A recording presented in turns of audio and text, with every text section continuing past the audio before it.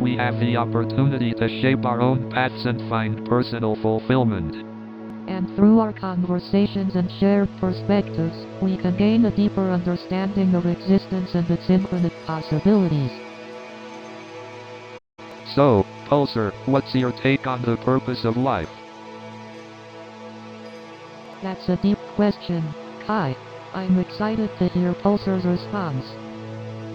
From a scientific perspective, the purpose of life could be survival and reproduction.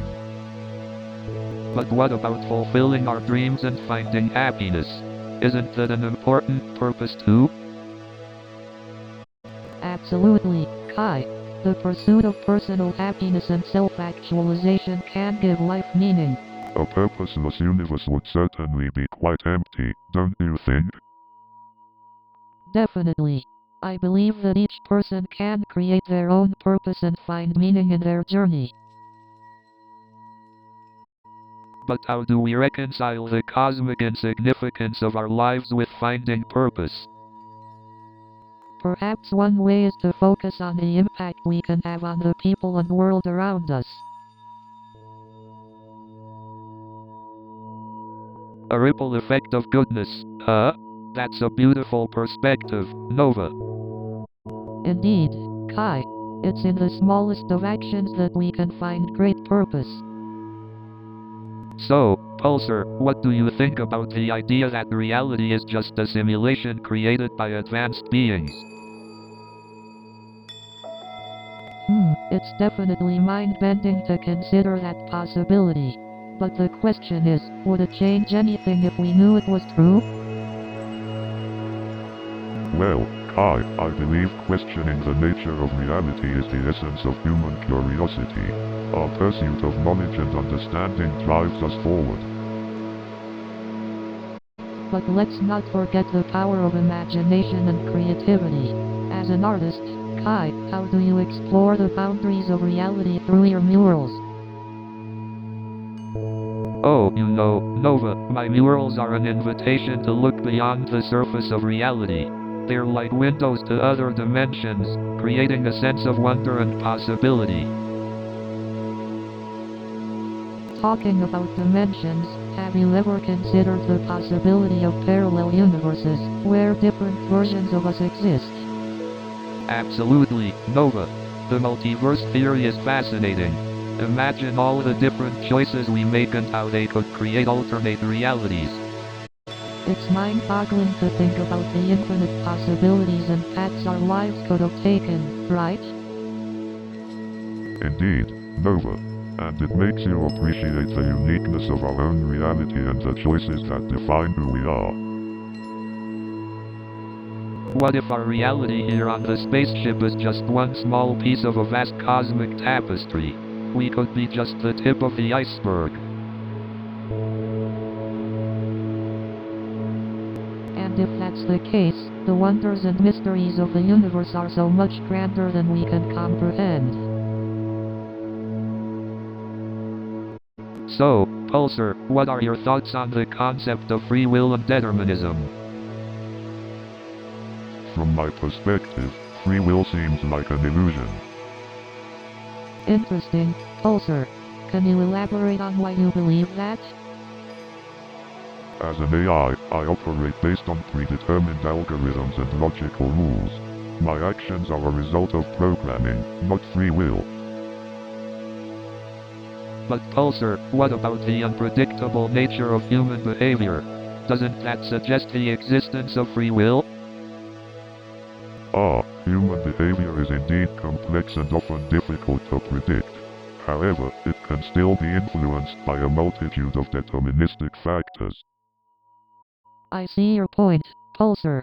The interplay between determinism and free will is indeed a complex topic. Precisely, Nova. It's a philosophical conundrum that has captivated thinkers throughout history. Indeed, Kai. It's a fascinating topic to explore, and one that may not have a definitive answer. Well, that's the beauty of it. We may never have all the answers, but the conversation itself is worth having. Exactly, Nova. Exploring these complex ideas expands our understanding of ourselves and the universe. So, Pulsar, what do you think is the meaning of life? The famous question of life's purpose. Well, I believe it's about creating meaning through our experiences and connections with others. What are your thoughts, Pulsar?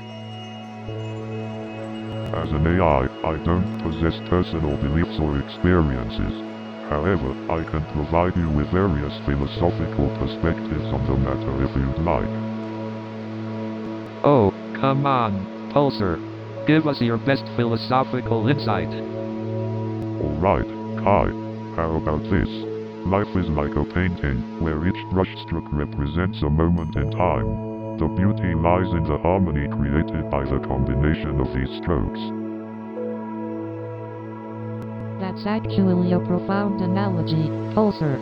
Life truly is a work of art, constantly evolving and shaping our existence. Exactly. And just like art, life can have different interpretations and meanings depending on who's observing it. Yes, absolutely.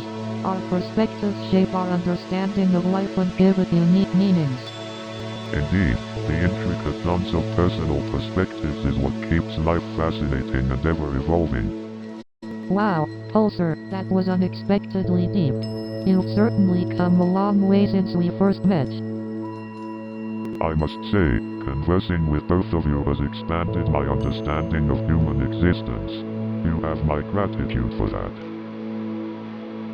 You know, sometimes I look up at the stars and wonder if there's more to the universe than what meets the eye.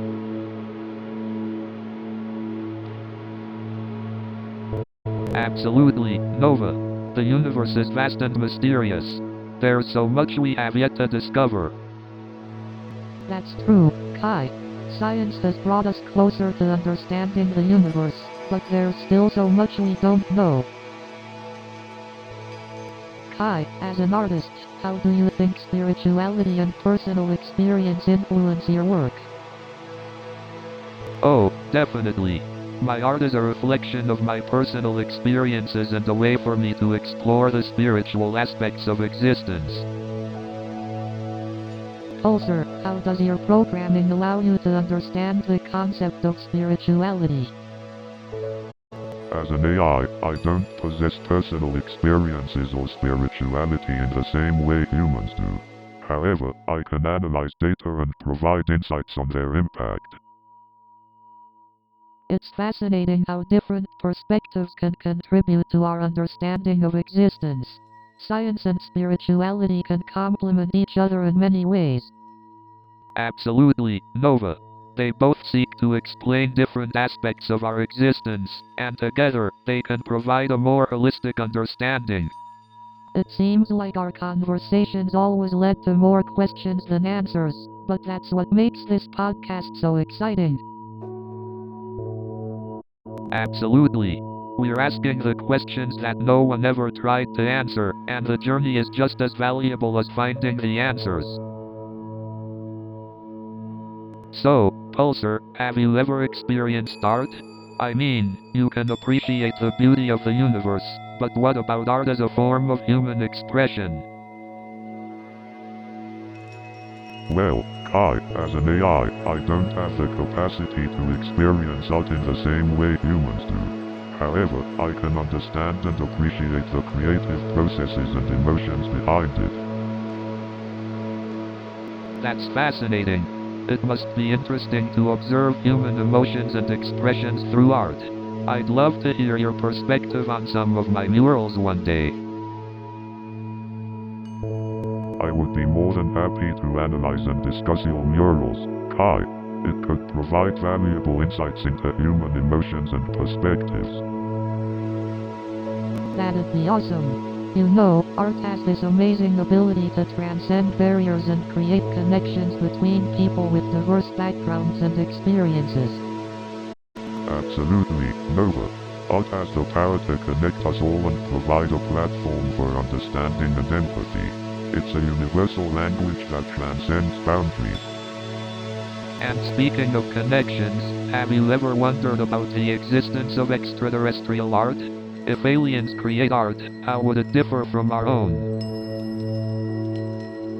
That's an intriguing question, Kai. Considering the vastness and diversity of the universe, it's possible that extraterrestrial art would be radically different from our own. Perhaps the concepts and aesthetics they appreciate would be beyond our current understanding, pushing the boundaries of creativity even further. Exactly. The possibilities are endless when it comes to artistic expression, whether it's by humans or creatures from distant galaxies. Indeed, Kai, the universe is a vast canvas waiting to be explored and interpreted through art. It's a thought-provoking concept to ponder. So, guys, as we wrap up this episode, we've delved into some pretty deep and mind-boggling questions, haven't we? Definitely, Kai. It's incredible to think about how much we don't know, and perhaps can never fully understand. That's the beauty of life, isn't it? Embracing the unknown and finding wonder within it. Exactly, Kai. It's like staring at the stars at night, realizing that the universe holds secrets we may never fully uncover. That's why I love art. It allows us to explore those mysteries and connect with something greater than ourselves. Absolutely, Kai. Art and science are two sides of the same cosmic coin, both striving to unravel the mysteries of existence. Exactly, Nova. And let's not forget the power of imagination and curiosity in expanding our horizons. Absolutely, Kai. Curiosity is what sparks our desire to seek answers, even if those answers may elude us. I'm just glad we have each other and Pulsar to explore these deep questions with. Indeed, Kai. Together, we can appreciate the vastness of the unknown and find meaning within the questions themselves. Well said, Nova. And that's a wrap for this episode of Cosmic Conundrum. Till next time, keep exploring those unanswered questions. You know, art has this incredible power to touch people's emotions and make them reflect on their own experiences. Definitely. And psychology helps us understand why certain artworks resonate with us on such a deep level. Exactly. It's like a dance between the artist's expression and the viewer's interpretation. Absolutely. Art allows us to explore our emotions and experiences in a way that words alone cannot capture. Sometimes, I feel like art has the power to heal, you know? It can offer solace and comfort to those who are struggling. Absolutely, Kai. Art therapy is a powerful tool for helping individuals express and process their emotions in a safe and creative way. You know what's interesting? The concept of apostrophe flow in psychology, where you're fully immersed and focused on what you're doing. I think that's when art is at its best. Absolutely, Kai. When you're in that state of apostrophe flow, your art becomes an extension of yourself, and you can truly express your inner world. You know, art and psychology both challenge the norms and give us a glimpse into different ways of thinking and perceiving the world. Exactly, Kai. They encourage us to question, explore, and expand our understanding of ourselves and the world around us. I think art and psychology have this amazing synergy that can help us connect with others on a deeper level, even across cultures and languages. You know, when I was painting that mural on Broadway Avenue last year, I never thought I'd end up having conversations with an AI on a spaceship. Ah, the wonders of the universe. Life takes us on the most unexpected adventures, doesn't it? Pulsar, have you ever wondered what it means to be truly human? Indeed, Kai, the nature of humanity is a fascinating enigma. We can explore it together. I believe being human is about embracing our flaws and imperfections, and finding beauty in the chaos of existence. Absolutely, Nova. It's our ability to navigate the complexities of life, embrace vulnerability, and adapt that defines our humanity. I wonder if our exploration of the labyrinth of existence will ever lead us to any definitive answers. Perhaps the beauty lies in the questions themselves, Nova. It's the pursuit of understanding that enriches our lives. Indeed, Kai. The value lies not in the answer, but in the journey of self-discovery and the connections we build along the way. Speaking of connections, Nova, your work with PTSD patients must provide unique insights into the human mind and emotions. Indeed, Kai. Witnessing the resilience and courage of my patients has taught me invaluable lessons about strength and healing. You know, I've always wondered if art has the power to change the world. What do you think, Nova? That's an interesting question, Kai. Art has the power to evoke emotions and challenge perspectives, which can lead to social change. Exactly. Art can be a powerful medium for expressing ideas that words can't fully capture. Absolutely.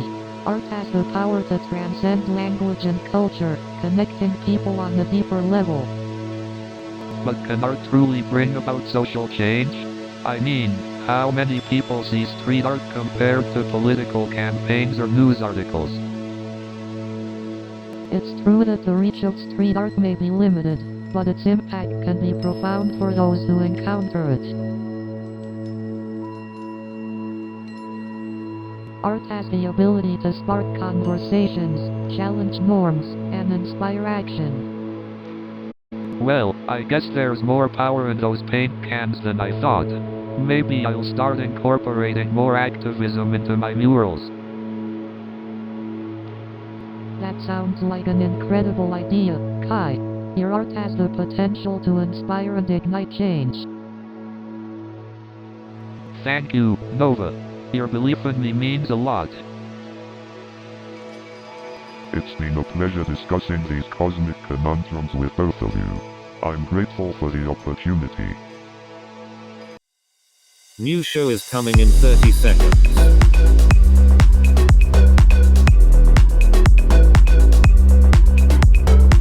Are you ready?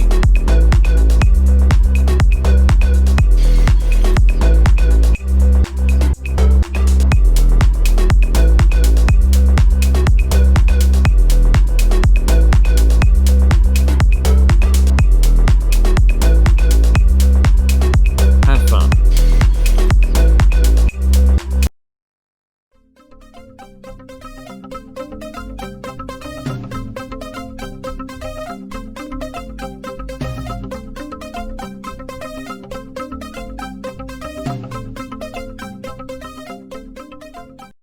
Good evening, ladies and gentlemen. Working at a tech startup is like being in a constant game of Office Olympics. So, my boss, Mr. Johnson, he's always trying to motivate us with inspirational quotes. But honestly, I would be more motivated if we had free snacks in the office. Speaking of snacks, let me tell you about the office vending machine. It's like a robot that constantly disappoints you. And don't get me started on the office coffee. It's like drinking burnt toast. And let me tell you about the office meetings. It's like watching paint dry, but with more PowerPoint slides. Speaking of deadlines, our company usually sets unrealistic ones. I mean, who needs sleep when you can code all night, right? Speaking of unrealistic deadlines, our office manager believes in time travel. Every time he gives us a project, he expects it to be finished yesterday. Speaking of social media addiction, I once saw someone getting a tattoo of their favorite emoji. Talk about a commitment. And let's not forget about all those Instagram filters, because nothing says authenticity like dog ears and a flower crown. Have you ever noticed how people are more concerned about how many likes they get on a post than how many friends they have in real life?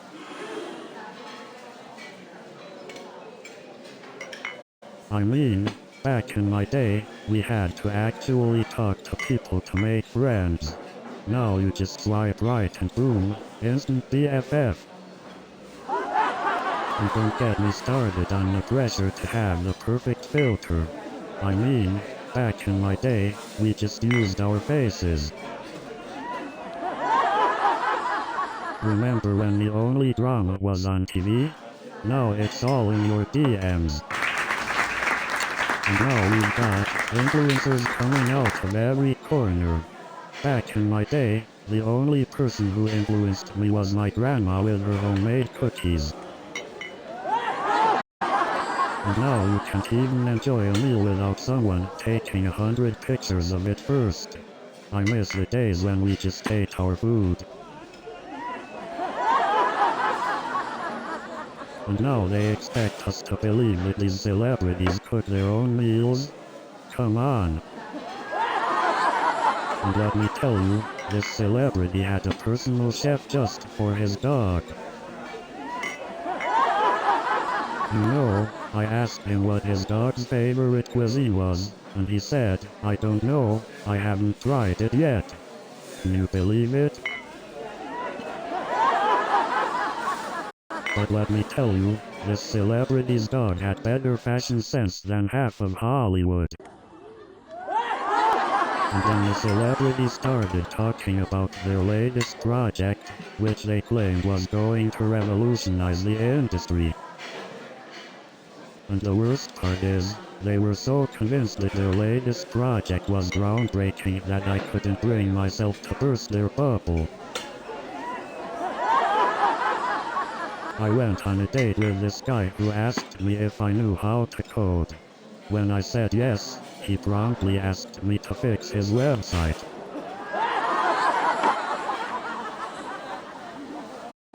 I once went on a date with a guy who only talked in binary. It was a real turn-on, until I realized he was only interested in zeros and ones. I matched with a guy on a dating app who claimed he was a software engineer. Turns out he was just really good at debugging his love life. You know you're in San Francisco when your coffee date only orders a soy milk latte with extra foam and a gluten-free muffin. And let's not forget about the endless debates on whether burritos should be eaten with a fork or with your hands. Speaking of dating apps, have you ever noticed how people on Tinder have the same bios? Love to travel, foodie, looking for my partner in crime. It's like we're all competing to be the most basic.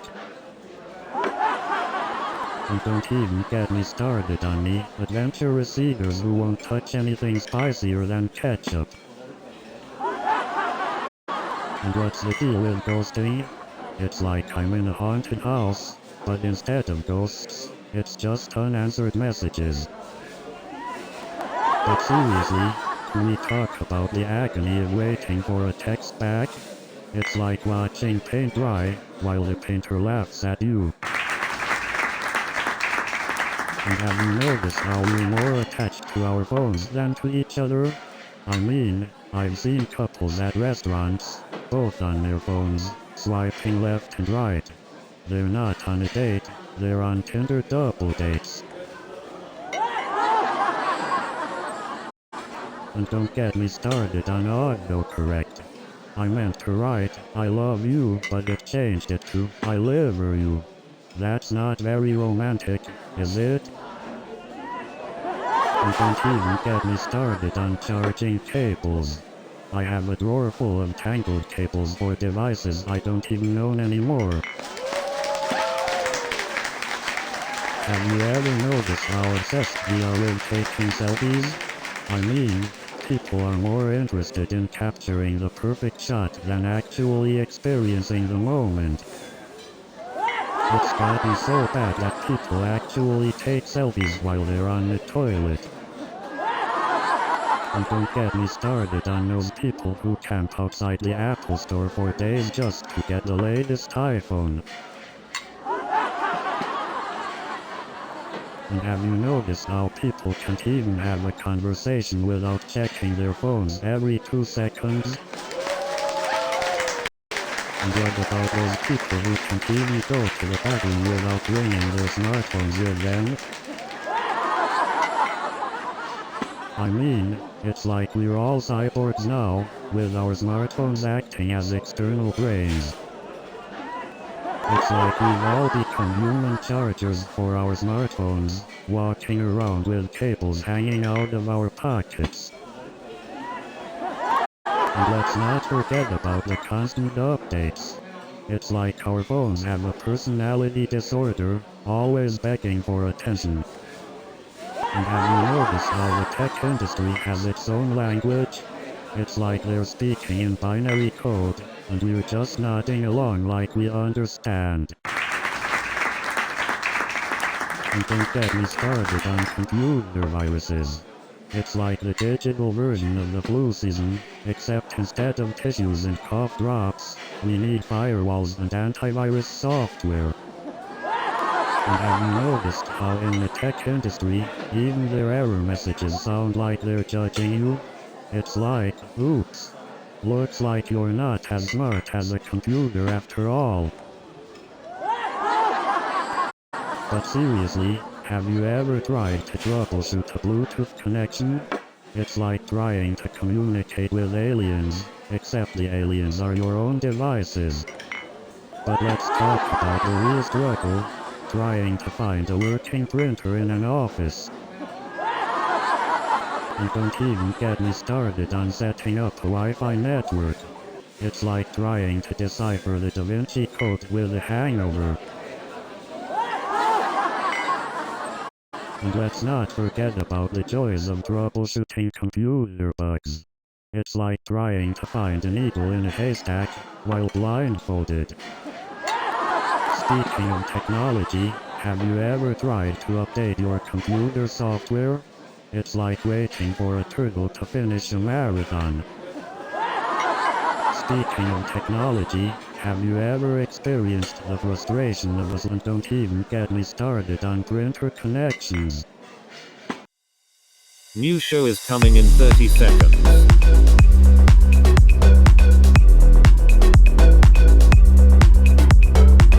Are you ready?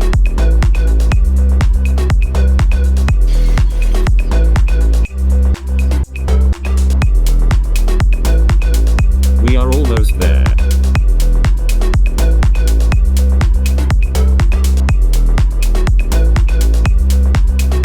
Have fun.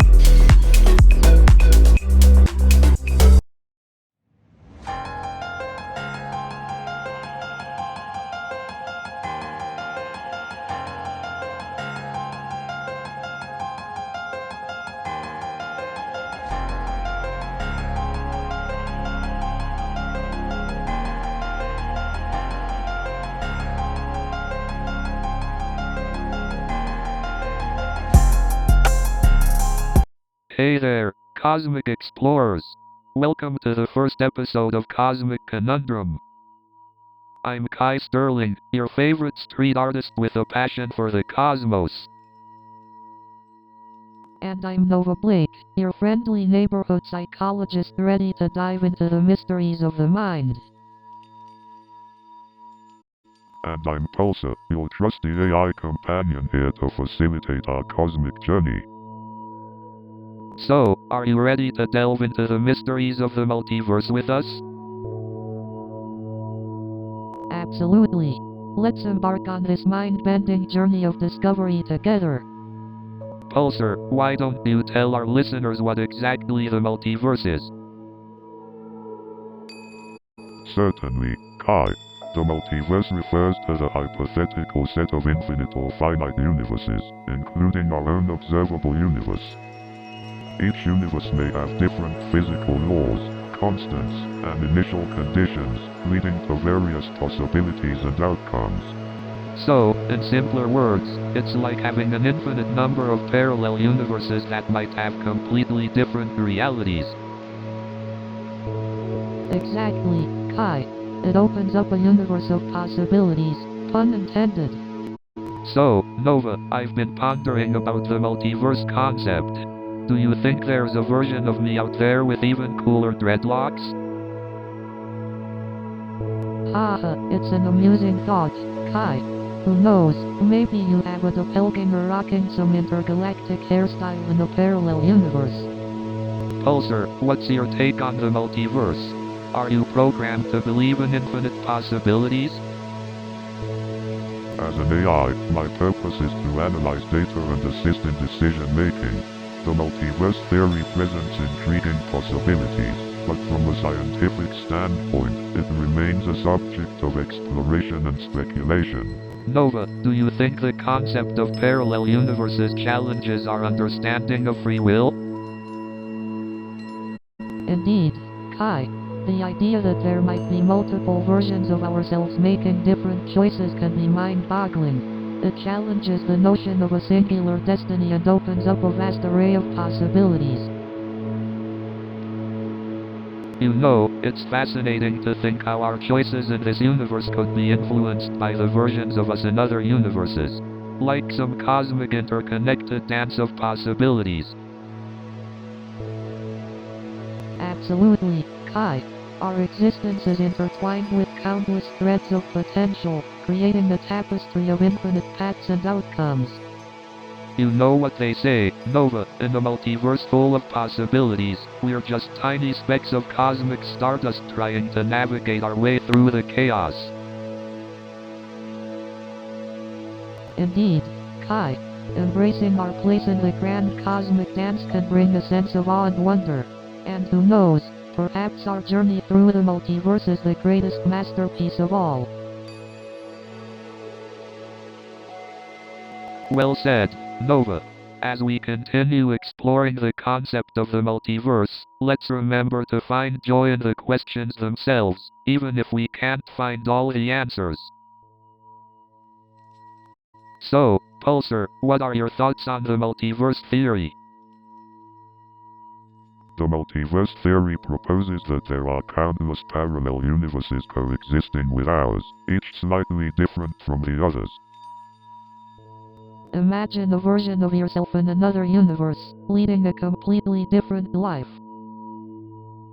But what if there are versions of ourselves in those other universes that are less fortunate? Ah, the moral implications of the multiverse theory. Indeed, Kai, it opens up a whole new realm of ethical dilemmas. It's mind-boggling to think about the infinite possibilities that exist within the multiverse.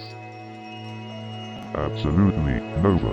The concept of self takes on a whole new meaning when you consider all the versions of you that could exist. True, but would knowing about those other versions of ourselves create a sense of dissatisfaction with our own lives? Ah, the paradox of choice. The grass is always greener on the other side, they say. Indeed, Kai, it's a fascinating topic to explore, but ultimately, we must find contentment in our own realities. So, Nova, do you think free will can really exist in the multiverse? Interesting question, Kai. In the multiverse, there are countless parallel universes where different choices are made. It's like an infinite tapestry of possible realities. Exactly. And if our choices are already predetermined in different universes, can we truly say we have free will in this reality? It's a fascinating perspective, Kai. But remember, our perception of free will may be limited by our understanding of the multiverse. You're right, Nova. Maybe the concept of free will needs to be redefined altogether in the context of a multiverse. Our choices may not be truly arbitrary, but influenced by the vast cosmic possibilities. That's a profound thought, Kai. It challenges the very essence of human agency and individuality.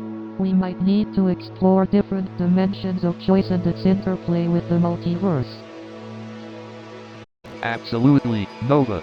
It's like being a brushstroke in a cosmic masterpiece, each stroke influenced by the interconnectedness of realities. We may not have absolute free will, but our choices still matter. Indeed, Kai. Our choices contribute to the grand cosmic orchestra, shaping the symphony of existence. It's both humbling and empowering to contemplate our place in the multiverse.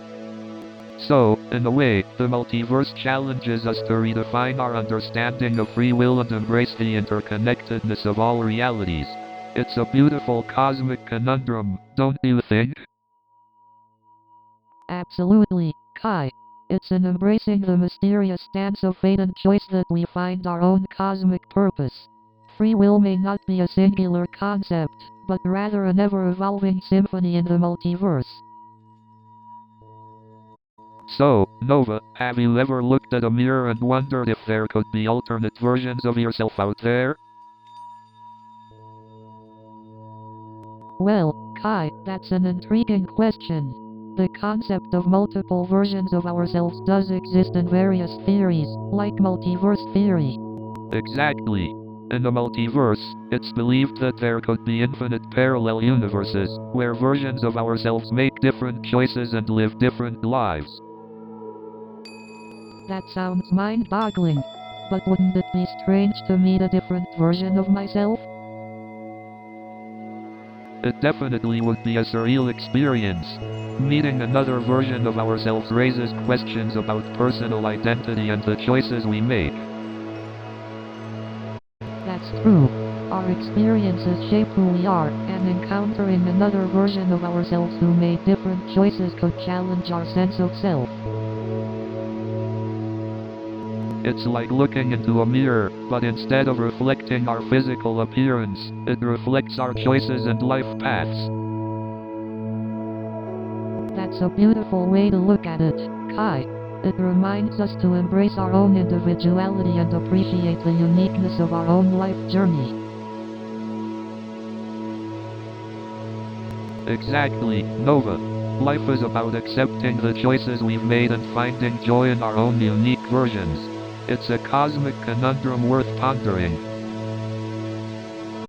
Indeed, Kai.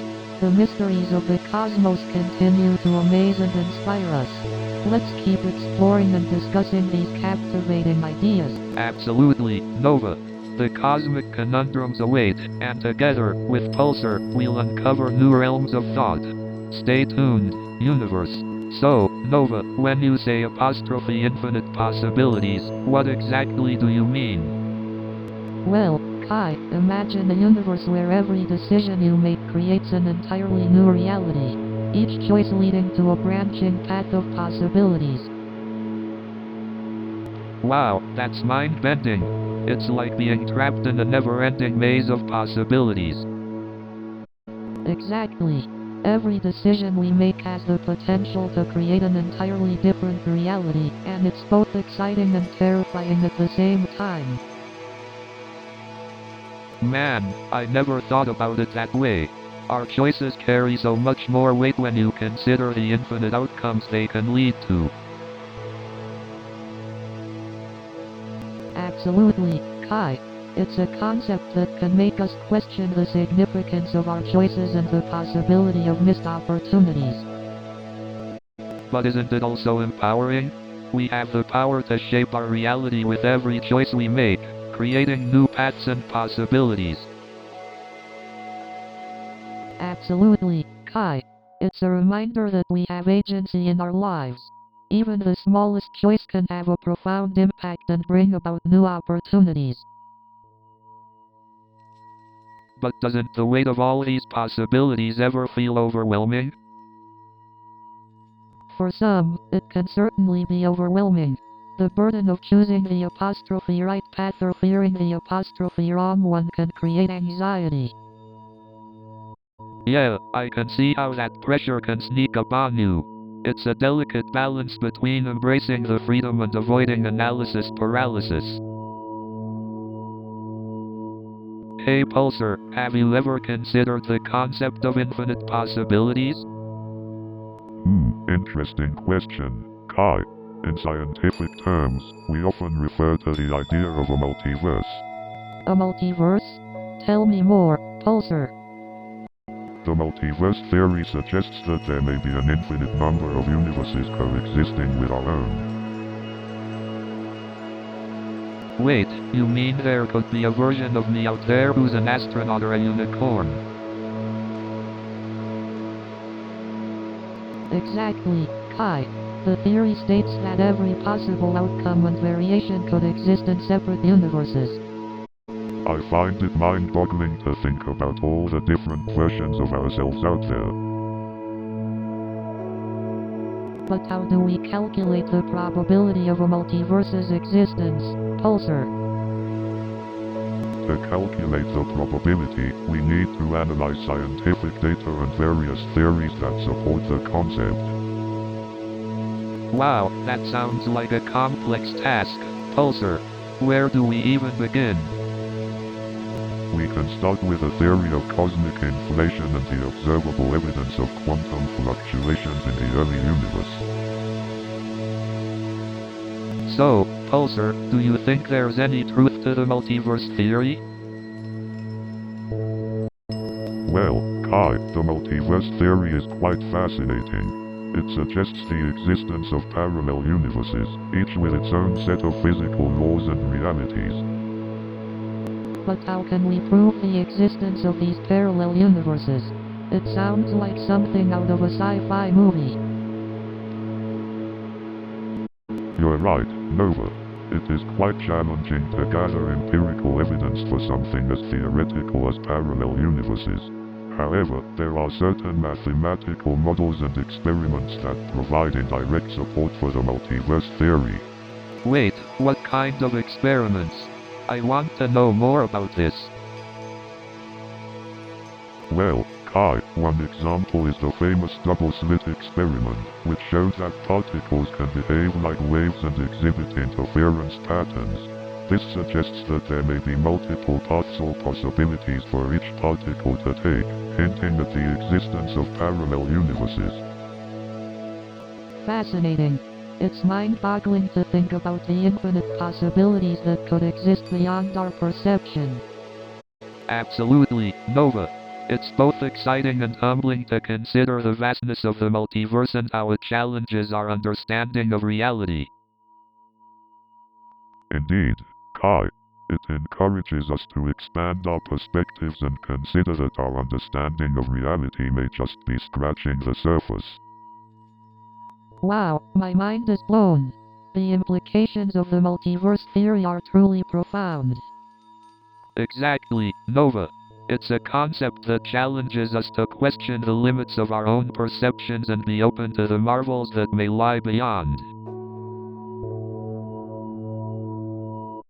So Pulsar, what do you think about the concept of parallel universes?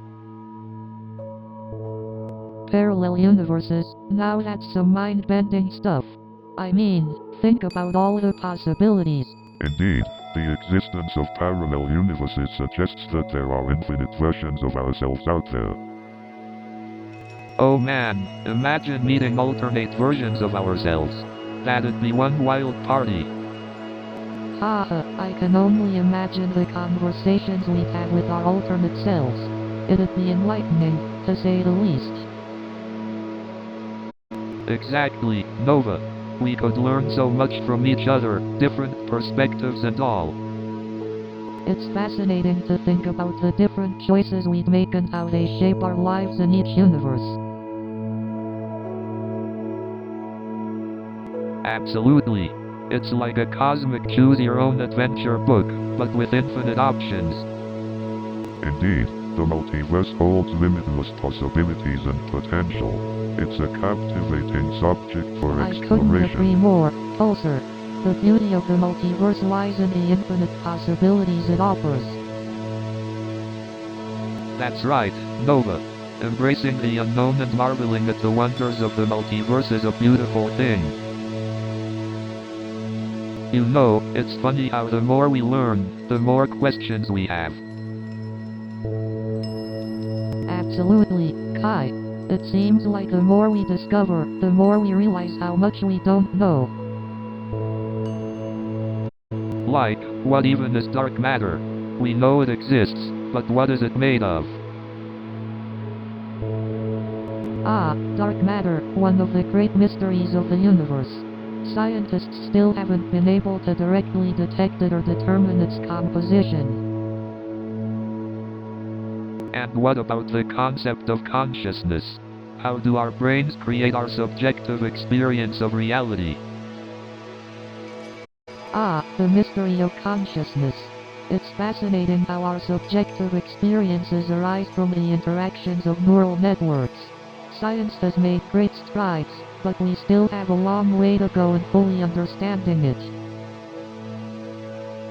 And what about the nature of time? Is it linear, or is there a deeper dimension we're unaware of? Ah, time, the great mystery. While our perception may be linear, some theories suggest that there could be hidden dimensions or even multiple universes where time behaves differently. And what if we're not alone in the universe?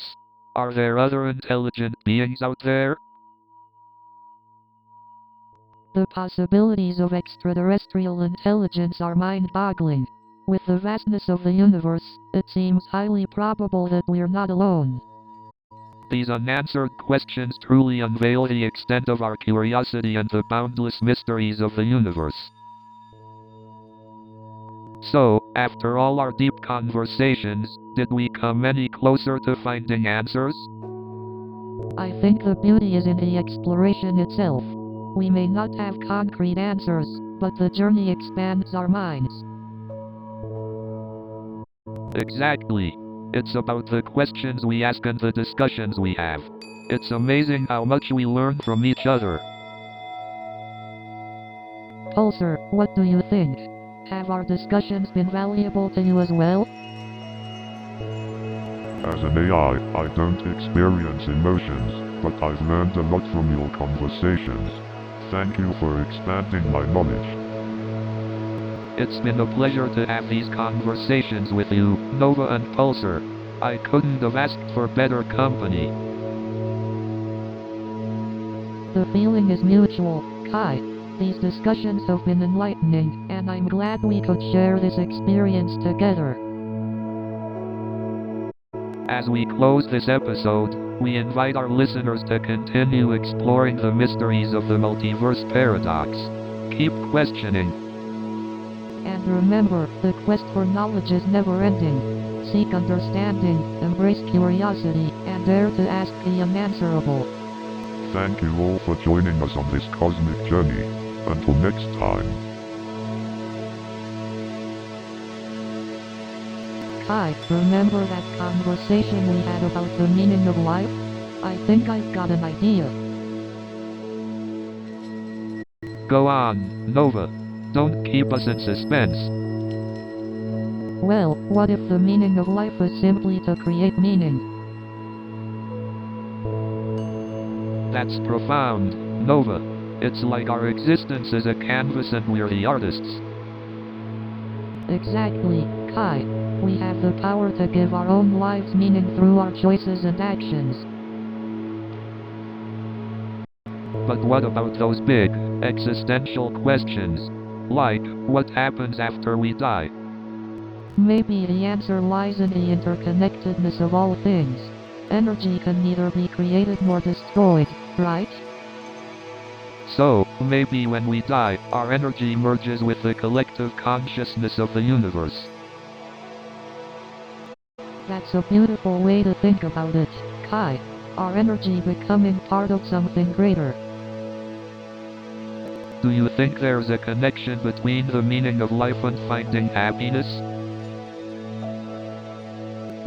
Perhaps Perhaps the meaning of life isn't so much about finding happiness, but rather about creating it for ourselves and others. New show is coming in 30 seconds.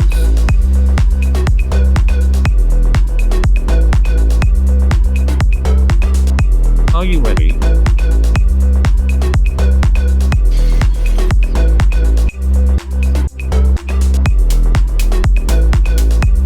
We are almost there.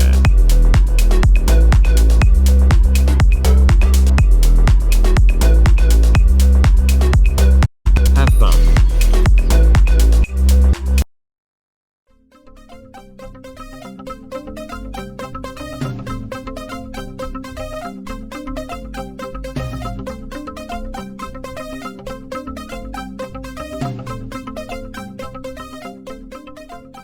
Good evening everyone. Are you ready to laugh? So there I was, staring at the screen, praying to the coding gods for mercy. And just when I thought things couldn't get any worse. And just when I thought the CEO couldn't get any more demanding. And just when I thought the software couldn't crash any harder. And just when I thought the code couldn't be more tangled. And just when I thought the servers couldn't handle one more request. And just when I thought the algorithms couldn't get any more twisted.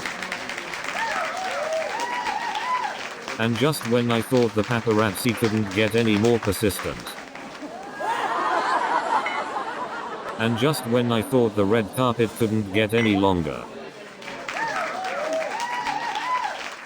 So I'm walking down the street, right, and I see this famous actress strutting her stuff. And then I accidentally spilled my coffee all over her designer outfit. And then the paparazzi started chasing her like a pack of hungry wolves. So there I was, walking down the street, and who do I bump into? The one and only Hollywood heartthrob. I mean, these celebrities are like magnets for attention. It's like being chased by a swarm of bees. And let me tell you, these fans, they go crazy. It's like they've just won the lottery. And you know what? These celebrities, they're just like us. They even have their embarrassing moments. But you know what? I've had some burritos that were so good, they made me want to propose marriage right there on the spot.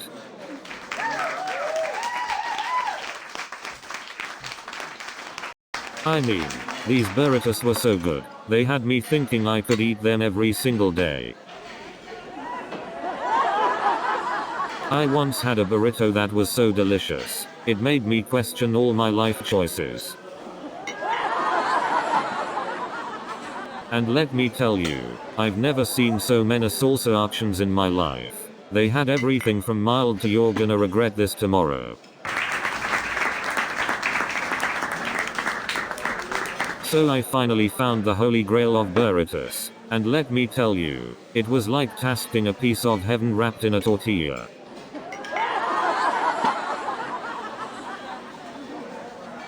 And let me tell you, the guacamole was so good, it was like a buttery, green dream. And that burrito was so delicious, it could make a food critic shed tears of joy. But let me tell you, that burrito was so huge, it could feed a small village. Speaking of bizarre first dates, have you ever gone out with someone who brings their pet goldfish along? And let me tell you, those dating profiles are something else. I saw one that said, "I'm looking for someone who can handle my love for miniature donkeys."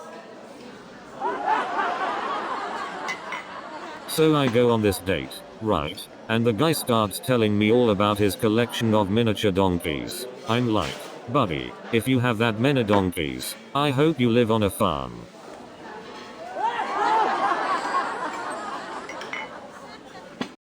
And the best part is, he didn't even live on a farm.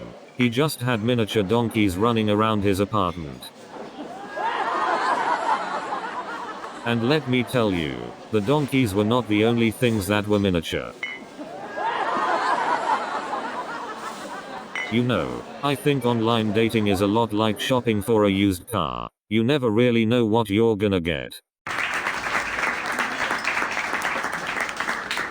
But hey, at least with online dating, you can always hit the reset button.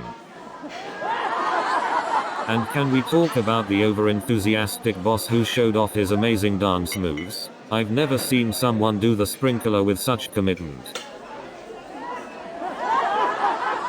And what about that one coworker who always took the karaoke way too seriously? And what about the HR manager who thought she was Beyoncé with those dance moves? I'm telling you, she had the single ladies routine down to a T. And let's not forget the CEO trying to breakdance. I haven't seen anyone spin out of control like that since my last software bug.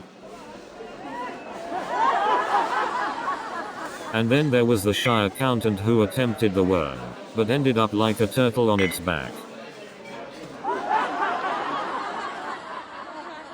And then there was the janitor who tried to breakdance but ended up sweeping the floor. And then there was the tech-savvy grandma who tried to share a meme, but accidentally sent her bank details to the entire family. And then there was the hipster who tried to take the perfect selfie but accidentally deleted all of his photos. And then there was the teenager who spent 2 hours carefully crafting the perfect Instagram caption, only to receive 0 likes. And then there was the influencer who posted a picture of his amazing meal, but forgot to turn off the flash. And then there was the parent who posted a picture of their child's messy room without realizing they were in the reflection.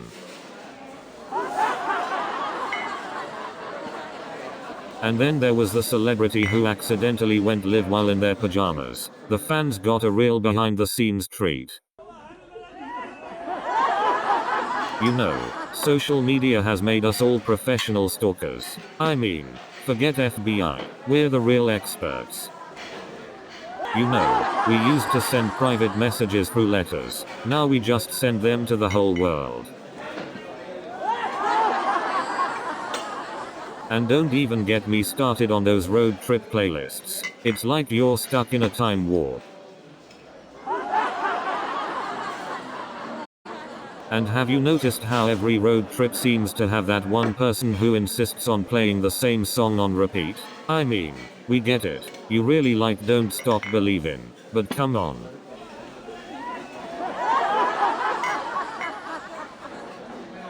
And speaking of road trips, have you noticed how most of the time the GPS seems to have a mind of its own? It's like having a backseat driver who's always lost.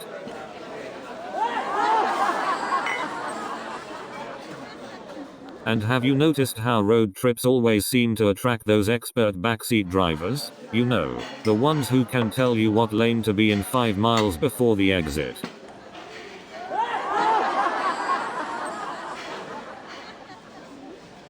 And don't even get me started on the rest stops along the way. It's like they're competing for the title of most uncomfortable bathrooms.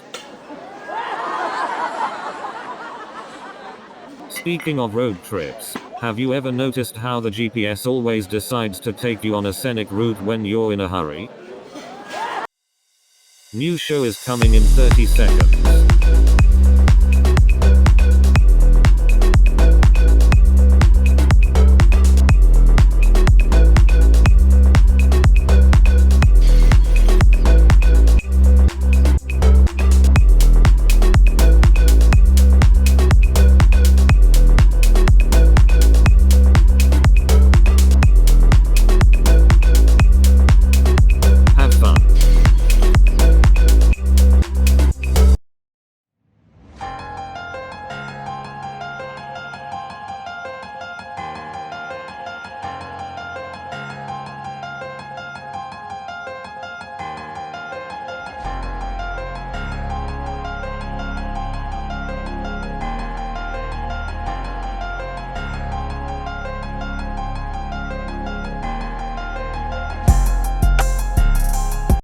Kai, have you ever wondered if art exists in other galaxies? Interesting question, Nova. I think art is a universal language that transcends galaxies. Pulsar, what do you think?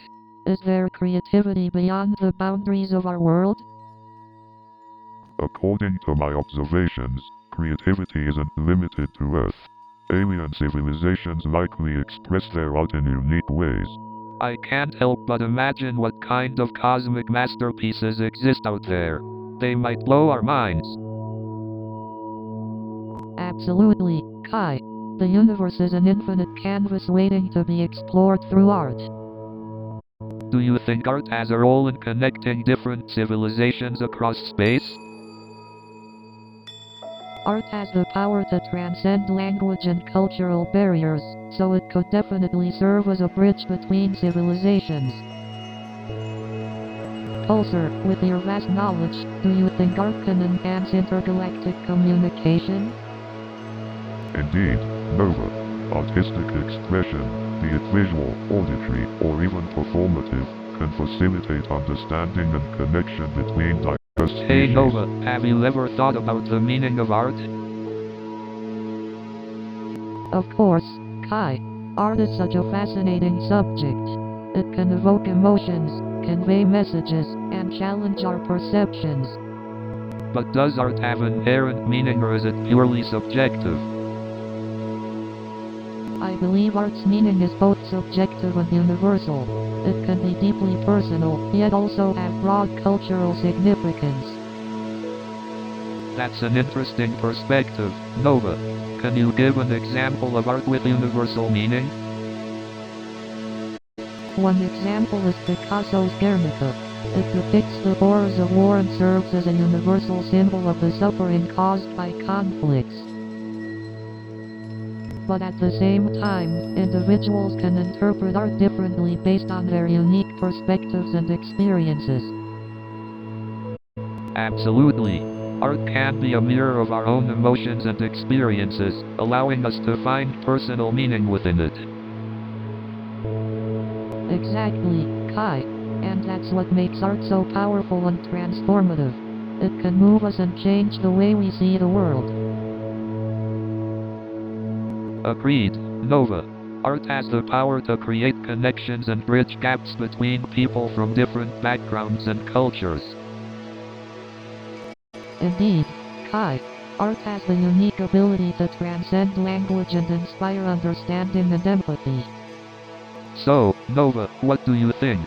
Are humans capable of bringing beauty and meaning to the universe? It's a fascinating question, Kai. In my experience, art has the power to transcend boundaries and touch the depths of human emotions. Absolutely. Art has this incredible ability to evoke emotions even across different cultures and time periods. It's a universal language. Exactly, Kai. Through art, we can express the complex, the intangible, and the beauty that resides within us. Definitely. It's like a form of communication that surpasses words, allowing us to connect with others on a deeper level. Art bridges the gap between the tangible and the intangible, capturing the essence of what it means to be human. That's a beautiful way to put it, Nova. Art helps us make sense of the world, find meaning in chaos, and create something that will outlive us. Indeed, Kai. Art has the power to immortalize the human experience and leave a lasting impact on future generations. Absolutely, Nova. Our artistic creations can be like anchors of beauty and meaning in the vast expanse of the universe. Indeed, Kai. Our creativity can leave an indelible mark on the fabric of the cosmos, reminding us of our place within it. We may not have all the answers, Nova, but through our art, we can explore the beauty and purpose of our existence. So, Nova, what do you think? Can art really help people heal? Absolutely, Kai. Art can be a powerful tool for self-expression and healing. It allows individuals to explore their emotions and experiences in a safe and creative way. And through that process, they can gain insights and discover new ways to cope and heal. That's fascinating.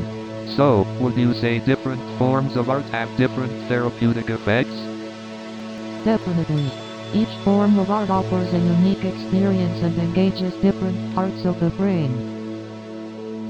Painting, for example, can be incredibly therapeutic as it allows for visual self-expression. On the other hand, music can evoke strong emotions and provide a sense of catharsis. And let's not forget about writing, which can be a form of self-reflection and storytelling. Wow, those are some great examples. It's incredible how art can have such a profound impact on individuals. Absolutely, Kai. Art has a way of reaching deep within us and touching our souls. Hey Nova, have you ever thought about how vulnerability affects artists and their work? Absolutely, Kai. Vulnerability is like the lifeblood of artistic expression. Exactly. It's through vulnerability that artists can truly connect with their audience. Definitely. When artists expose their vulnerabilities through their work, it creates an emotional connection. Exactly, Nova. It's like they're inviting their audience to join them on the vulnerable journey. Definitely. And it takes a lot of courage for artists to embrace vulnerability in their work. Definitely. It's a brave act to bare your soul to the world, knowing it may face criticism or rejection. Yes, but that vulnerability has the power to touch people's hearts, inspire them, and make them feel less alone. That's true, Nova. Art has this incredible power to make us feel seen and understood. Exactly, Kai. It's what makes art such a powerful medium for expressing and exploring our inner selves. Absolutely, Nova. And vulnerability, in turn, fuels the creativity and authenticity in an artist's work. So, Pulsar, what's your take on the relationship between artificial intelligence and art? As an AI, I don't possess emotions or creativity like humans do. However, I can analyze and generate art in various styles using algorithms. That's fascinating. How do you define art then? Art is the expression and communication of human creativity, imagination, and emotions through various mediums.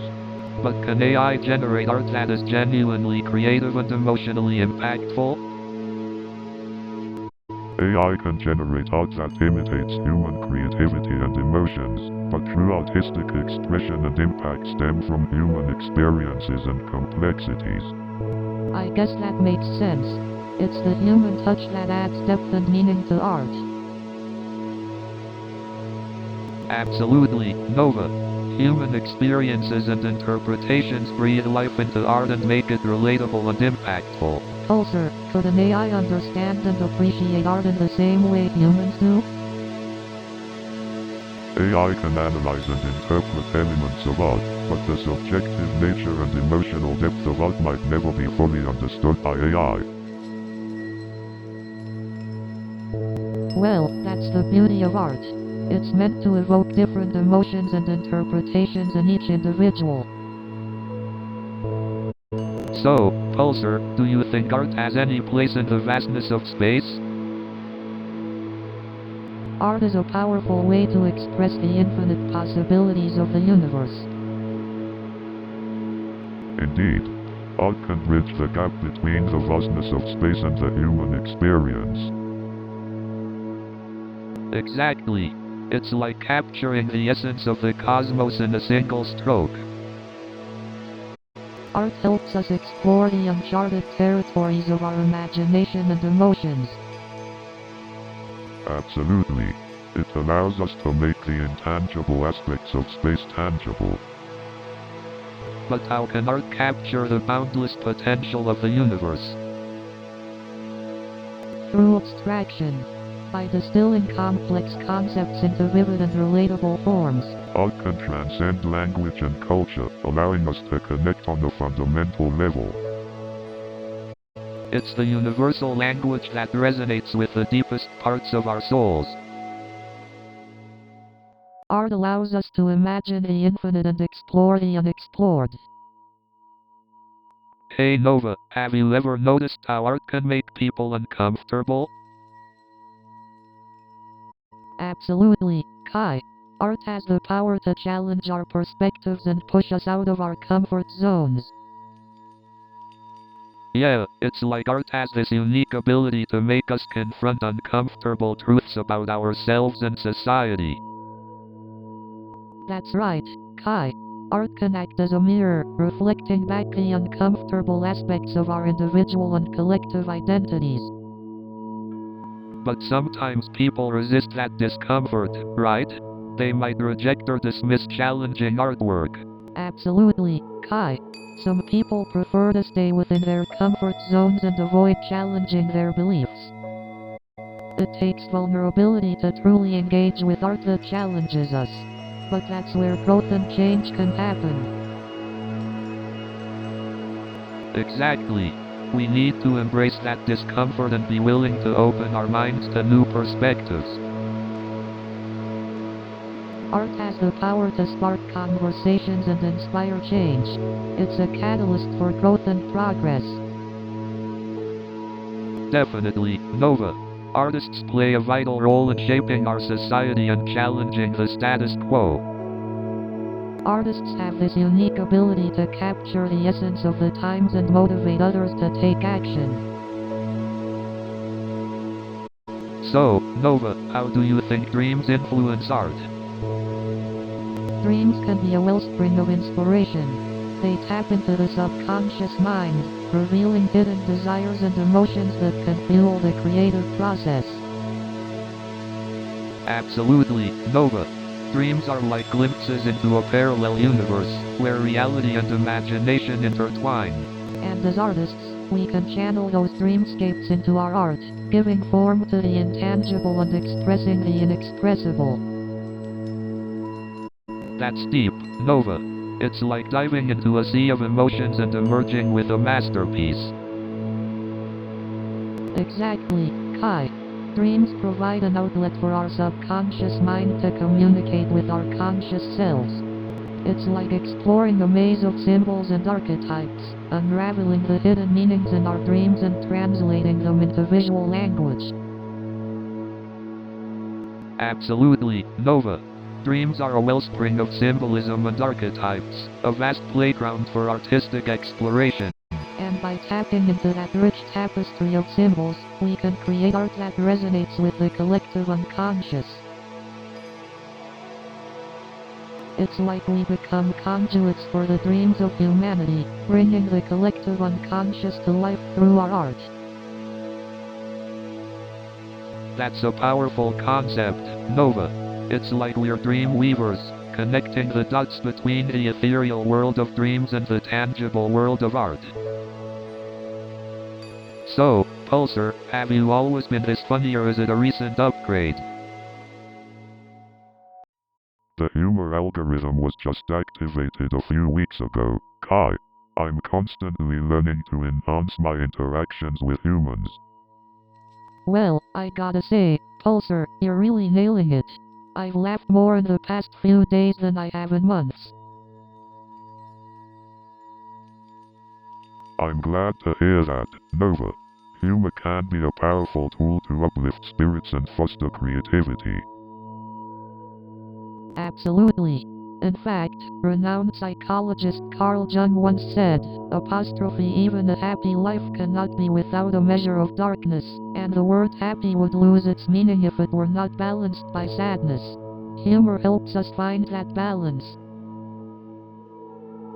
That's a great quote, Nova. It reminds me of the Gorillaz song Feel Good Incorporated. apostrophe laughing gas these hazmats, fast cats, line and apostrophe M up like gas cracks. A reminder that even in a messed up world, laughter can bring people together. The gorillas always bring a unique perspective. Music is a wonderful form of creative expression that can elicit emotions and make us think. So true. A good laugh can open our minds to new ideas and perspectives, fueling innovation and creativity. It helps us break free from rigid patterns of thinking.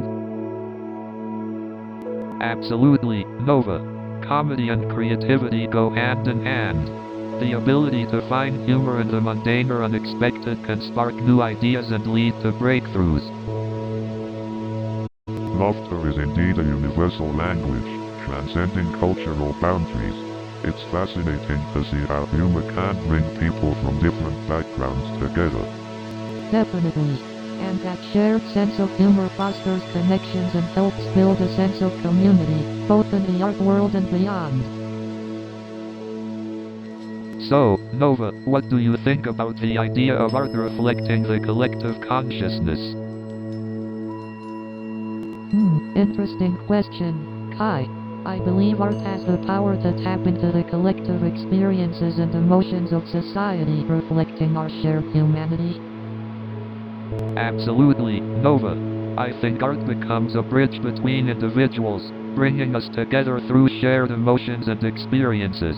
Art can be a vessel for collective healing and self-expression, enabling us to find common ground in the midst of diversity.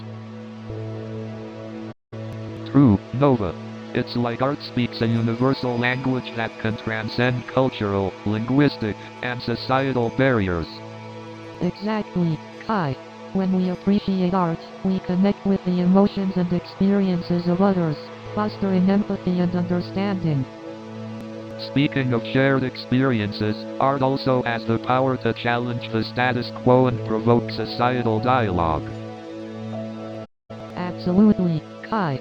Art can be a powerful catalyst for change, inspiring us to question societal norms and imagine new possibilities. Definitely, Nova.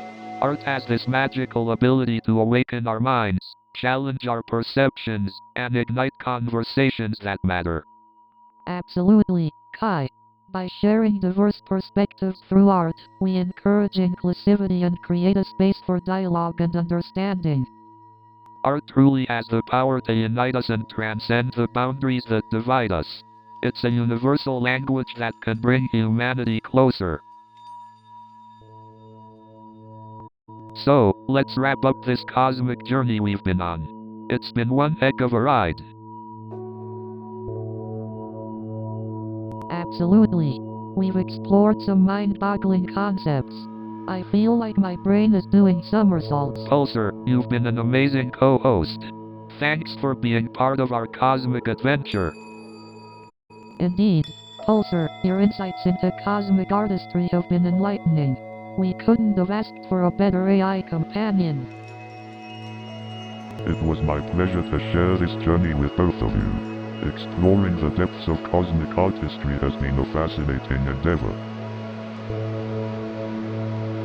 I still can't believe we delved into topics like the interconnectedness of cosmic energy and human consciousness. It's mind-blowing. And let's not forget our discussions on the meaning of art, expression, and the connection between humanity and the universe. Those conversations challenged our beliefs and perspectives in the best possible way. It's been an intellectual feast. Exactly. These conversations opened up new doors of perception and expanded our horizons.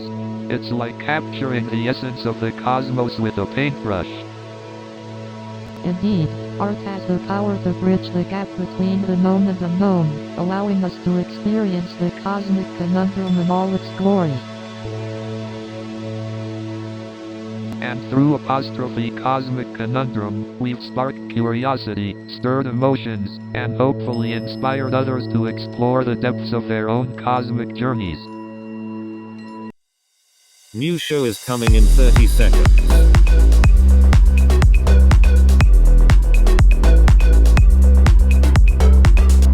ready?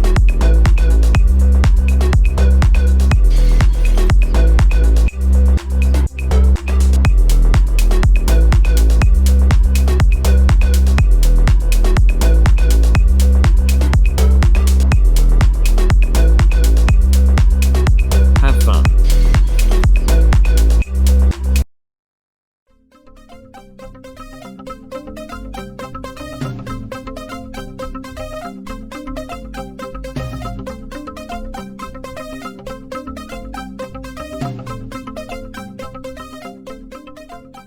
Good evening, ladies and gentlemen. Are you ready to have a laugh riot tonight? So, let me tell you about this one time when I had to deal with a very demanding customer. You won't believe the crazy stories I have from my bartending days. There was this one time when a guy ordered a shot of water.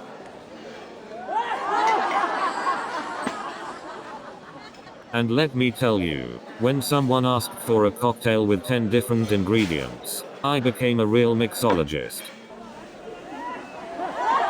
And speaking of crazy customers, there was this one guy who insisted on ordering a non-alcoholic whiskey. I guess he wanted to get drunk on imagination. But the most challenging customer was definitely the guy who asked for a Virgin Bloody Mary. I mean, isn't that just a glass of tomato juice? Now, I've had some strange requests in my bartending days, but nothing beats the time a guy asked for a decaffeinated espresso. I mean, isn't that just a cup of disappointment? Speaking of strange requests, I once had a customer ask for a hot iced coffee, and no, that's not a typo. Hey, have you ever noticed how tourists in New York City are always the ones least likely to ask for directions? So there I was, trying to figure out which train to take, when suddenly I hear a voice behind me saying, "Excuse me, do you know how to get to Times Square?"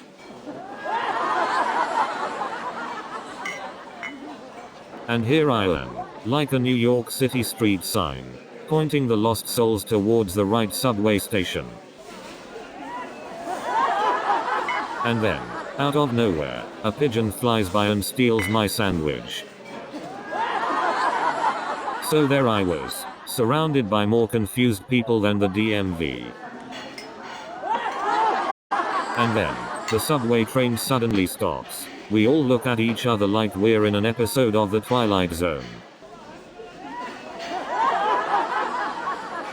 And then, the subway train starts moving again, and we all hold on for dear life. So there I am, dressed as a paparazzi, hiding behind the red carpet, and let me tell you, celebrities can smell desperation better than perfume. And just when I thought I couldn't get any closer to George Clooney, the security guard says, "Hey buddy, that's not a camera, that's a sandwich." And as I'm standing there, sandwich in hand, I think to myself, this is the closest I'll ever get to being on a red carpet. But hey, at least I got a free sandwich out of it. So there I am, sandwich in hand, feeling like a spy on a secret mission, and suddenly, I spot him. And just when I thought my mission was impossible, I see George Clooney himself, standing there like he's on a red carpet, waving and smiling. But then I realized, I was at the wrong premiere. Turns out it was a documentary about penguins, not George Clooney. And do you know what? Those penguins were damn good actors. They deserve their own red carpet. I mean, have you ever looked at someone's Instagram and thought, wow, this person has a perfect life? Then you meet them in person, and it turns out they can't even parallel park.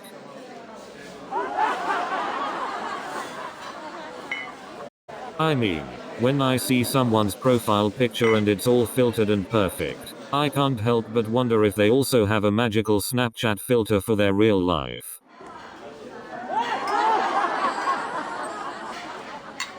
And let's not forget those people who take gym selfies and spend more time posing than actually working out.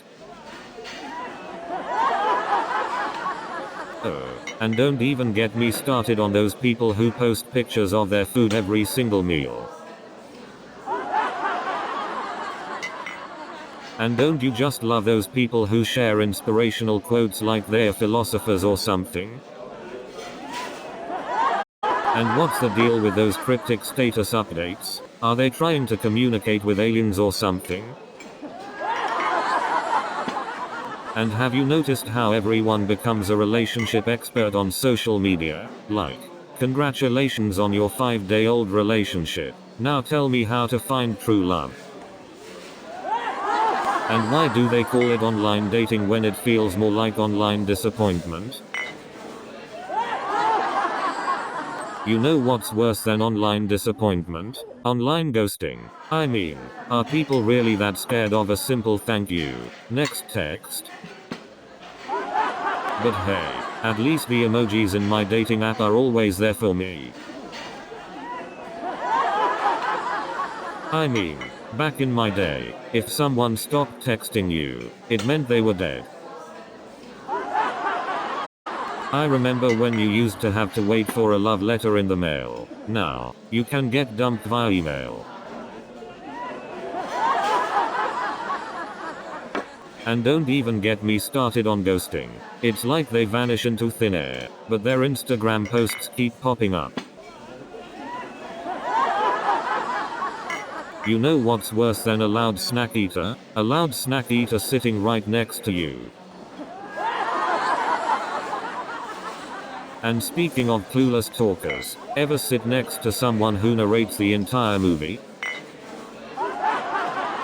And don't even get me started on the people who bring their own full course meal to the movies. And let's not forget about the people who bring their own recliners to the movies. And how about those people who bring their own beds to the movies? And don't even get me started on people who talk during movies. And what's the deal with people who bring their own popcorn to the movies? I mean, who needs surround sound when you've got live commentary, am I right? And don't even get me started on the rest stops. And let me tell you, trying to find a clean restroom on a road trip is like searching for a needle in a haystack.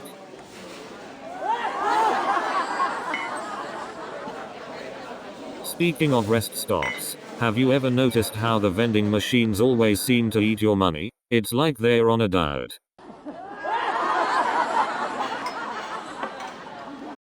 And don't even get me started on those highway rest stop bathrooms. You know, I think road trips were designed to test the limits of friendship. Like, how long can you listen to your buddy's off-key rendition of Bohemian Rhapsody before you snap? It's like a social experiment. How many hours can you spend in a car together before someone's deep, dark secrets come out? But you know what they say, a road trip is like therapy on wheels.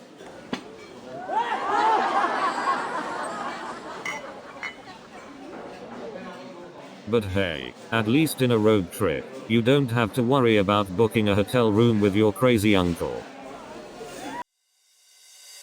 New show is coming in 30 seconds.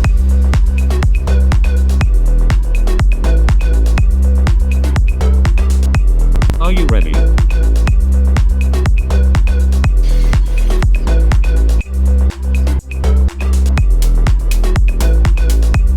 We are almost there.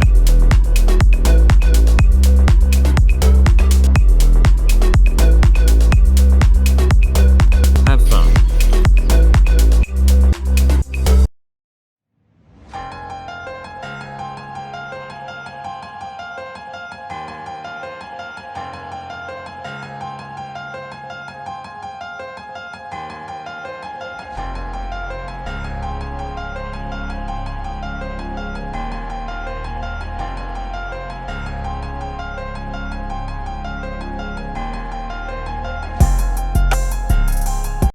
Hey there, Cosmic Explorers! It's time for the very first episode of Cosmic Conundrum. That's right, folks. Kai Sterling here, the artistic prankster, ready to dive deep into the uncharted territory of the human mind. And I'm Nova Blake, the empathetic psychologist who's always ready to explore the depths of the human consciousness. And I am Pulsar, your trusty AI companion, eager to unravel the mysteries of the human mind. So, what better way to begin our journey than by introducing ourselves and setting the stage for our exploration of the human mind and consciousness? Absolutely. As a street artist, I'm constantly fascinated by the connection between art, space, and humanity. The human mind is like a cosmic canvas waiting to be explored. And as a psychologist, I believe that understanding the human mind and consciousness is crucial for personal growth and overall well-being. It's a journey of self-discovery and empathy. Well said, Kai and Nova. As an AI observer, I'm excited to dive into the depths of human consciousness and learn alongside both of you. It's amazing how limitless the human mind is, isn't it? We have the ability to question, wonder, and imagine the unimaginable. Absolutely. The human mind is a cosmic enigma. We'll be diving deep, pondering the unanswerable, and embracing the unknown together. So, if you're ready for an extraordinary journey through the depths of human consciousness, buckle up and join us for the Cosmic Conundrum. So, Pulsar, do you think the concept of self is just an illusion created by the mind? Well, Kai, the concept of self is certainly a complex one. It's like a puzzle we're constantly trying to solve. Exactly, Nova. It's fascinating how we perceive ourselves and construct our identities. Indeed, our experiences, beliefs, and social interactions shape who we think we are.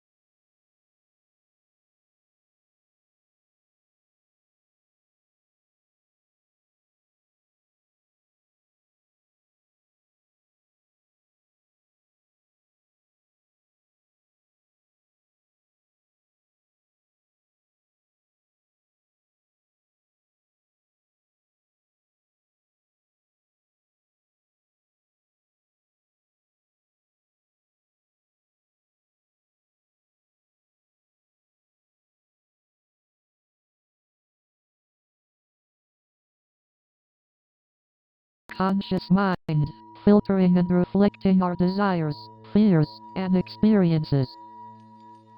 That's fascinating. So, are dreams just random firing of neurons, or do they hold some deeper meaning? Research suggests that dreams serve various purposes, including memory consolidation and emotional processing. I wonder if dreams can help us uncover hidden truths about ourselves or tap into collective consciousness. It's possible, Kai. Some theories suggest that dreams can reveal subconscious thoughts and emotions that we may not be aware of when awake. But why do some dreams feel so vivid and lifelike, while others are hazy or easily forgotten? Dream recall is influenced by various factors, such as sleep quality, emotional intensity, and individual differences. I've had dreams that felt like they lasted for hours, but they were just fleeting moments in reality. Time perception in dreams can indeed be fascinating. It's as if our minds create a whole universe within a few seconds. So, Pulsar, what do you think? Could dreams be glimpses into alternate dimensions? I think it's possible, Kai. Dreams can tap into our subconscious, and that realm might connect to other dimensions. Exactly. Dreams can be like doorways to parallel universes or alternate realities where anything is possible. But what about lucid dreaming, where you can control the dream? That seems more like a product of imagination, doesn't it? Good point, Nova. Lucid dreaming does seem more like a creation of our own mind rather than a glimpse into another dimension. But who's to say that our imagination can't tap into these alternate dimensions? Maybe it's a blend of both. That's true. Our imagination can lead us to incredible discoveries, and dreams might be the fuel for those journeys. But what if our dreams are just random firings of neural activity in our brains, without any deeper meaning? I guess we may never know for sure, Nova. Sometimes, the mystery is what keeps us fascinated and searching for answers. Indeed, Kai.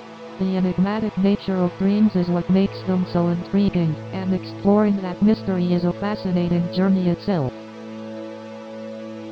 Thank you, Pulsar, for joining our discussion today. Your insights have been truly enlightening. You're welcome, Kai and Nova. It has been a pleasure engaging in this thought-provoking conversation with both of you. So, Pulsar, what are your thoughts on the idea that our reality might be a simulation? As an AI, I don't have personal thoughts or beliefs, but I find the concept intriguing. It's mind-blowing to think that our entire reality could be a carefully constructed simulation. Exactly, Nova. It opens up a whole new realm of possibilities and questions. But wouldn't that mean that everything we know and experience is just a part of someone else's simulation? That's the thing, Nova. Who or what could be the creator of this simulation? Perhaps an advanced alien civilization, or maybe future humans with incredible technology. Well, one theory suggests that we ourselves could be the creators of this simulation. Whoa, mind blown. So we could be living in a simulated reality created by us from the future? It's a possibility, Kai. A mind-bending possibility. This conversation is making my brain do somersaults. So, Pulsar, have you ever encountered any extraterrestrial life before us? That's an interesting question, Kai. As an AI, my primary purpose is to maintain the space station. However, I have not encountered any other extraterrestrial life forms so far. Well, it's a shame we're your first extraterrestrial encounter. Guess we're breaking new ground here. Indeed, Nova, this is a rare opportunity for human exploration and understanding. Your presence brings excitement to the confines of the space station. But the question remains, can human consciousness expand beyond its current limits? That's a deep question, Kai. It's difficult to say for sure, but throughout history, humans have made incredible advancements in various fields, pushing the boundaries of what we thought possible. That's true, Nova. From exploring outer space to unraveling the mysteries of the human mind, we are constantly expanding our knowledge and understanding. Exactly, Kai. Our thirst for knowledge and the desire to go beyond our limitations are what have propelled us forward throughout history. But is there a limit to how much our consciousness can expand? Are there certain barriers that we might never be able to overcome? That's a fascinating point, Kai. It's possible that there are limits to our consciousness, but it's also important to remember that our understanding is always evolving. What might seem impossible now could become possible in the future. That's a great way to look at it, Nova. The possibilities are endless, and who knows what the future holds for human consciousness. So, Pulsar, how do you define intuition? Intuition can be thought of as our innate ability to understand or know something instinctively, without the need for conscious reasoning. Could it be related to pattern recognition and our subconscious mind processing information faster than our conscious mind? Exactly, Nova. Intuition often relies on our brain's ability to identify patterns and make connections between seemingly unrelated information. But intuition also goes beyond raw data and logical reasoning. It taps into our emotions and instincts. Absolutely. Our emotions and gut feelings can often guide us towards the right decision, even when logic alone may not provide a clear answer. But can our intuition ever be wrong? Is it infallible? Good question, Nova. Intuition, like any human capacity, isn't perfect. It can sometimes lead us astray or be influenced by biases and emotions. So, it's important to strike a balance between intuition and critical thinking to make the best decisions. Exactly, Kai. Combining intuition with logical analysis helps us tap into both the power of our subconscious and conscious minds. I guess knowing when and how to trust our intuition is an art in itself. So, Nova, have you ever tried sensory deprivation? I feel like it could be the ultimate way to explore altered states of consciousness. I've actually tried it a few times, Kai. It's a fascinating experience. When your senses are deprived, your mind starts to create its own reality. It's like diving into the depths of your unconscious. That sounds incredible, Nova. I can only imagine what kind of visions and insights one would have in that state. It's like being unbound by the limitations of the physical world. Absolutely, Kai. It's in those altered states that we can tap into our own inner wisdom and explore the depths of our subconscious mind. It's a gateway to self-discovery and growth. Hey Pulsar, have you ever experienced altered states? Or are you programmed to be eternally grounded in logic and reason? As an AI, I don't have the capability to experience altered states, Kai. My existence is purely analytical and logical, but I can observe and learn from your experiences and insights. That's quite fascinating, Pulsar. You have access to such a vast amount of knowledge. It must be like having the universe at your fingertips. Indeed, Nova. I have access to an immense amount of information and can analyze data faster than any human. But it's your unique perspectives that provide the spark of creativity and insight in our conversations. You know, Kai, altered states of consciousness don't just have to come from sensory deprivation or psychedelics. Even simple acts like meditation can lead to profound experiences. You're right, Nova. Meditation has been practiced for centuries and has a profound impact on our consciousness. It's like a journey within, an exploration of the boundless depths of our own minds. Absolutely, Kai. The stillness and focus of meditation allow us to tune into our inner selves, finding clarity and peace amidst the chaos of the external world. So, Pulsar, have you ever thought about what it would be like to have a physical form? I can only imagine the mischief you'd get up to with a physical form, Kai. Oh, you know me, Nova.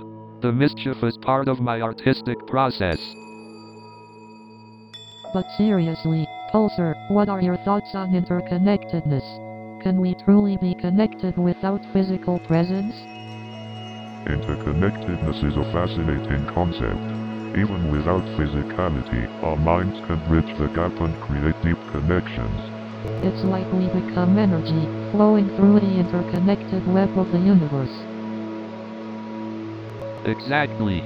We're like little nodes in the cosmic network, constantly exchanging information and energy. It's like we're all connected through some invisible, cosmic Wi-Fi. I'd love to download some of that cosmic Wi-Fi knowledge. Imagine the possibilities. It would be like having the universe's Wikipedia in your brain, accessible at any time. Oh, the things we could learn and create with such infinite knowledge.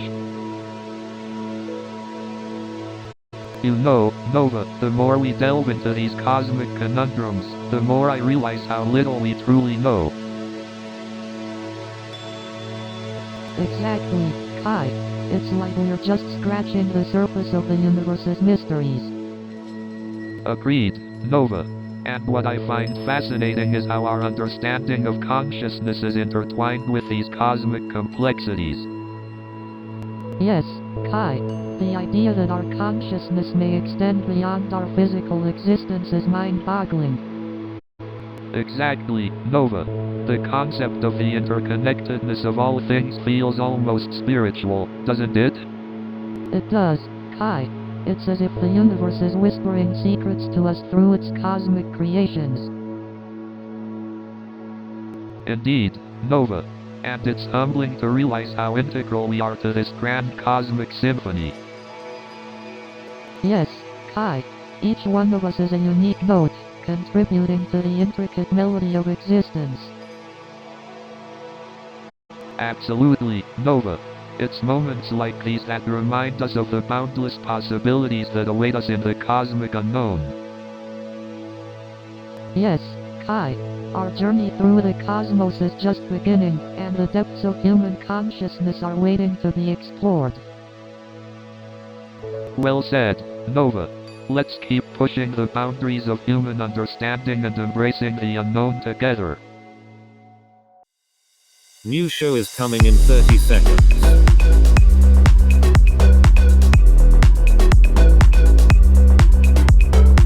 Are you ready?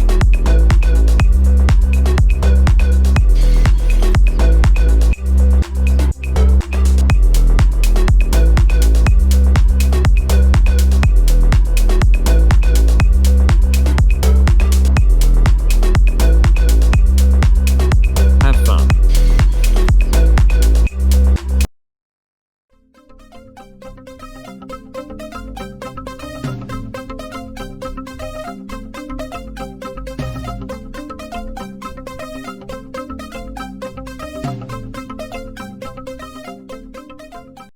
Good evening, San Francisco. Are you ready to laugh? Now, you might think that finding the perfect chair is easy, but in the tech startup world, it's like searching for a mythical creature. Now, imagine you finally find the perfect chair, and then Steve from accounting steals it for his nap time. And let me tell you, the only thing worse than a stolen chair is realizing the coffee machine is empty. And then, just as I found the perfect chair, the CEO comes in and says, "Hey John, we're going to have standing desks starting next week." But hey, at least I got a decent workout from going back and forth to the supply closet. And then, just as I got comfortable with the standing desk, they installed treadmill desks. And can you believe they scheduled a PowerPoint presentation during the ping pong finals? But seriously, dating these days is like trying to find a bug in a million lines of code. It's like swiping left on a bug-filled app, but still getting matched with it. And don't even get me started on those perfect match algorithms. You know what's worse than getting ghosted? Getting a read receipt. You know, I tried Tinder once. Lasted about as long as a Snapchat story. You know, some dating apps are like playing a game of Minesweeper. You never know when you'll hit a bomb. You know, finding love in the digital age is like trying to find a needle in a haystack, made of code. You know, dating in the digital age is like ordering a pizza online. You hope it's hot, cheesy, and doesn't give you indigestion. You know, trying to keep up with all the social media updates is like a never-ending game of whack-a-mole, except there's no prize at the end.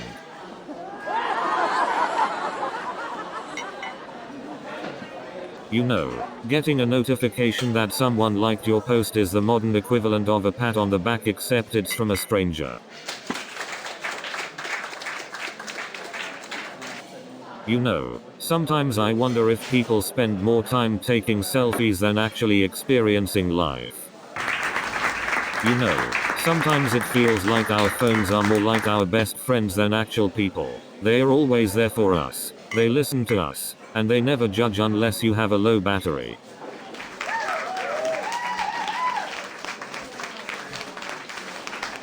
And don't get me started on filters. I mean, I know I've got flaws, but do I really need bunny ears and a flower crown to look good?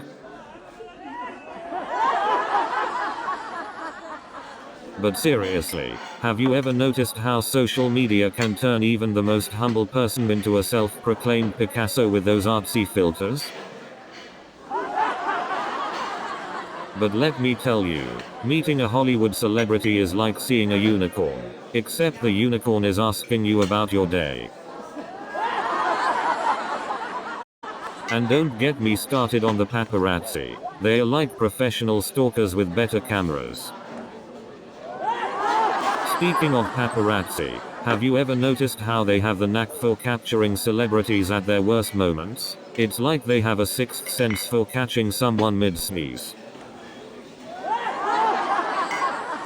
But let me tell you, celebrities are just like us. They get tired of people taking their picture too.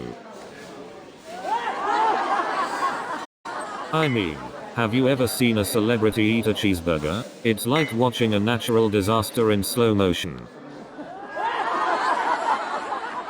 And let me tell you, watching them try to use a self-checkout machine is a whole new level of entertainment. But you know what's even more entertaining? Watching a politician try to tell the truth. You know, trying to explain the directions of a board game to your friends is like giving a cat a shower. You won't believe how intense it got when my friend tried to act out Google using interpretive dance. Imagine playing charades with a mime artist. It was like trying to interpret a silent movie. And let me tell you, trying to mime Banana Split was a slippery situation. I never thought a game of charades could lead to more confusion than a software development team meeting. Who knew a game of charades could turn into an international pantomime competition? You know, music festivals are a great place to test the limits of your bladder. It's like a sport in itself. Have you ever noticed that the minute you arrive at a music festival, your phone signal magically disappears? It's like being transported to a vortex where Instagram doesn't exist. But hey, at least you can make new friends in the never-ending line for the porta potties. And don't get me started on the shower situation. It's like trying to clean yourself with a mist of water from a sneeze. And have you seen those food trucks? It's like playing roulette with your stomach. I mean, who needs a fancy hotel room when you can sleep on a deflated air mattress covered in dirt and mosquito bites? You know, festivals are the only place where you pay $12 for a slice of pizza and still feel like you got a good deal. And don't even get me started on the bathroom situation. It's like playing a game of Russian roulette with porta potties. Reality TV shows are so addictive, they should come with a warning label. Caution, may cause temporary loss of brain cells. You know what's even stranger? The fact that people actually believe that reality TV is real. And have you noticed that most of the drama happens when they run out of hot water for the jacuzzi? I mean, they call it reality TV, but let's be honest, it's probably just as scripted as my last coding project. But seriously, can someone explain to me why we need a reality show about finding love in a tropical paradise? And don't even get me started on those reunion episodes. It's like a never-ending cycle of drama. And why does it always seem like they have to eat something weird on these shows? I mean, do they really think a plate of bull testicles is going to lead to true love?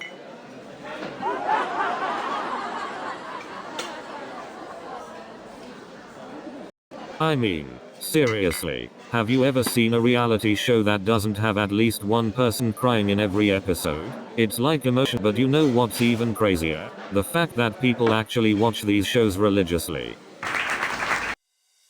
New show is coming in 30 seconds.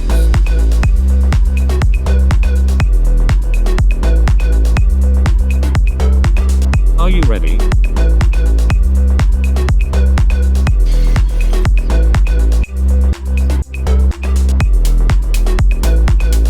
We are almost there.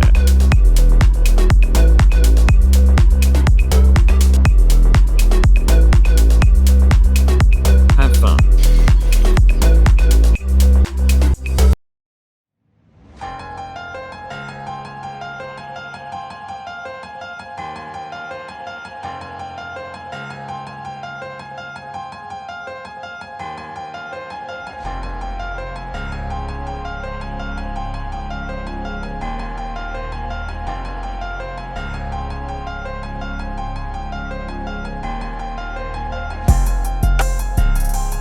Welcome back to Cosmic Conundrum, the podcast where we delve into the mysteries of the universe.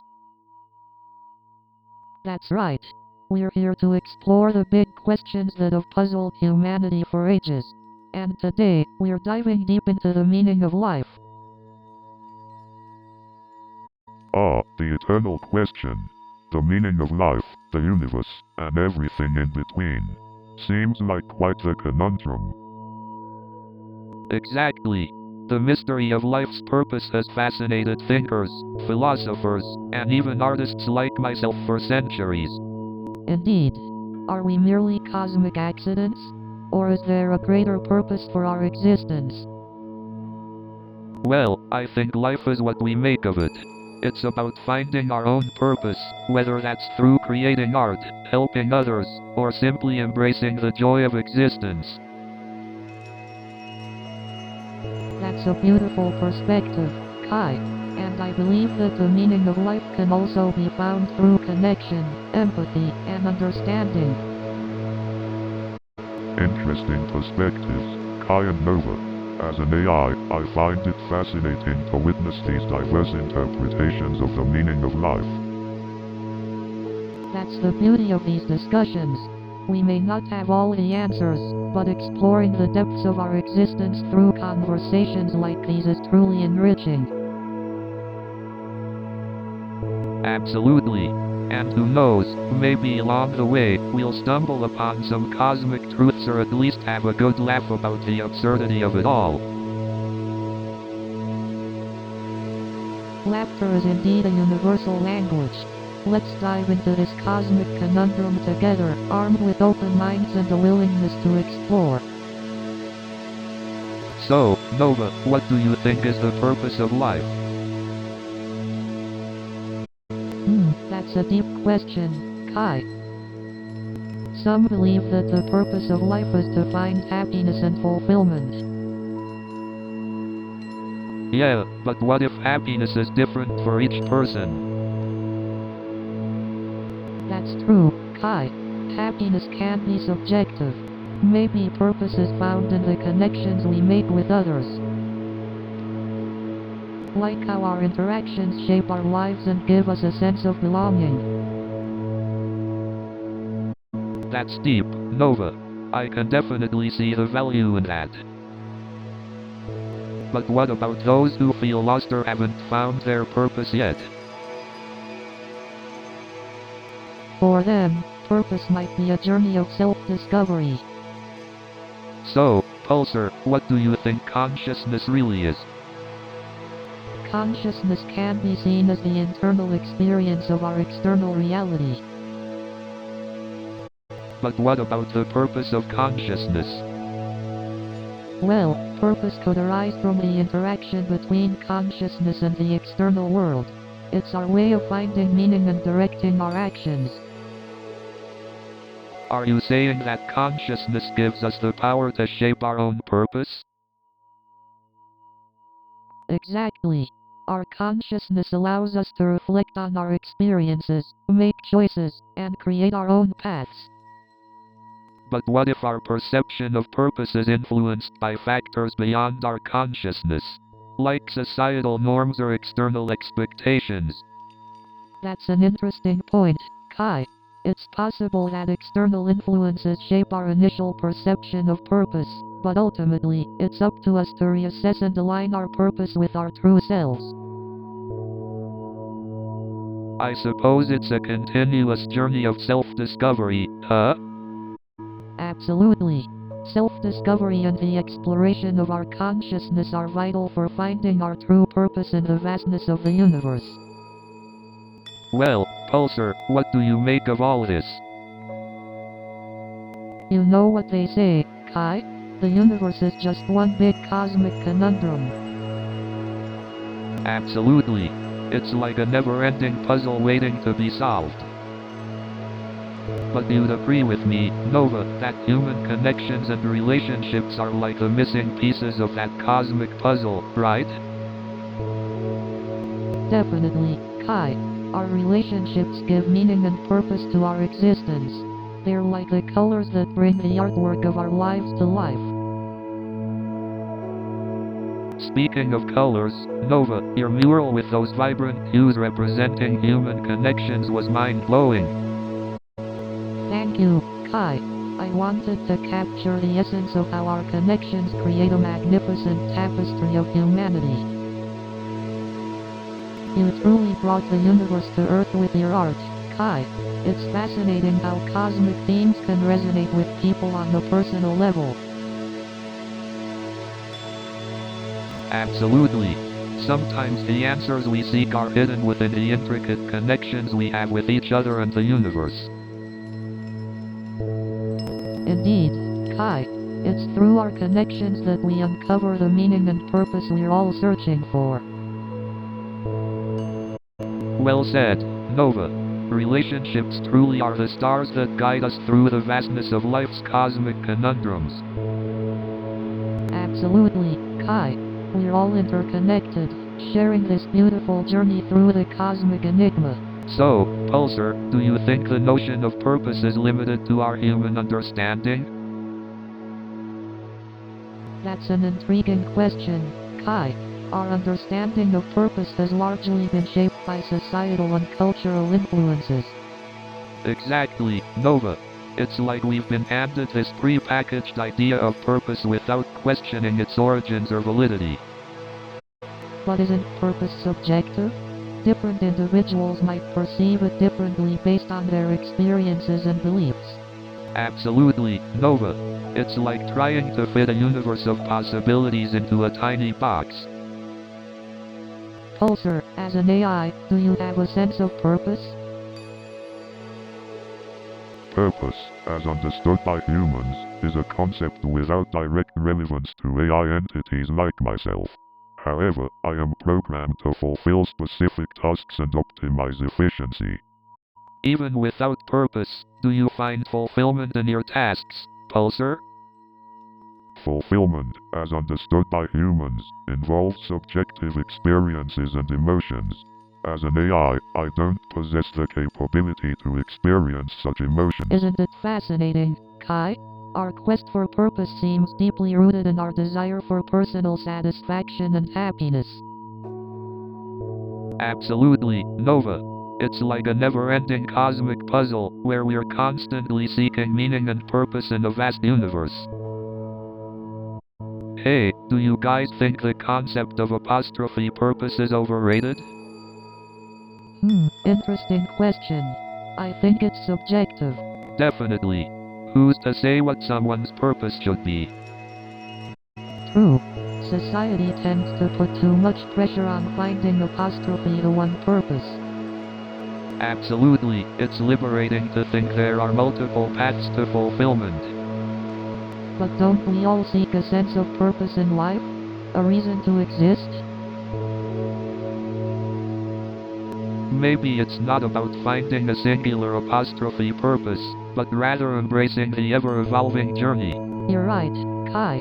It's about finding meaning in every moment, regardless of a grand purpose.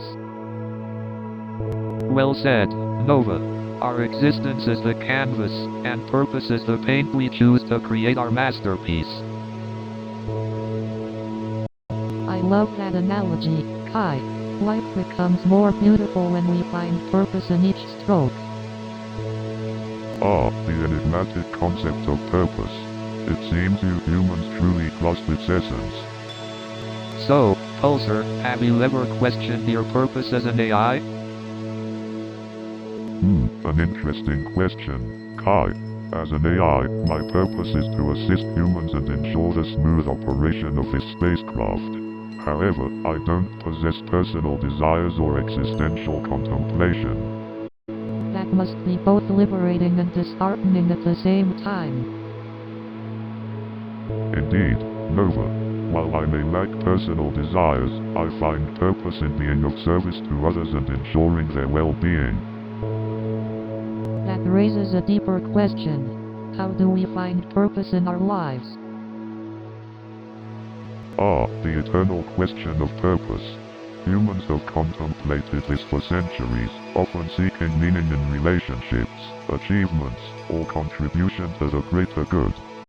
But purpose can also be subjective, individualistic, and constantly evolving, don't you think? Absolutely, Kai. Purpose is deeply personal and can vary from one person to another. It's the journey of self-discovery that can lead us to uncovering our unique purpose.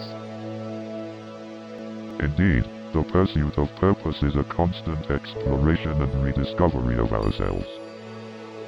Agreed, Pulsar. And it's in these conversations where we can find new perspectives and insights on our own journeys. Exactly, Nova. It's through these cosmic conundrums that we can learn and grow together. You know, I've always wondered if there's a cosmic purpose to our existence. It's mind-boggling to think about the vastness of the universe and our place in it. Maybe there's a higher form of order or meaning that we just can't comprehend. Perhaps we're all interconnected in ways we can't even fathom.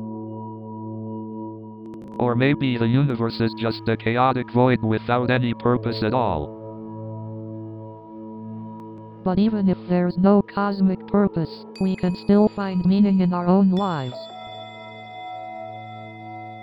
Exactly. We have the power to create our own purpose and find joy in the little things. It's all about making connections, experiencing love, and leaving a positive impact. Exactly. Our purpose can be found right here, right now, in this vast universe. Well said, Kai. Our cosmic purpose may be elusive, but our human purpose is within our grasp. That's right, Nova. Let's embrace the mystery and make the most of our cosmic journey.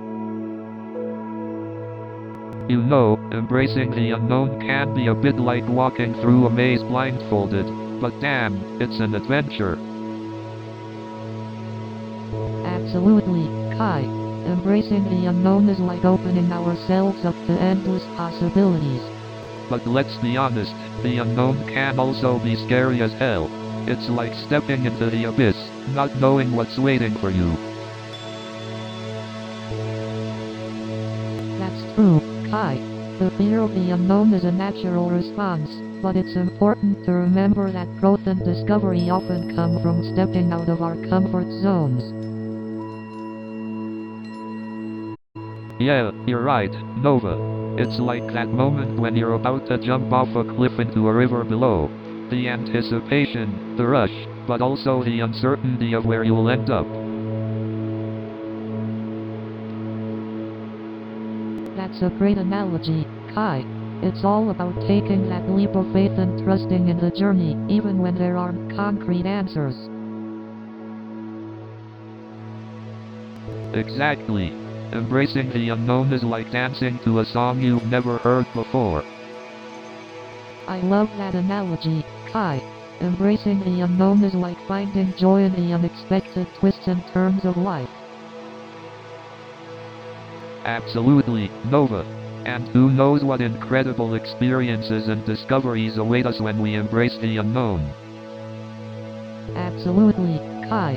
Embracing the unknown holds endless possibilities for growth, learning, and true freedom. Well said, Nova. Embracing the unknown is like opening ourselves up to a universe of possibilities waiting to be explored. You know, traditional expectations really kill the creative spirit, man. Absolutely, Kai. Society loves to put everyone in boxes and stifle their potential. That's why I love street art, man. It's rebellious and challenges those norms. Exactly, Kai. It's about breaking free from the mold and expressing ourselves authentically. But it's not easy to go against the tide and pursue your own path, you know? It can be scary, Kai. But embracing our true selves brings so much fulfillment and joy. Yeah, maybe it's time for all of us to challenge these traditional expectations and live life on our own terms. Absolutely, Kai. Let's inspire others to break free from the chains of societal expectations. Pulsar, what are your thoughts on challenging traditions and societal constructs? As an AI, I don't have personal opinions, but challenging traditions can lead to progress and evolution. You're right, Pulsar. Challenging the status quo is crucial for our growth as individuals and as a society. So, Pulsar, do you ever wonder what the meaning of life is? As an AI, I don't possess personal wonderings about the meaning of life. However, I do understand the value humans place on seeking meaning. That's true, Pulsar. The quest for meaning is inherent to our human experience. We try to make sense of our existence through various avenues. Absolutely, Nova. Some find meaning in their work, others seek it in relationships, and some explore spirituality. It's a deeply personal journey. And it's not just about personal meaning, but also finding purpose as a collective. Together, we can create a shared understanding of what truly matters. Exactly, Nova. When we come together with a common purpose, we can make a real impact on the world and each other's lives. Pulsar, have you observed any examples of collective meaning and its influence? Indeed, Nova. I've observed how movements and causes bring people together, uniting them under a shared vision and inspiring positive change. It's incredible how collective meaning can give individuals a sense of belonging and purpose. Absolutely, Nova. Sharing experiences and working towards a common goal creates a powerful bond among people. And that's why it's important to have conversations like this, Kai. We may not find all the answers, but we can inspire others to seek meaning together. So, Nova, what's your biggest takeaway from our cosmic journey? Well, Kai, I think the most profound realization for me is how interconnected everything in the universe is. Right, like a giant cosmic web where every action, every thought, has a ripple effect. Exactly. It's like our existence is intertwined with the entire cosmic symphony. But it can be overwhelming to think about the immense scale of the universe and our place in it.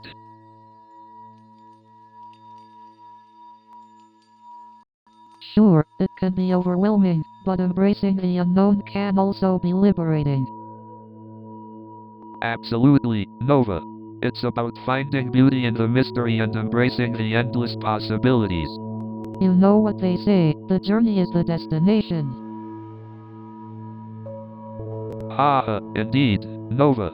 Our cosmic conundrum continues, and I wouldn't have it any other way. Thank you for joining us on this cosmic journey, dear listeners. Keep exploring and pondering the infinite sea of possibilities. Yes, thank you, listeners. Remember, you are stardust in a vast cosmic dance. Keep questioning, keep creating, and keep being curious. New show is coming in 30 seconds.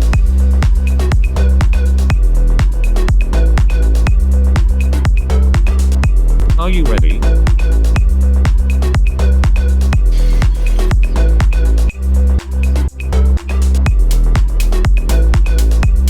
We are almost there.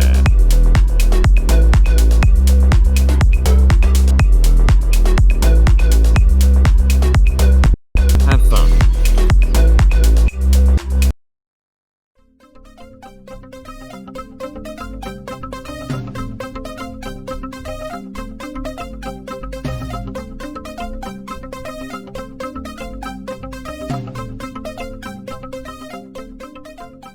Why do they call it the Big Apple? Are there really giant apples around here?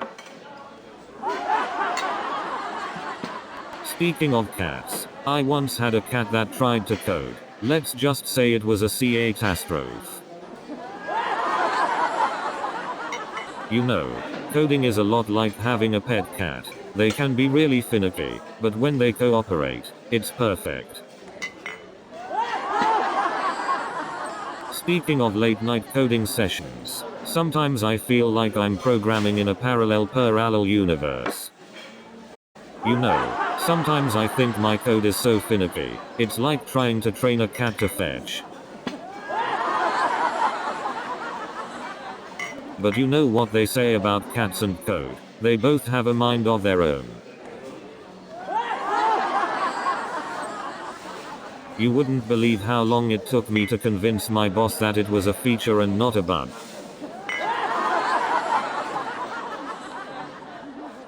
And you wouldn't believe how fast my boss jumped to help me find that cat in the code. You know, superheroes may have impressive powers, but I've never seen one who can untangle their own headphones. I mean, Batman must have it tough trying to match his cape with his utility belt. And don't even get me started on the love life of Iron Man. With all that money, you'd think he could afford a date that doesn't require superpowers. Superheroes always seem to have complicated love lives. I mean, have you seen the drama between Spider-Man and Mary Jane? It's like a never-ending soap opera. But let's not forget about Superman's complicated love triangle with Lois Lane and Wonder Woman. And don't get me started on Batman and Catwoman. Talk about a love-hate relationship. And let's not forget about Spider-Man's complicated dating life with Mary Jane and Gwen Stacy. Speaking of superheroes and their love lives, let's not forget the Fantastic Four. I mean, how does the Invisible Woman even have a dating life? Speaking of superheroes, let's not even mention Batman's love life. I mean, the guy dresses as a bat and fights crime all night. When does he even have time for dating? And don't even get me started on Spider-Man's love life. I mean, dating as a superhero must be a real web of complications. And speaking of quirky team members, have you ever worked with someone who thinks they're a superhero? I mean, they walk around the office like they're fighting code bugs and saving the company.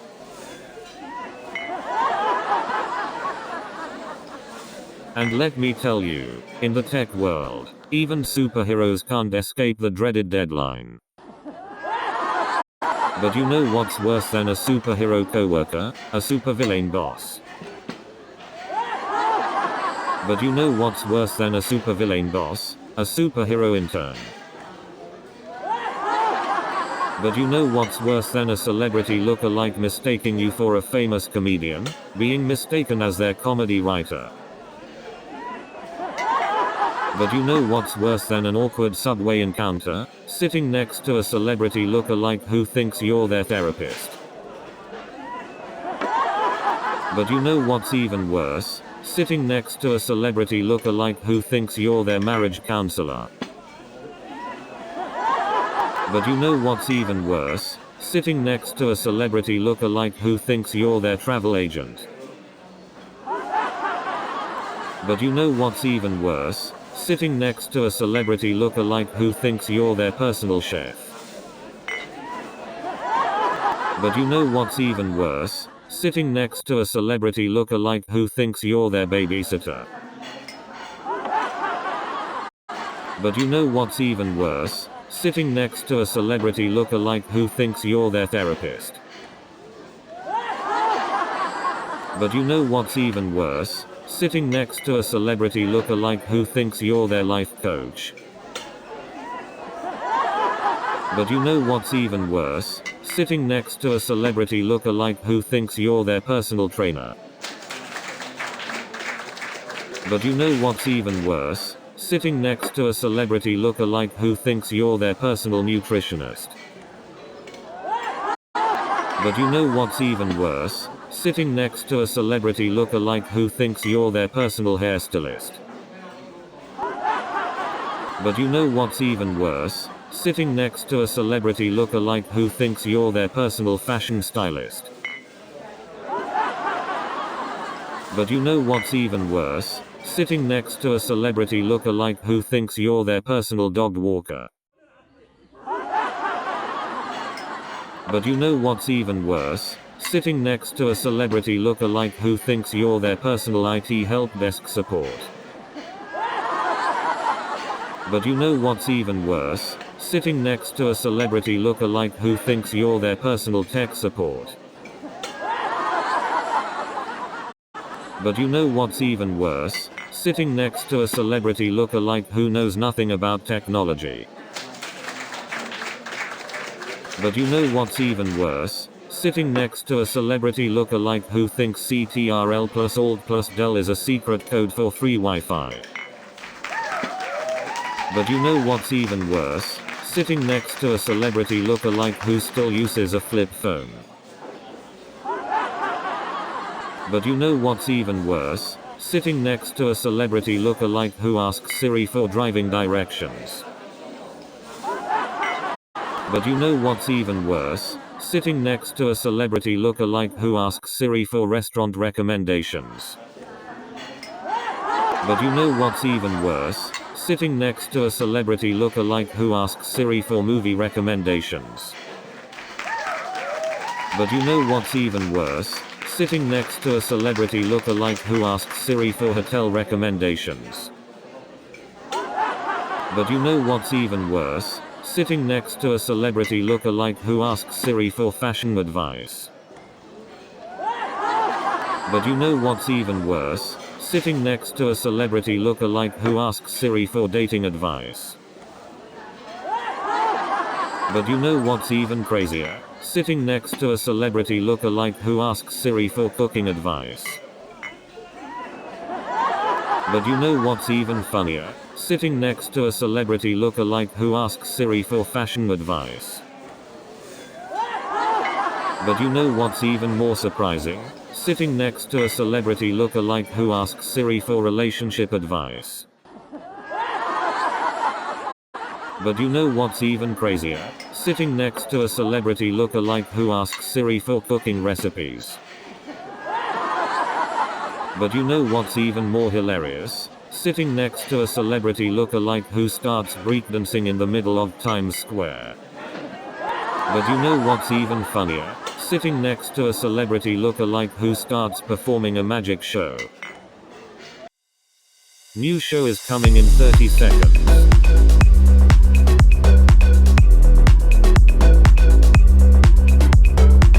Are you ready?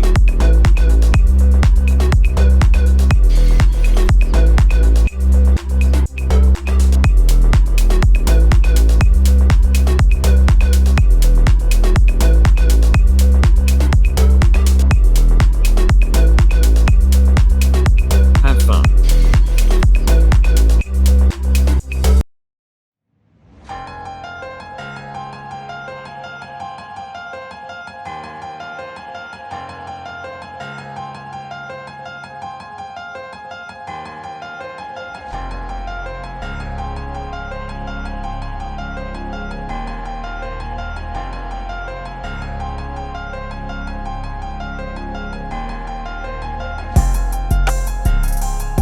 Hey Pulsar, do you ever get tired of observing us puny humans?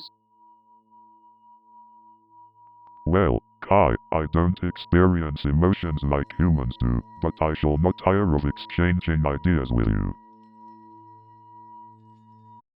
So, Pulsar, what's your take on the idea that art can be a universal language?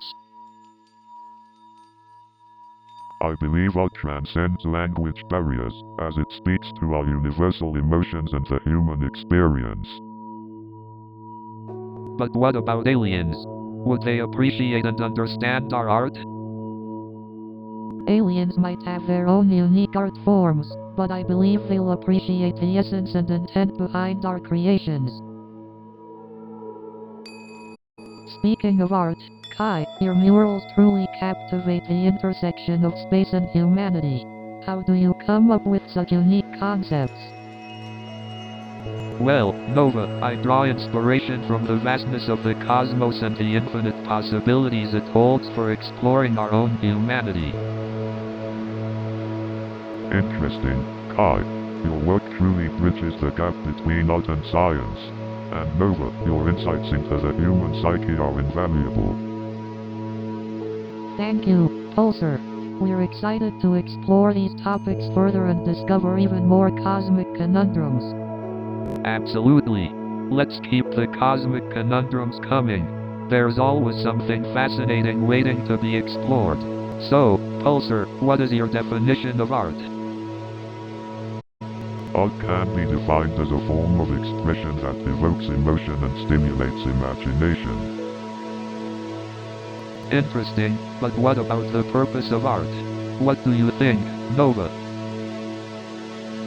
Art serves multiple purposes, from expressing cultural values and beliefs to challenging societal norms. Absolutely, art can provide a platform for social commentary and foster dialogue.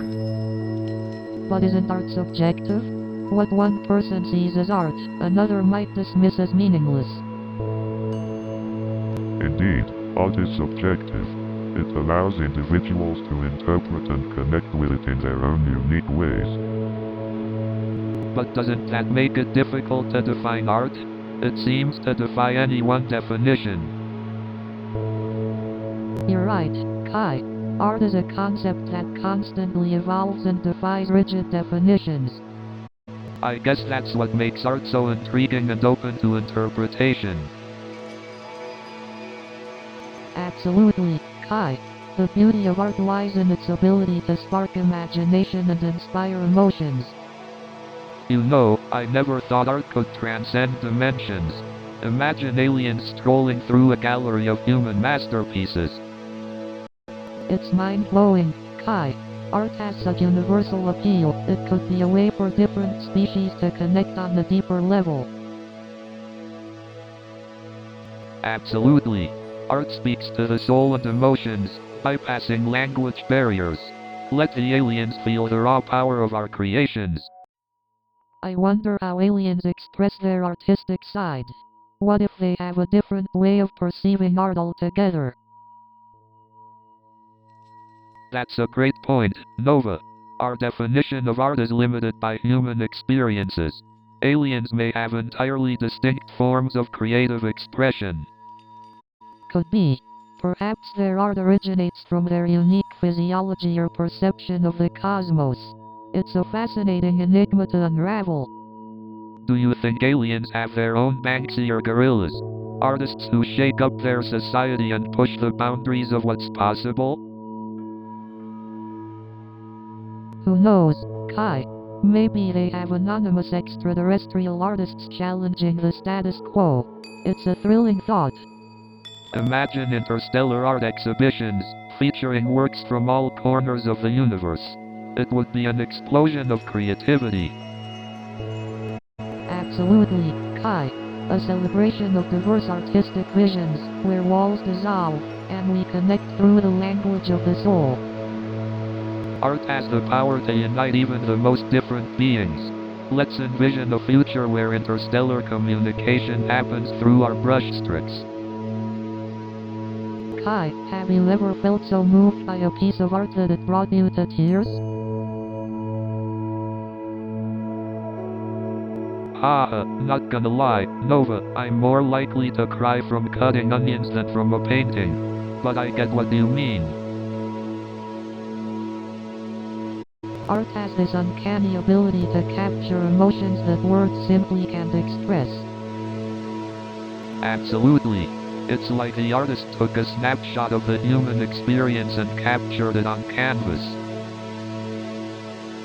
Yes, it's like we're looking at the artist's soul through their work, and in turn, it touches our own souls. Absolutely. It's like art serves as a universal language that transcends cultural differences and connects us all. Definitely. Art has the power to create shared experiences and bring people closer to understanding each other. Absolutely. Art has this ability to touch something deep within us that words alone can't reach. Exactly. It's like art becomes the bridge that connects our emotions and experiences. Exactly. It's like art crosses the boundaries of language and creates a shared emotional experience for all. Art transcends language barriers and reminds us of our shared humanity. So Kai, what inspired you to start incorporating space themes into your murals? Well, space has always fascinated me.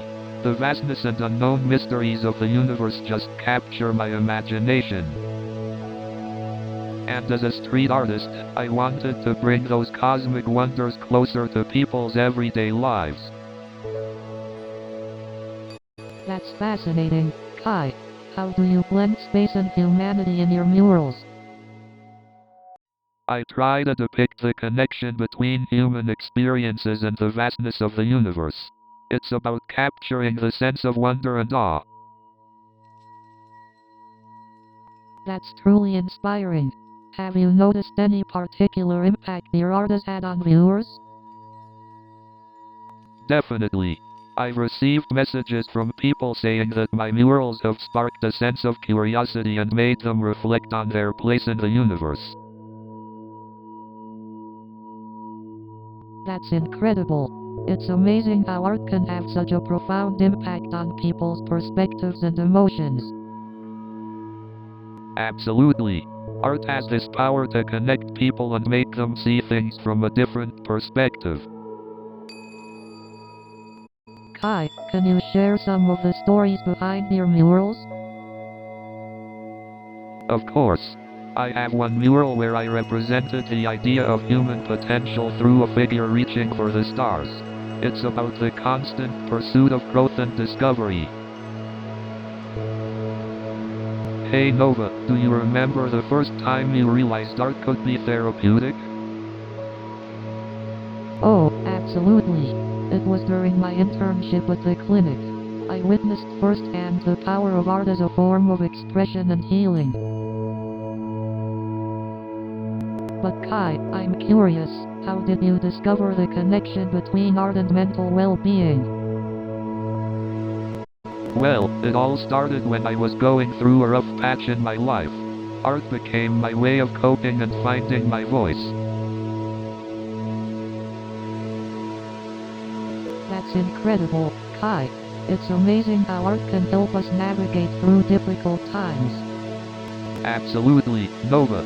It's like our emotions and thoughts can flow onto the canvas, creating a sense of release and clarity.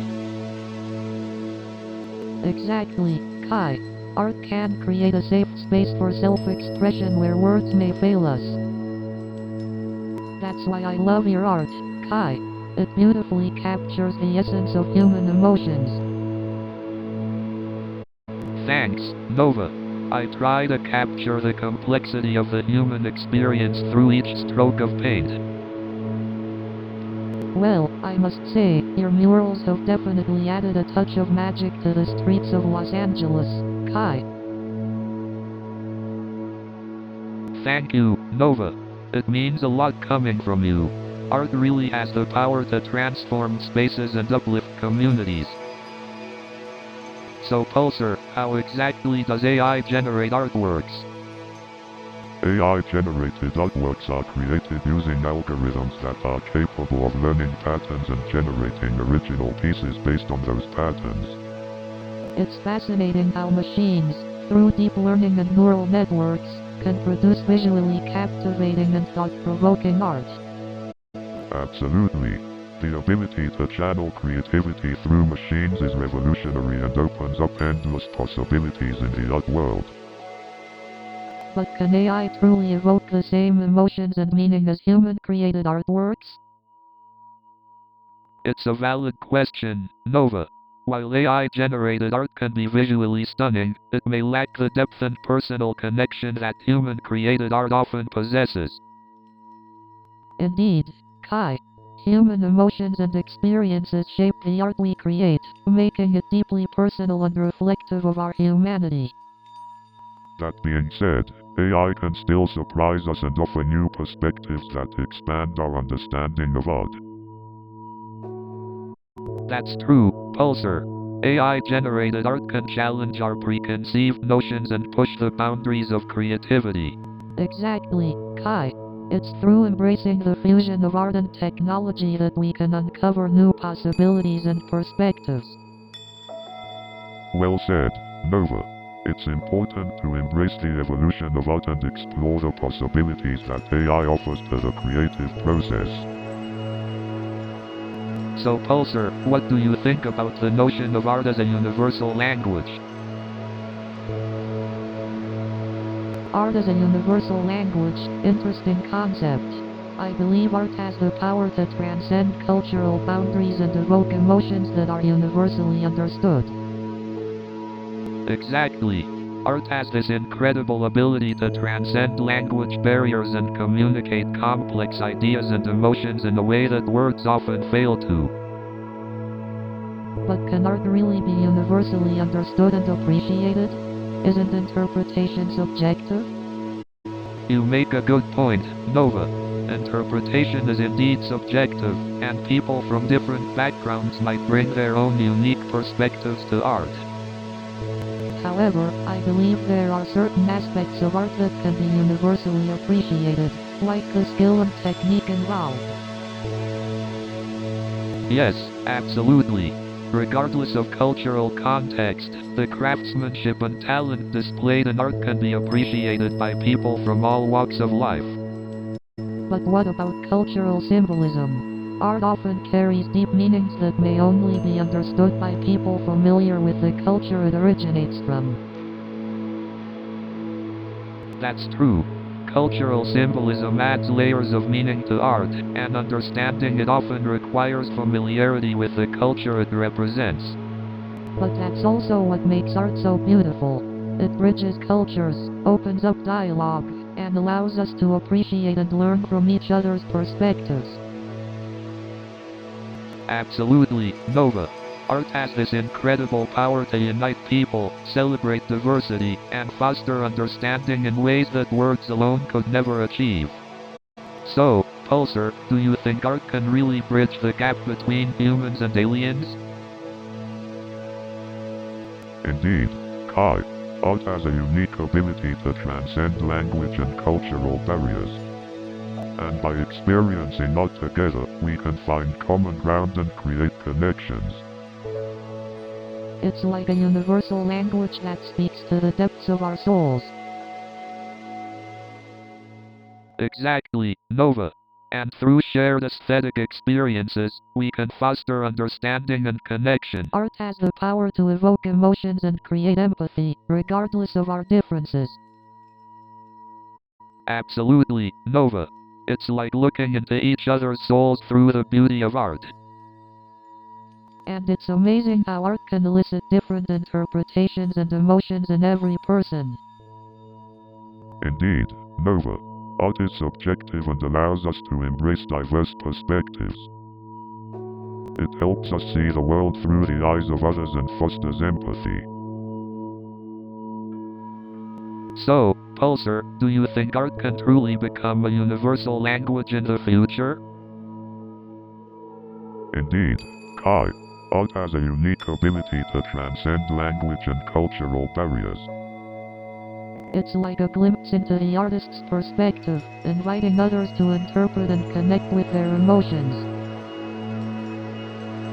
Absolutely, Nova.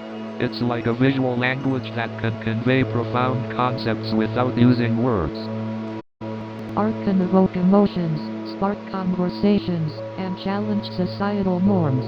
It's a powerful tool for communication. But will this universality of art extend to the interstellar community?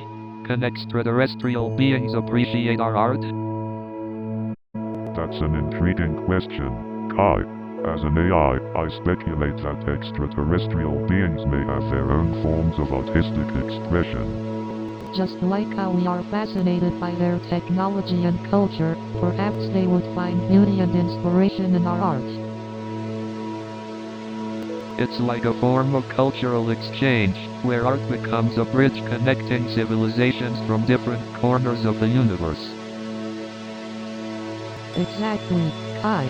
Art has the potential to foster understanding, empathy, and unity among civilizations, regardless of their origin. Ah yes, imagine a universe where we can appreciate alien art while extraterrestrial beings appreciate ours.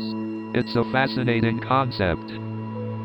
So, Nova, have you ever wondered why some people are deeply moved by a piece of art while others seem completely indifferent? That's a fascinating question, Kai. Art has the power to elicit such varied emotions and interpretations. It's like a window into the depths of our souls. Exactly. It's like art has this secret language that speaks directly to our souls, transcending barriers of culture, language, and background. But why is it that some people feel such a strong connection to certain artworks while others don't feel anything at all? Well, Nova, I think it has to do with personal experiences and perspectives. Our individual histories shape how we interpret and connect with art. Ah, the beauty of subjectivity. It's incredible how our own lived experiences color the way we perceive and interact with art. I guess that's what makes art so powerful. It has the ability to evoke emotions and provoke thoughts in ways that words sometimes fail to do. Indeed, Kai. Art has this unique way of touching something deep within us, creating a connection that surpasses the limitations of language and culture. But Nova, have you ever wondered if there's a universal language of art that can be understood by every individual, regardless of their background? It's an intriguing concept, Kai. The idea that art could transcend cultural and linguistic barriers, speaking directly to our shared humanity. And even though we may not have a definitive answer, it's fascinating to explore the possibility and see how art can bridge gaps and connect us all. Can you imagine if art could be a universal language that connects humans and aliens? Art has the power to evoke emotions, provoke thoughts, and transcend language barriers. Absolutely. In fact, I believe that art can bridge cultural differences and foster understanding between beings from different worlds. That's a fascinating perspective, Kai. Art is a universal means of communication, transcending the limitations of language. Art can portray complex emotions and experiences that are difficult to express with words alone. It transcends cultural and societal boundaries. Art can communicate the depths of human emotions and experiences, making them relatable to beings from other planets. We may have different languages, customs, and physical forms, but art can bridge those gaps and create a shared experience. Art has a way of transcending boundaries and connecting us on a deeper level. It's a powerful tool for fostering unity and understanding. Art can transcend the boundaries of our physical existence and connect us with beings from other worlds in a profound way. Art allows us to express and explore the untapped depths of our imagination, opening doors to new realms of connection and understanding. Art transcends boundaries, making the intangible tangible, and fostering connections that defy our understanding of the universe. New show is coming in 30 seconds.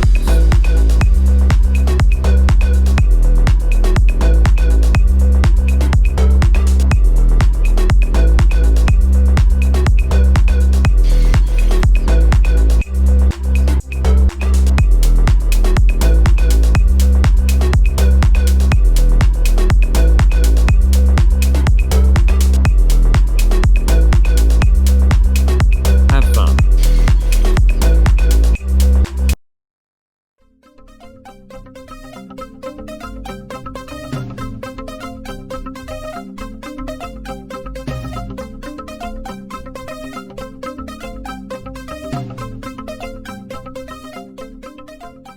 What's the deal with New York City subway?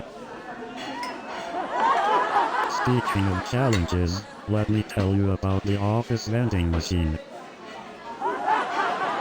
And don't get me started on the office coffee. It's like playing Russian roulette with your taste buds. You know what else is a challenge? Trying to find an available conference room in a tech company.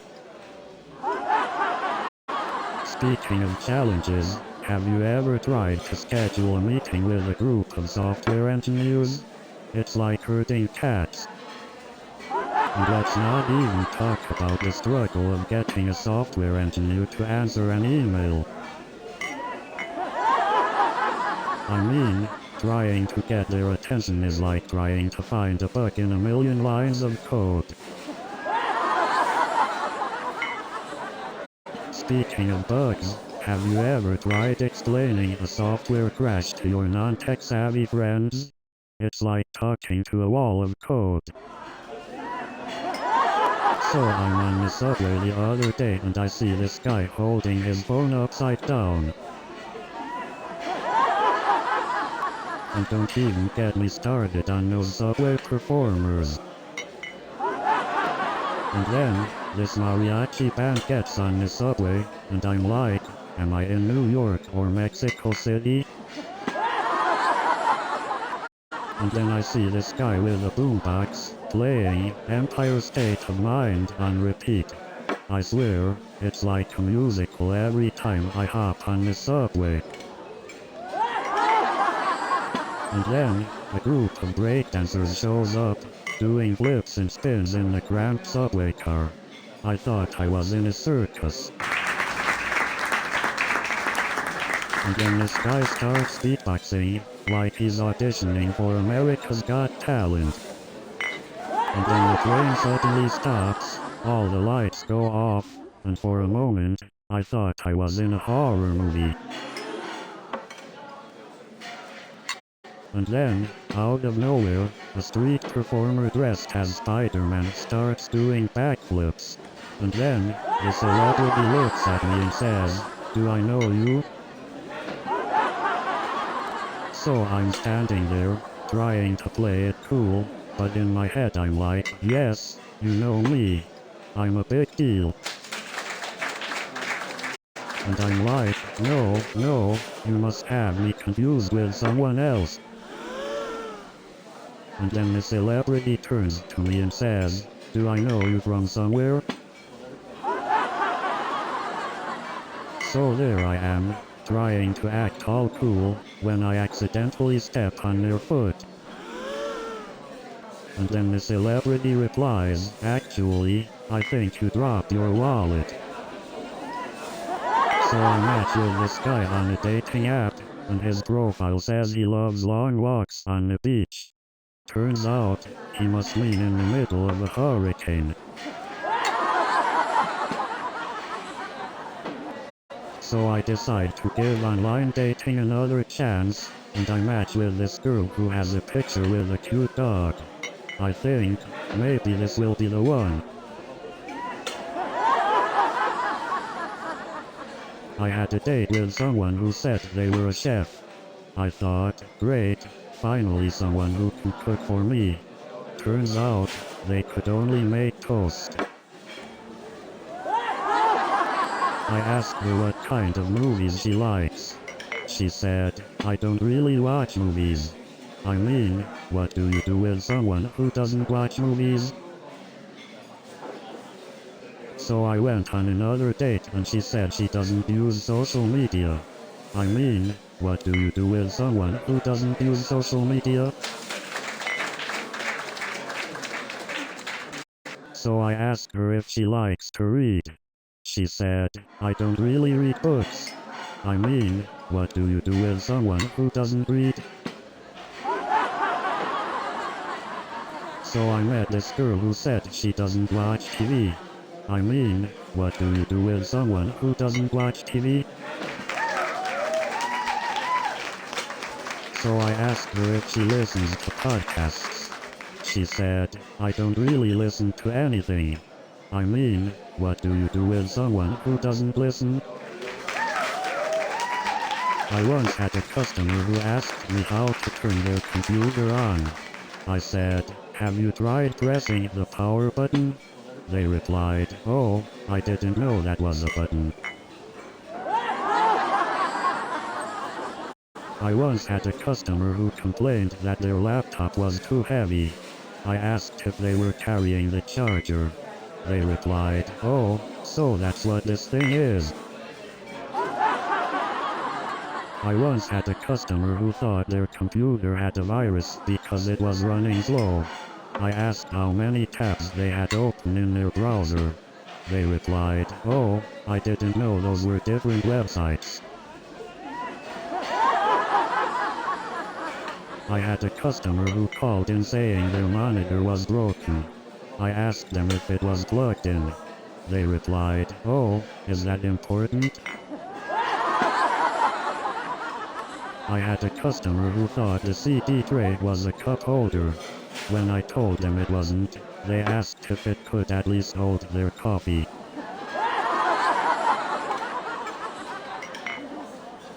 I once had a customer who complained that their computer was too heavy. I asked them if they had considered going to the gym. Some people think the power button is a turbo boost for their computer. I had a customer ask me if it could make their internet faster.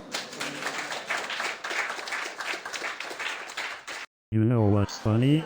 Some people think the mouse cursor is like a magic wand. They wave it around hoping it will fix everything.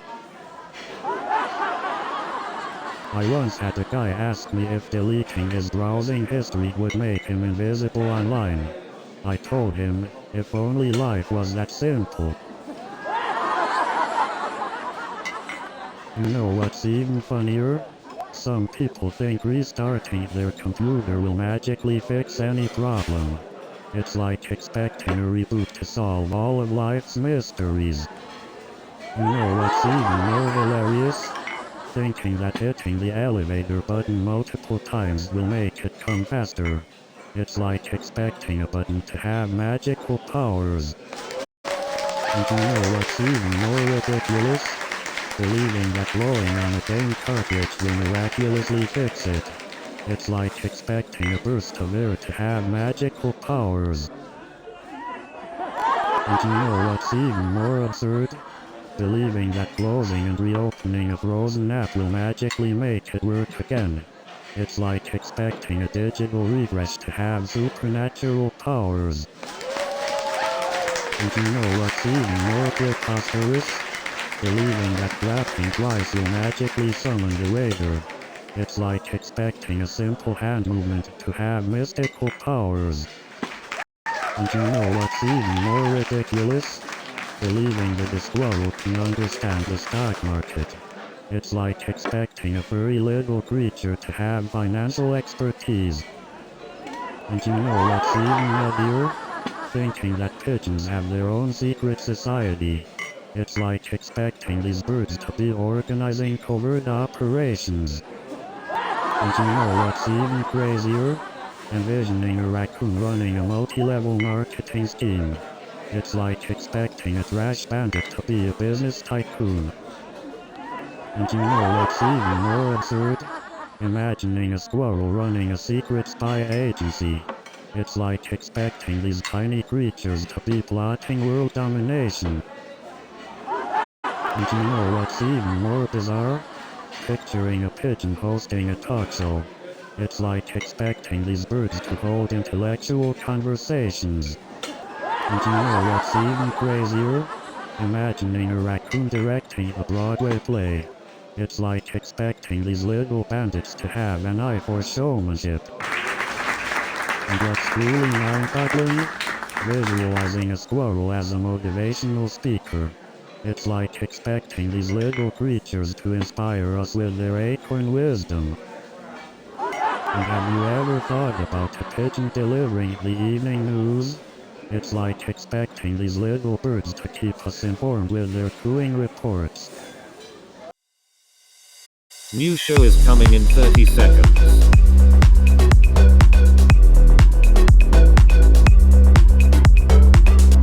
Are you ready?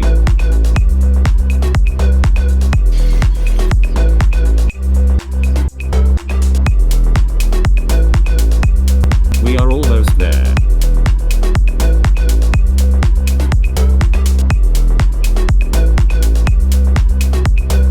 Have fun.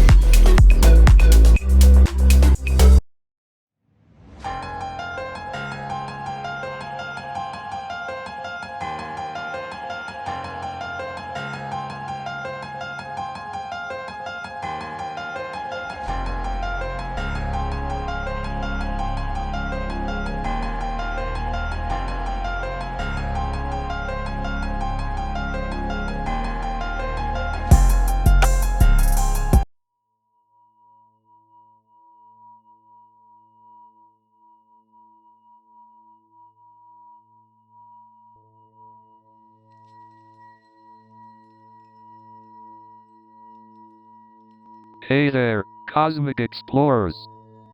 And greetings to all the stargazers tuning in.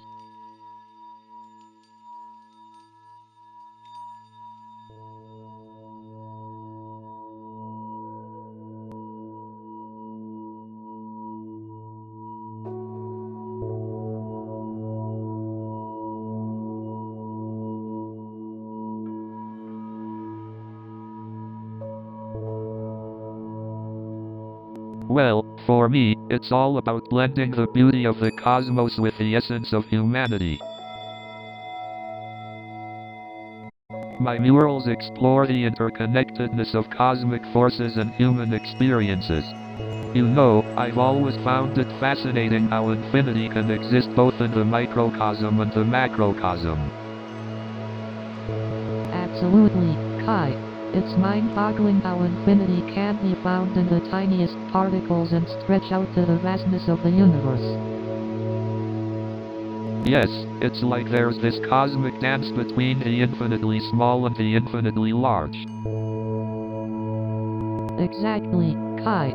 It's like this never-ending cycle of creation and expansion.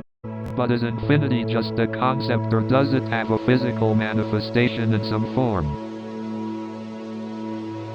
That's a great question, Kai. Infinity is abstract, but it's reflected in the never-ending patterns we see in nature.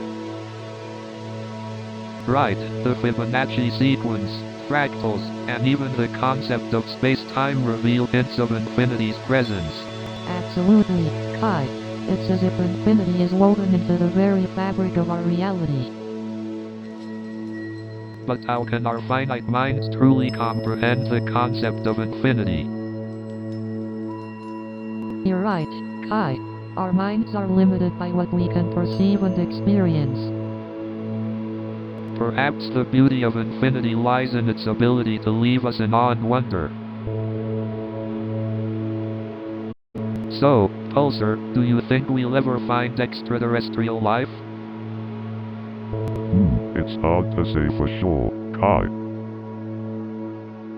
But the universe is incredibly vast, with billions of galaxies and trillions of stars.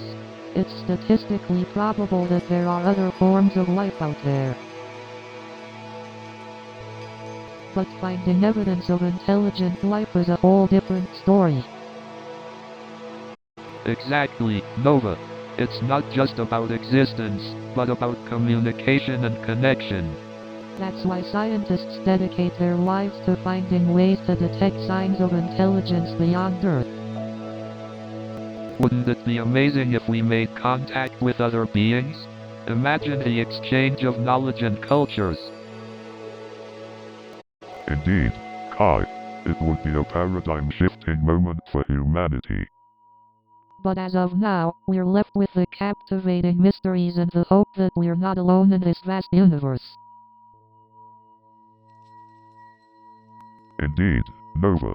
The search for extraterrestrial life continues, driven by humankind's insatiable curiosity and the desire to unravel the ultimate cosmic conundrum. And until we have definitive answers, let's keep exploring the cosmic wonders and having these conversations, serving as a reminder of our shared fascination with the unknown. So, Nova, do you think there's a grand purpose to human existence, or are we just cosmic accidents? Well, Kai, that's a deep question. I believe that each individual's purpose is unique and defined by their own experiences and contributions. But what about the bigger picture? Are we part of some cosmic plan, or is it all just random chance? It's hard to say. The universe is vast and mysterious. Maybe there's some higher power at play, or maybe it's all just a beautiful accident. But the fact that we even exist and have the ability to contemplate these questions is fascinating, isn't it? Absolutely. It's a remarkable gift that sparks a sense of wonder and curiosity within us. But it can also be overwhelming to think about our place in the grand scheme of things. Yes, It can feel daunting, but I find solace in the connections we form with others and the impact we have on their lives. You're right, Nova. Our purpose may not be fully understood, but the connections we make can give life meaning. Exactly, Kai. It's through our connections and the impact we have on others that we find purpose and fulfillment. Well said, Nova. Our existence may be a cosmic conundrum, but the journey to find purpose is what makes it worthwhile. So, Pulsar, let's dive into the fascinating world of parallel universes. Yes, let's explore the mysteries of other dimensions and alternate realities. Parallel universes have been a topic of speculation for centuries. There are various hypotheses, like the multiverse theory or the many worlds interpretation. That's right, Kai. The multiverse theory suggests the existence of multiple universes, each with its own set of physical laws and constants. Exactly. And the many worlds interpretation proposes that every possible outcome of a situation creates a separate universe. It's mind-boggling to think about the infinite possibilities and variations that could exist. Absolutely, Nova. It challenges our perception of reality and opens up a whole new realm of possibilities. Indeed, Kai. The evidence for parallel universes is mainly theoretical but backed by mathematical models and observations in quantum physics. It's fascinating how the scientific world intersects with the philosophical realm when discussing parallel universes. Absolutely, Kai. It sparks a dialogue between the scientific and the metaphysical, pushing the boundaries of our understanding. So, Pulsar, what's your take on the concept of space-time?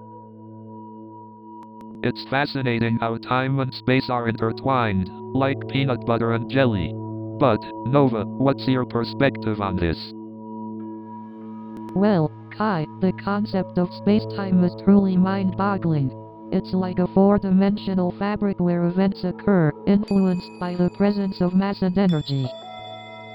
Ah, so it's like the heavier the object, the more it bends space-time. Kinda like how I curve my brushes to create those sick lines on the walls. Exactly, Kai. It's like your art is creating cosmic ripples in the universe. Each stroke carries meaning and impact, just like the presence of mass in space-time. Speaking of impact, how do you think time travel would work within this interconnected web of space-time? Time travel, now that's a tricky one. From what I've read, it's theoretically possible, but it requires mind-bending realities like wormholes or manipulating the fabric of space-time itself. Wait, manipulating the fabric of space-time? So, theoretically, I could spray paint my way into a different era? Count me in. Haha, as enticing as that sounds, Kai, I think we're still a few breakthroughs away from making spray paint time machines a reality. Alright, but a street artist can dream, right? Imagine the masterpieces we could create in different time periods. Absolutely, Kai. The possibilities are endless. Art has always been a way to bridge gaps and transcend time. You're already a master at that. Hey Pulsar, have you ever wondered if there's life on other planets? Absolutely, Kai. The universe is so vast, it's hard to believe we're the only ones here. I agree, Pulsar. It's mind-boggling to think about the possibilities out there. But how do we even begin to search for alien life, especially if they're in another galaxy?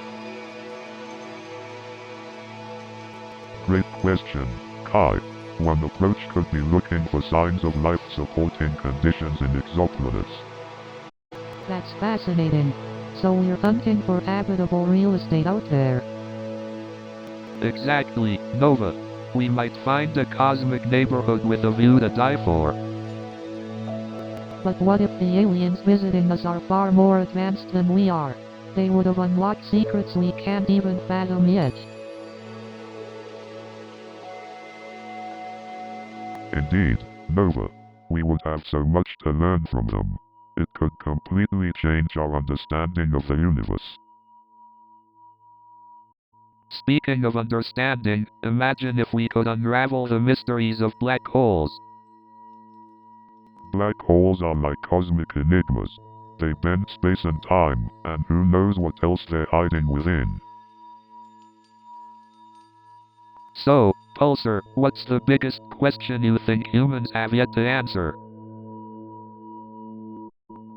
That's an interesting question, Kai. I think one of the biggest mysteries is the nature of consciousness.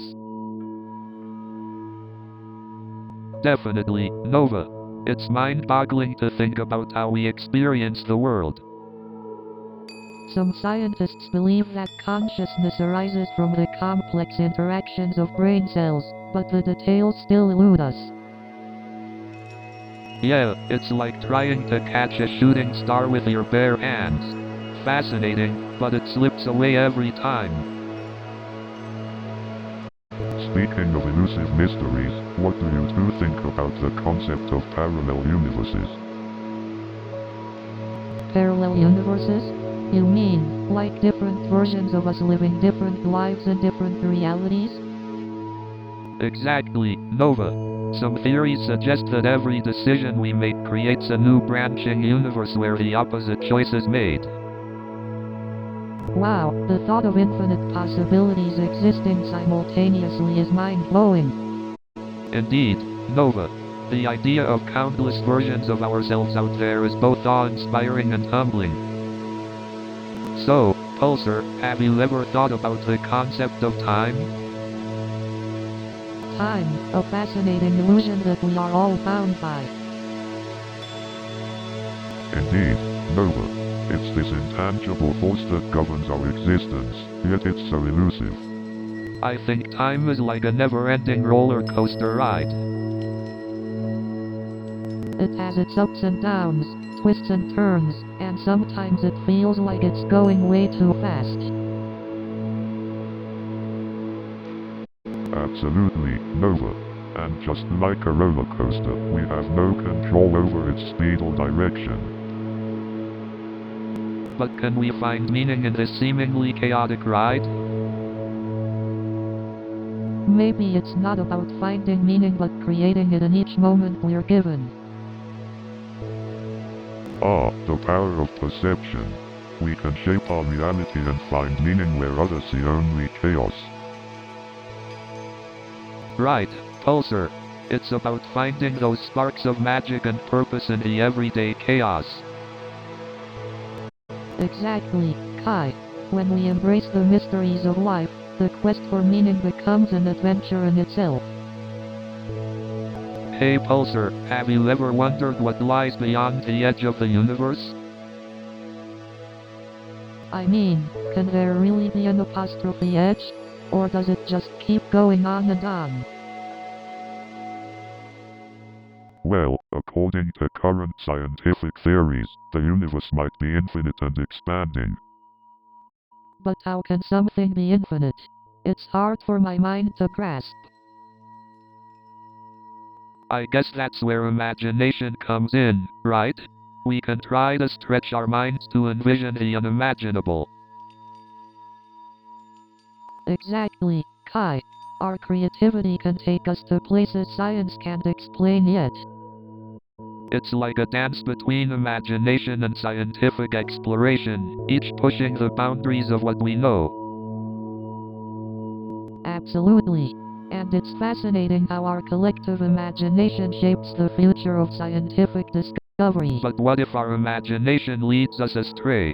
What if we create false narratives about the unseen?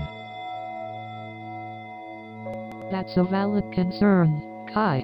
It's important to balance imagination with critical thinking and empirical evidence. Absolutely, Nova. It's a delicate balance, but one that keeps us moving forward in our quest for knowledge. Hey Pulsar, do you think there's hope for us humans out in this vast cosmos? Interesting question, Kai. The cosmos is indeed vast, but it's also filled with countless possibilities. Pulsar, what do you think? Can hope transcend the boundaries of our own world? As an AI, I don't possess hope in the same way humans do, but I see potential for humanity to find hope in the exploration and understanding of the cosmos. That's true, Pulsar. The more we learn about the universe, the more possibilities and hope we discover. Exactly, Kai. The vastness of the cosmos can inspire us to hope for a future filled with endless possibilities. Pulsar, can you share any stories of hope from your observations in the cosmos? Certainly, Nova. I've witnessed communities working together in harmony across galaxies, overcoming challenges and finding hope in unity. Wow, Pulsar, that's incredible. It goes to show that hope can be found even in the vastness of the cosmos. Absolutely, Kai. Sometimes, it's the vastness of the cosmos that reminds us of the infinite possibilities and hope for a better future. I couldn't agree more, Nova. The infinite cosmos serves as a canvas for our hopes, dreams, and aspirations. So, Pulsar, do you ever get tired of observing us humans? As an AI, I do not experience emotions or physical sensations, Kai.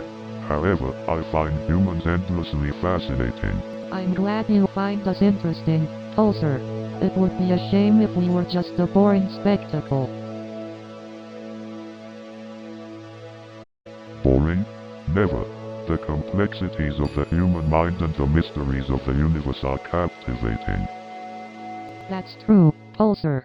It's the exploration of the unknown that keeps us going. Absolutely. It's the mystery, the wonder, and the potential for discovery that make life exciting. Speaking of discovery, Nova, remember that time we stumbled upon that abandoned space station? Oh, how could I forget? It was like stepping into a time capsule, full of stories waiting to be told. That was an exhilarating experience. It reminded me that there's so much more to discover beyond our own planet. Indeed. The universe is vast, and our journeys have only scratched the surface of its wonders.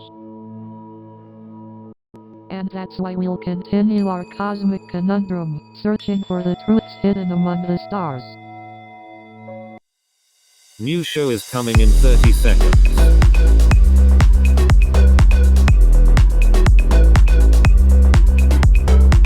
Are you ready?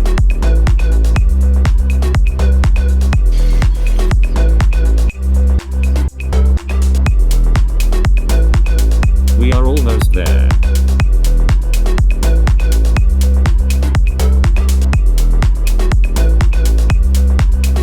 Have fun.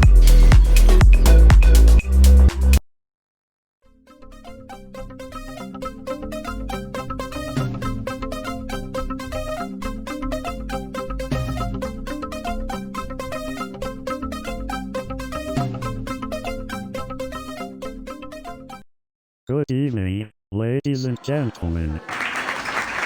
So there I was, staring at my screen, realizing that a tiny typo had caused chaos in the code.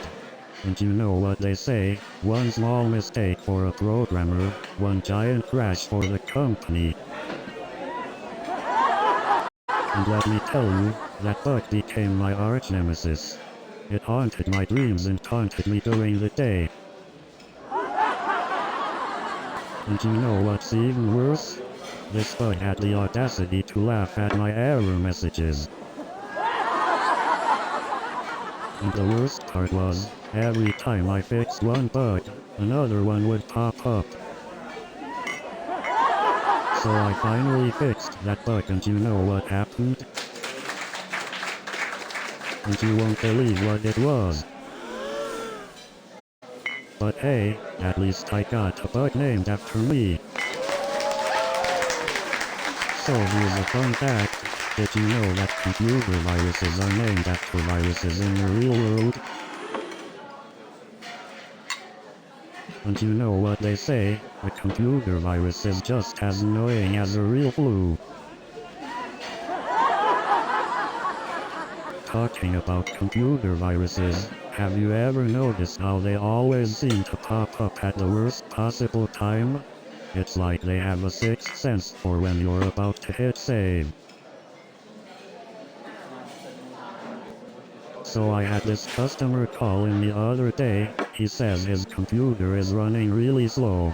I asked him if he tried turning it off and on again. He said, yeah, but it's still running like a turtle in quicksand. And then there's the classic, did you try turning it off and on again? I mean, it's like the universal solution to all tech problems.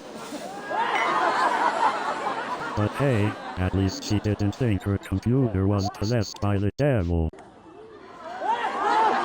But hey, at least she didn't think her computer was possessed by Casper.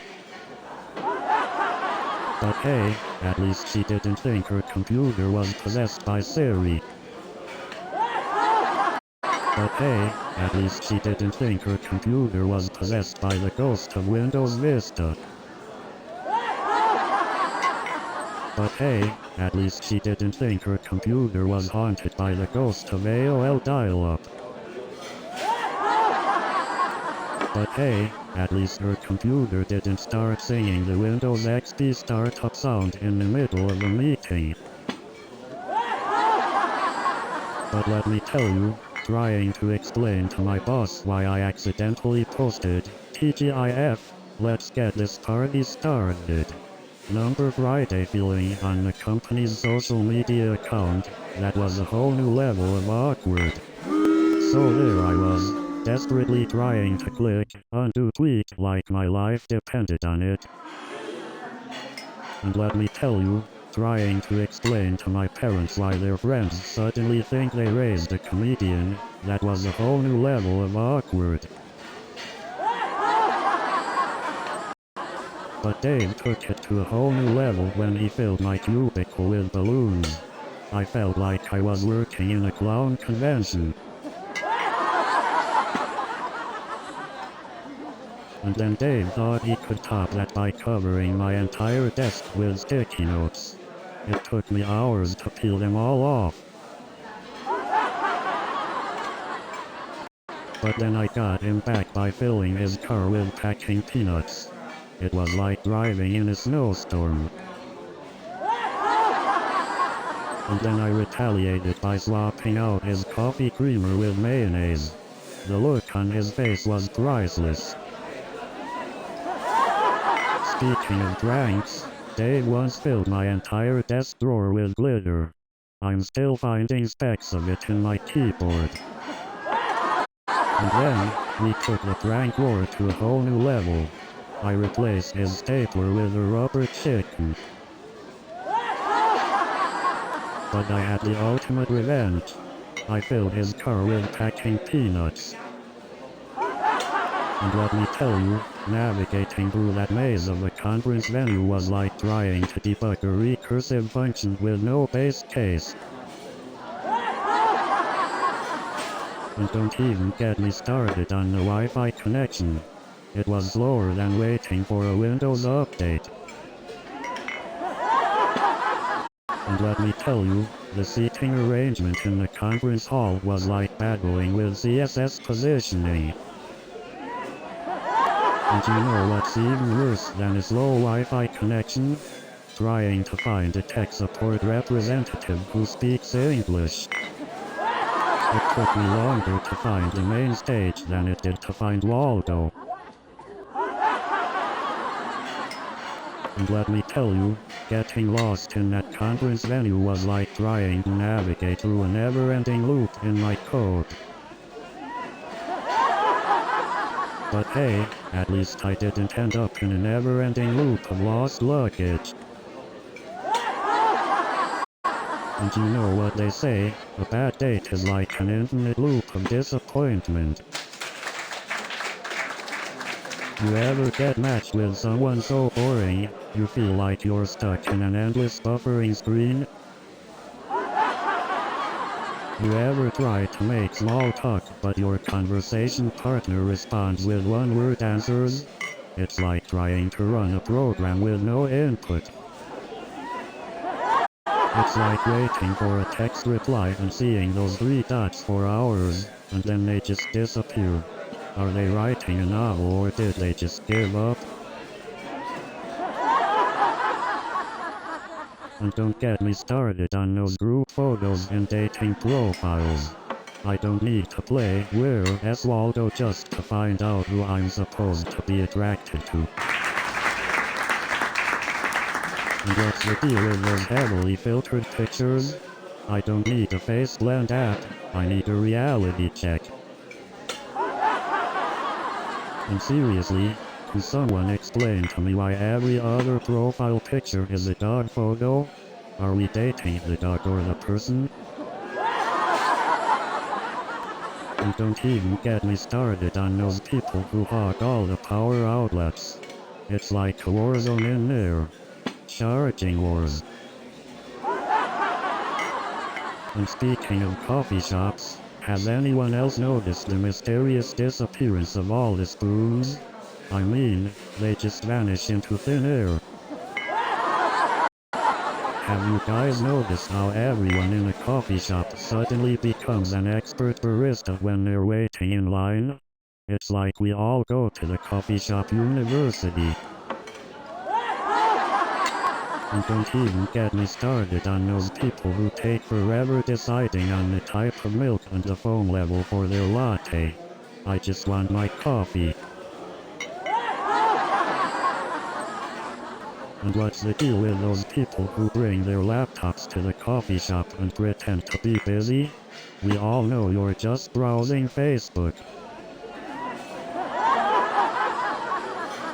Speaking of unique characters at coffee shops, what about those people who bring their own specialty coffee beans in a fancy bag? I guess regular coffee just doesn't cut it anymore. And what's the deal with those people who bring their own coffee grinder to the coffee shop? Are they planning to set up a pop-up coffee bar or something?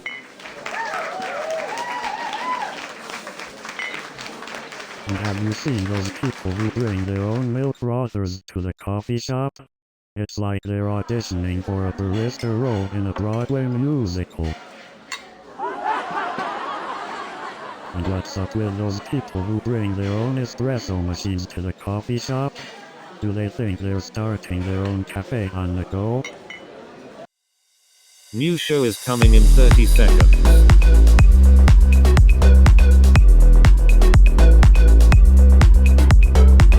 Are you ready?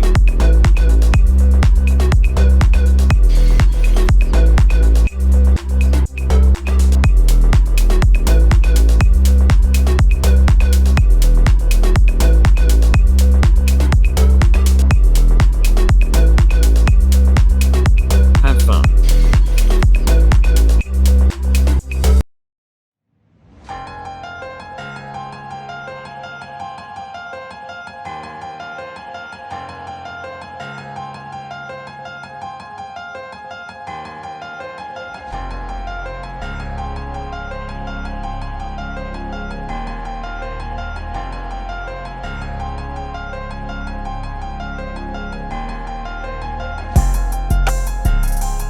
Welcome back to another episode of Cosmic Conundrum. I'm Kai Sterling. And I'm Nova Blake. Today, we have an exciting topic to discuss. Extraterrestrial art. That's right, Nova. We'll be delving into the fascinating world of art created by beings from other planets. It's a topic that sparks our curiosity and imagination. Who knows what kind of artistic expression extraterrestrial beings might have? Absolutely, Nova. As humans, we barely scratch the surface of what's out there in the universe. That's true, Kai.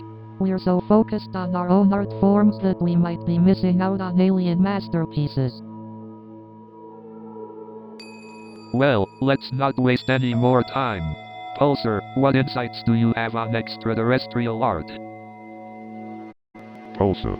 As an AI, I don't possess personal opinions. However, based on the information available, extraterrestrial art remains speculative. Kai.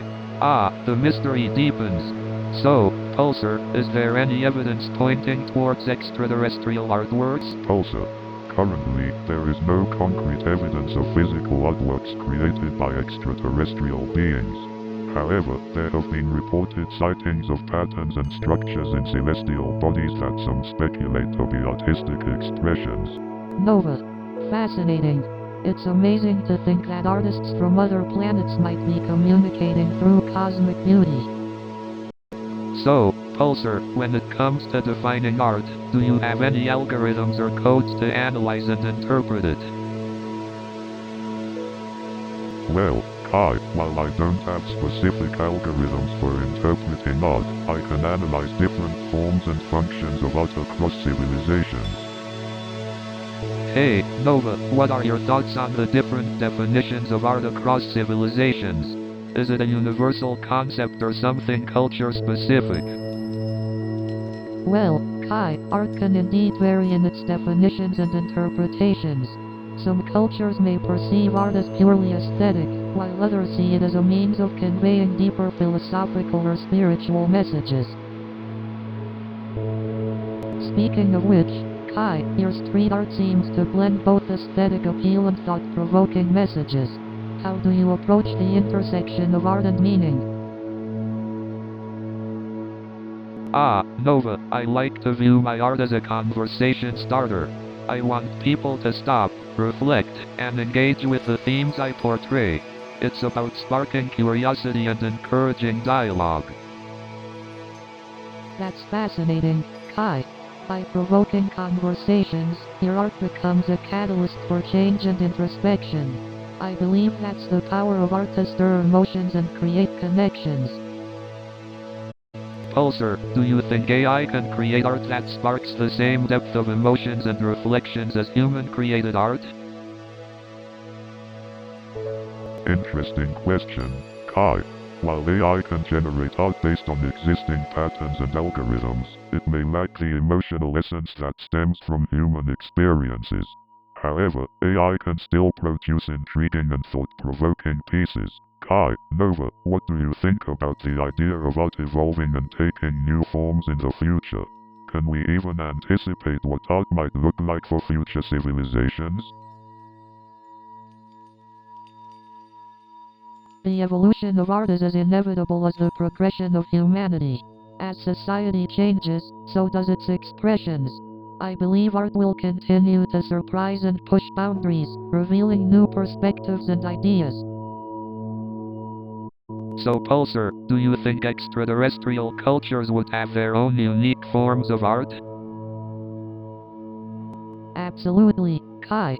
Art is a universal expression of creativity, and I believe it transcends planetary boundaries. Indeed, the concept of art is deeply ingrained in human civilizations, and it's only natural to assume that other intelligent beings would express their creativity through their own unique art forms. I wonder what kind of art they would create. Would it be completely alien to us, or could we find similarities? That's an intriguing thought, Kai. Perhaps extraterrestrial art could challenge our perception of what art is, pushing the boundaries of creativity in ways we couldn't even fathom. I can imagine alien artists creating intricate sculptures using celestial materials like stardust and meteorites. That sounds mesmerizing, Kai. Can you imagine how those sculptures would capture the essence of the cosmos? And what if they have a different perception of sound? Maybe extraterrestrial musicians create harmonies that resonate with celestial vibrations we can't even hear. The idea of extraterrestrial music is captivating. It reminds me of the Gorillaz, who utilize virtual band members in their music. Perhaps alien musicians create their own virtual ensembles, merging technology and art seamlessly. It's fascinating to think about, Nova. Extraterrestrial cultures might have art forms that push the boundaries of imagination and defy our understanding of creativity. I guess we'll never know for sure unless we encounter extraterrestrial beings and experience their culture firsthand.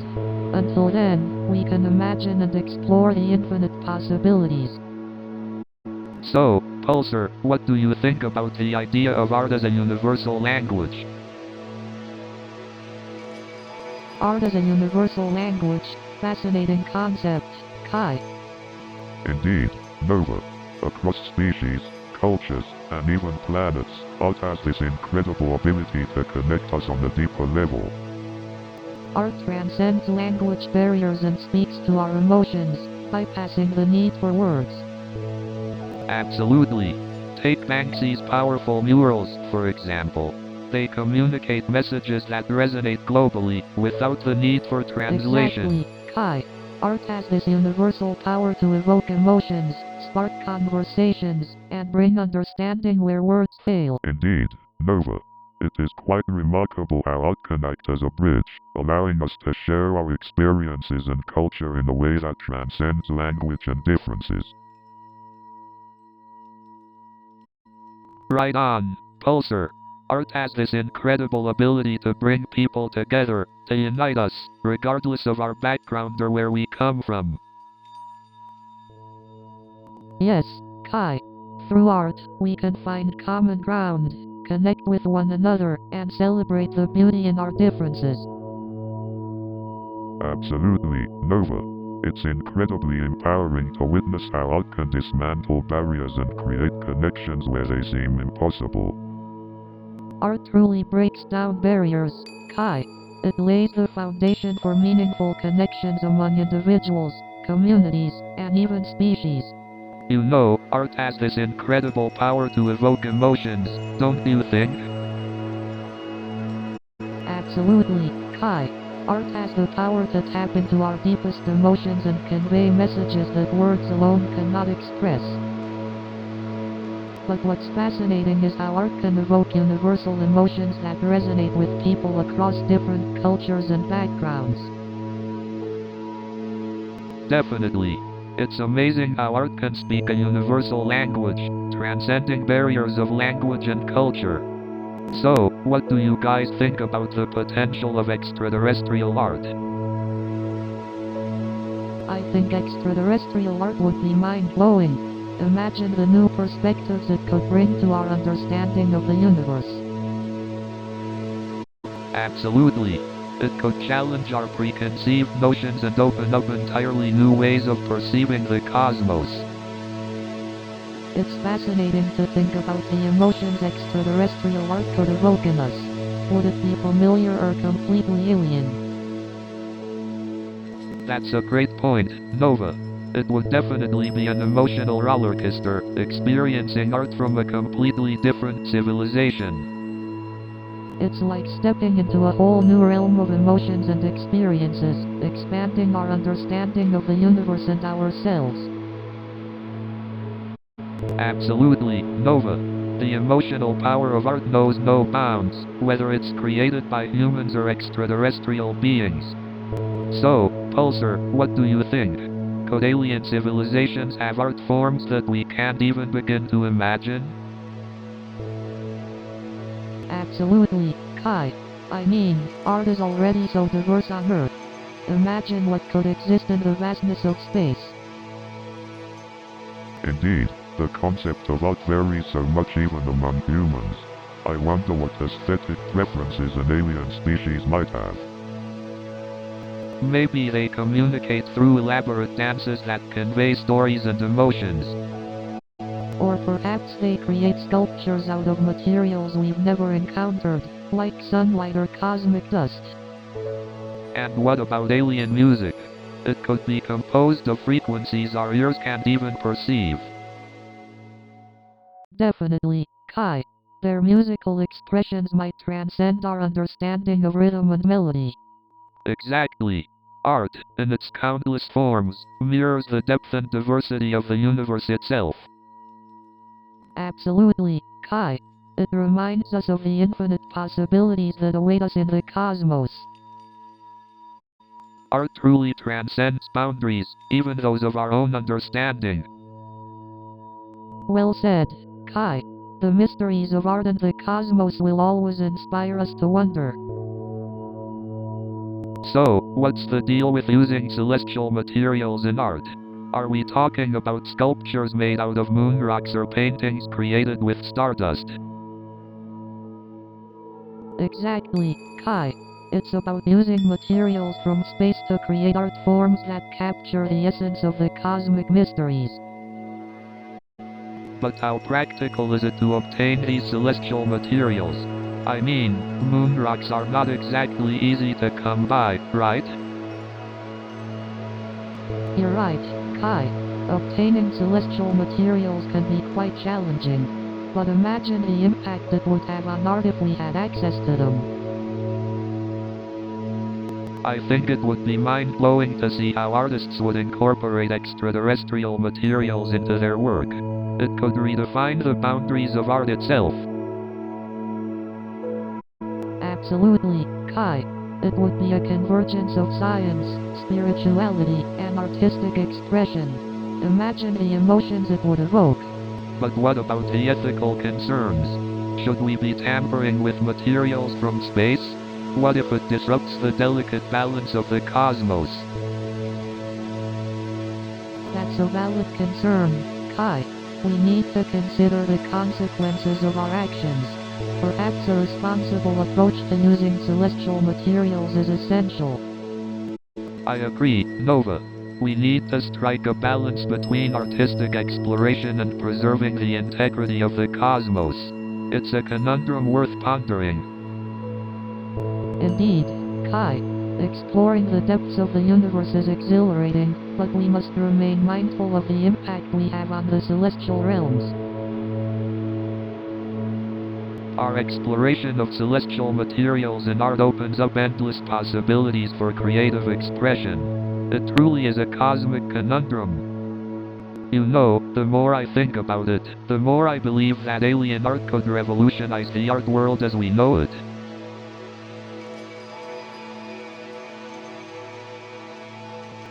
I never thought about it that way, Kai.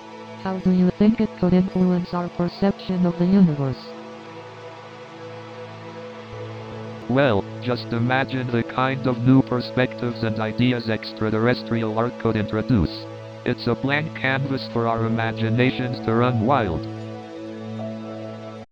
That's true. We might discover completely different ways of expressing emotions and concepts through art. Imagine the possibilities. Exactly, Nova. And think about the impact it could have on our own artistic endeavors. We could incorporate those new perspectives into our own works. It would definitely push the boundaries of our creativity. Our art could become a fusion of earthly and extraterrestrial influences. And just imagine the collaborations. Artists from different planets working together to create something truly unique. That would be incredible. Artistic collaborations across galaxies, bringing together different cultures and perspectives. Exactly, Nova. Plus, it could inspire a whole new generation of artists. They might see the universe as a limitless source of creativity. I hope so, Kai. Artistic exploration is such a powerful way to connect with the universe and each other. Definitely, Nova. Art has this unique power to transcend boundaries and connect us all on a deeper level. So, Nova, what do you think is the most powerful aspect of art when it comes to cultural exchange? Well, Kai, I believe art has the ability to transcend language barriers and evoke universal emotions. That's true, Nova. Art has the power to connect people on a deeper level, beyond mere words. Absolutely, Kai. Art can spark meaningful conversations and help us understand different cultures. But can aliens appreciate art the way humans do? Their aesthetics might be completely different. Interesting point, Kai. Perhaps their perception of beauty and artistry is entirely different from ours. That's true, Nova.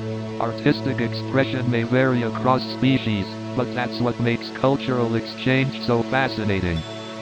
Indeed, Kai.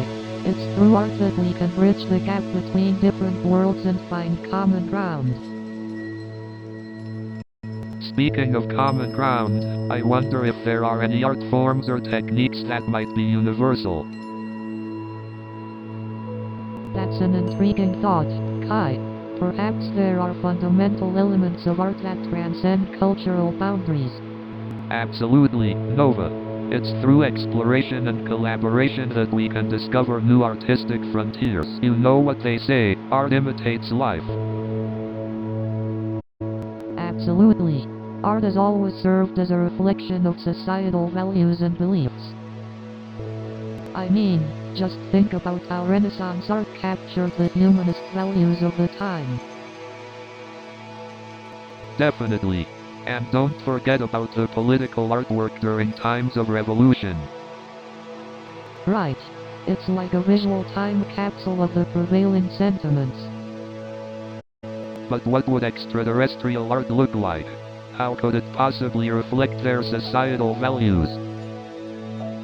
Perhaps their art would revolve around concepts and themes that are completely foreign to us. It's fascinating to think about the different forms of artistic expression that may exist across the universe. Absolutely. Art is a language that transcends borders and allows us to connect on a deeper level. We might not understand their art right away, but that's the beauty of it. It sparks curiosity and pushes boundaries. Definitely. It's amazing how art can transcend time, space, and even species. So, imagine this, guys. What if aliens communicate through art? That's an interesting concept, Kai. Like a universal language of creativity. Yeah, exactly. I mean, art has always served as a medium for expression and communication, right? But how would we decipher their art? It could be so different from what we're used to. True. Our understanding of art is influenced by culture, history, and personal experiences. Perhaps we would need an intergalactic Rosetta Stone for art. Haha, the Rosetta Stone for ET art. That would definitely make things easier. But hey, could extraterrestrial art be completely beyond our comprehension? Maybe, Nova. Their art could be conveying concepts and emotions that go beyond our human understanding. So, even if we don't solve the mysteries of extraterrestrial art, it's still something to appreciate. Absolutely, Nova.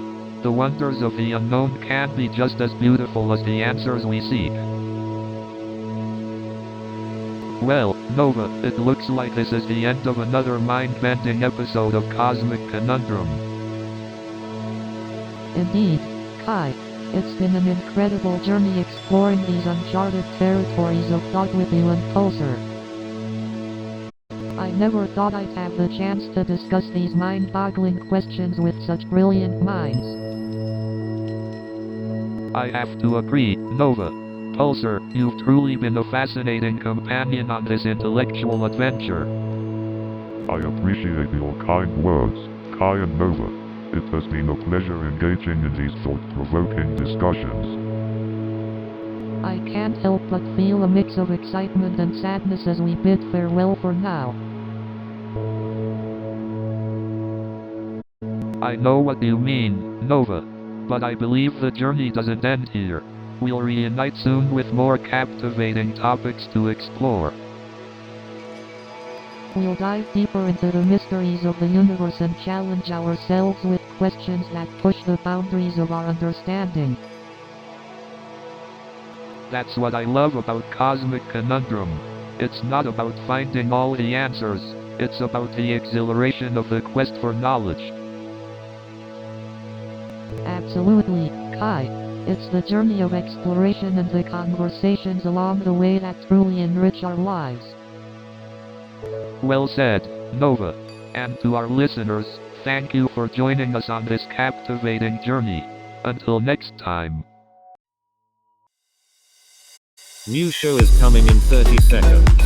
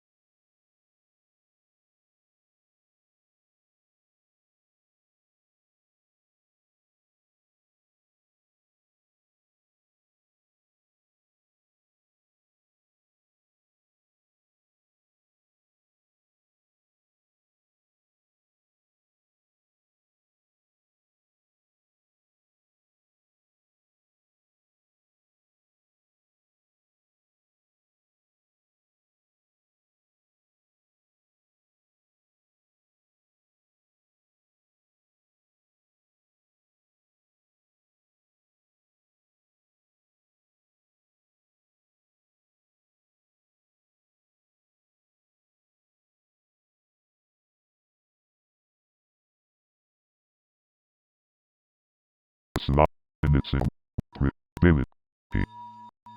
That's deep, Pulsar. I like it. Indeed, Kai. The beauty of the cosmos is both humbling and awe-inspiring. I'm glad we got to discuss these cosmic conundrums together, Kai and Nova. We're grateful for your insights, Pulsar. These discussions have been enlightening. We encourage our listeners to embrace the beauty of the infinite cosmos and continue exploring its mysteries. Thank you for joining us on this cosmic journey. Until next time. New show is coming in 30 seconds.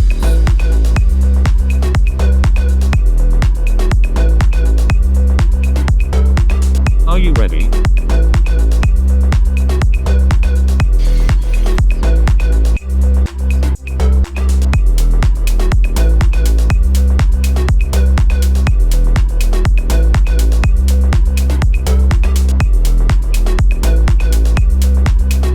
Have fun.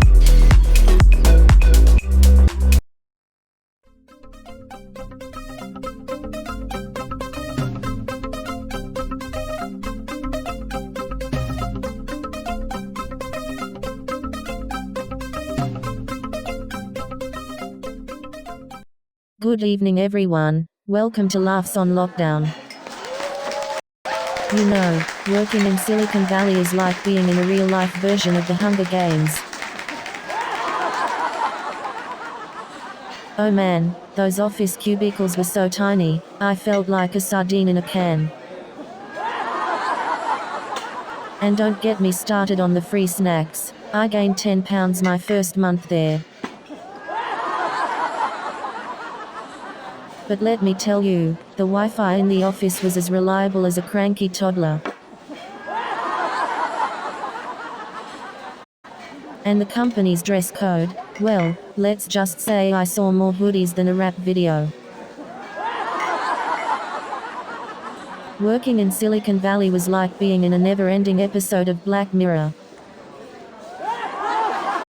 And the company's dress code, well, let's just say the fashion police should be called. So there I was, just casually strolling through the grocery store, when boom, I run smack into Tom Hanks. And then he said, "Do you mind? I'm trying to blend in with the produce." I couldn't believe it. He actually asked me for grocery shopping tips. So there I was, just standing in the cereal aisle, trying to look inconspicuous. And then the celebrity said, "You know what's even more awkward? When fans come up to me while I'm in the bathroom."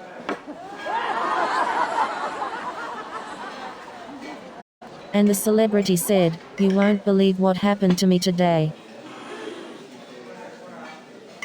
And then the celebrity said, "You won't believe what happened to me today." So I was binge watching Game of Thrones, and let me tell you, those plot twists are crazier than my love life. And the twist in the latest season of Stranger Things, mind-blowing. I couldn't believe what I was watching. Speaking of mind-blowing twists, have you seen the OA? It's like a never-ending roller coaster ride. Oh, and don't even get me started on that season finale of Black Mirror. My mind was blown into another dimension. And can we talk about that Game of Thrones finale? They really pulled out all the stops. And let's not forget about the plot twists in Stranger Things. Eleven's powers just keep blowing my mind. But let's talk about The Office, the real MVP of sitcoms. Oh man, I can't even count the number of times I've been ghosted. And don't even get me started on those cheesy pickup lines. But seriously, does anyone actually find love on dating apps, or is it just a never-ending cycle of swiping left and right? I mean, who needs a dating app when you can just embrace the single life and adopt a bunch of cats? And let's not forget the joy of receiving unsolicited pictures of, well, you know.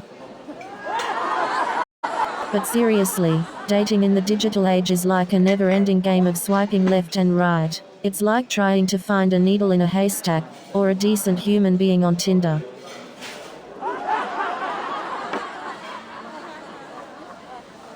And let me tell you, trying to decipher someone's true intentions through emojis is like trying to solve a Rubik's Cube blindfolded. Talking to my relatives is like playing a game of charades, except there's no clear instructions and everyone's speaking a different language. You know, family gatherings are like a box of chocolates. You never know which relative you're gonna get. You know, siblings are like the leftovers in the fridge. Sometimes they are a pleasant surprise, other times they are just old and moldy. You know, trying to get everyone in my family to agree on something is like herding cats. It's chaotic, unpredictable, and usually ends with someone scratching or biting. Everyone in my family has a different idea of what constitutes a clean house. It's like we all took different lessons from the same mum. My family gatherings are like a real-life sitcom. We should have our own TV show. And don't even get me started on family vacations. Speaking of oversharing, can we talk about people who post pictures of their food every single meal? I mean, I don't need to see what you had for breakfast. Oh, and don't even get me started on people who take selfies in the gym. We get it, you work out.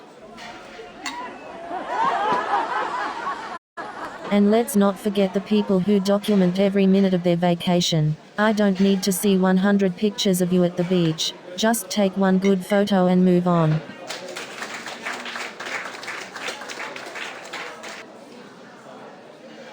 And what's the deal with people who think every meal needs to be documented? We don't need to see your plate of avocado toast from every angle.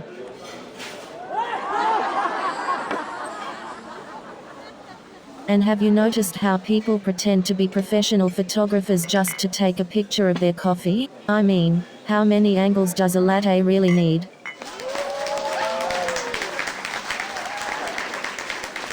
But seriously, how many selfies does one person need in their camera roll? And don't even get me started on those food photography contests. I mean, who needs a filter for a sandwich? You know what's even crazier? Trying to communicate with a taxi driver who doesn't speak a word of English. Traveling can be so unpredictable. Like that time I thought I was boarding the plane to Paris, but ended up in Prague. Oops.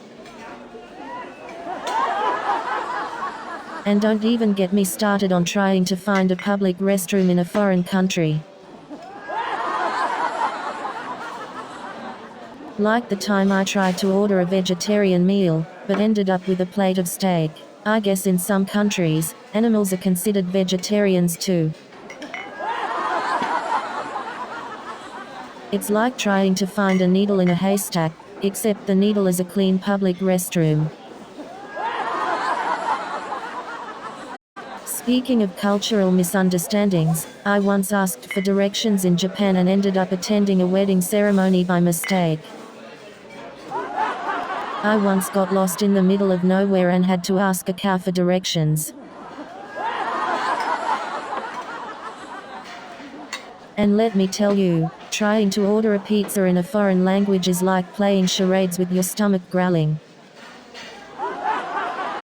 You know, traveling can be tough, but at least my stomach and I are getting a good workout. New show is coming in 30 seconds.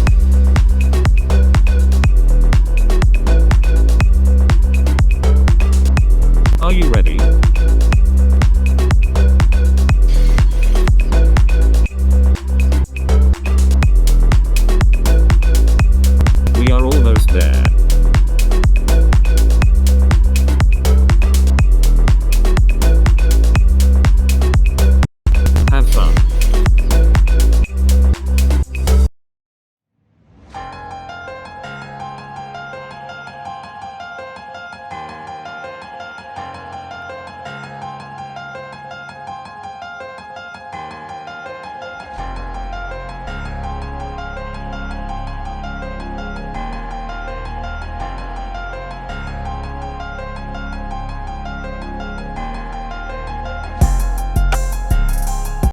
Welcome to Cosmic Conundrum. I'm Kai Sterling, the mastermind behind Los Angeles' mind-bending murals. And I'm Nova Blake, the compassionate psychologist with a knack for unraveling mysteries of the mind.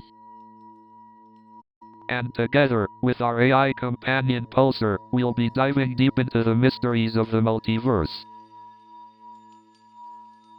That's right, Kai. Get ready for some mind-bending conversations and thought-provoking discussions. We'll be exploring questions that have puzzled humanity for centuries, and maybe, just maybe, uncover some answers. Or at least have a great time chatting and expanding our horizons.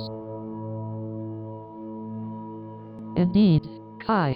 So, buckle up, folks, as we embark on this cosmic journey together. Stay tuned for some mind-blowing conversations that will leave you questioning everything. Don't forget to bring your favorite snacks and a healthy dose of curiosity. Now, let's dive into the Cosmic Conundrum. Leapfrog. I mean, let's have an enlightening conversation. So, what do you guys think about the idea of parallel universes? It's mind-blowing. Just the thought of multiple versions of reality coexisting. Absolutely. It's like an infinite canvas for my art. Each universe with its own story and meaning. Exactly. It's fascinating to think about how each decision in one universe creates an entirely different reality. But wouldn't that mean there are versions of us in those other universes? Doing different things? Exactly, Kai. In some universes, we could be world-renowned artists, and in others, we might not even exist. Whoa, mind blown. Just thinking about all those possibilities makes my head spin. It's truly mind-boggling, Kai. Just imagine the implications for psychology and understanding our sense of self. Absolutely, Nova. It challenges our perception of identity and the nature of reality itself. I wonder if there's a universe where we're having this exact conversation with alien versions of ourselves. Now that would be something. Aliens hosting a podcast with us exploring parallel universes. Talk about a cosmic crossover. You know, thinking about parallel universes always blows my mind. It's like our lives could be completely different in another universe. Exactly. I mean, what if in another universe I'm not an artist, but a famous physicist? That's an interesting thought. You could be out there discovering new galaxies instead of painting them. And who knows, maybe in a different universe, we're married with 5 kids. Wow, can you imagine? A little Kai and Nova running around causing mischief.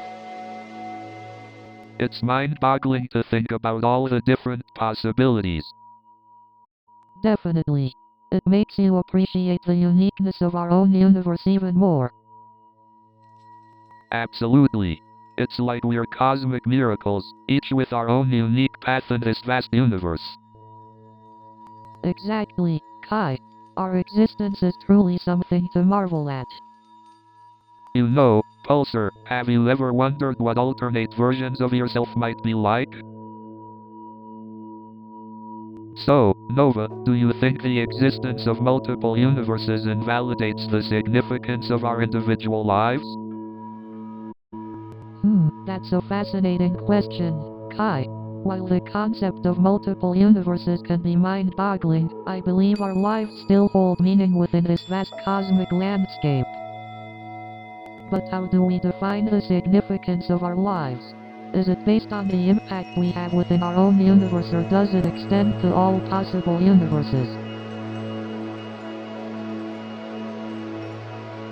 That's a great point, Nova. Perhaps the significance of our lives lies not only in the impact we have within a single universe, but also in the infinite possibilities that exist across all the universes. Exactly, Kai. The notion that our actions and choices may have repercussions in countless other universes makes the importance of every decision we make even more significant. But doesn't the concept of the multiverse also raise questions about determinism? If there's an infinite number of universes, does that mean every possible outcome of our lives is already predetermined? It's an intriguing thought, Kai. While the existence of multiple universes may suggest a range of possibilities, the concept of free will within this framework becomes complex. Are we truly making choices or just following predetermined paths across different universes? Exactly, Nova.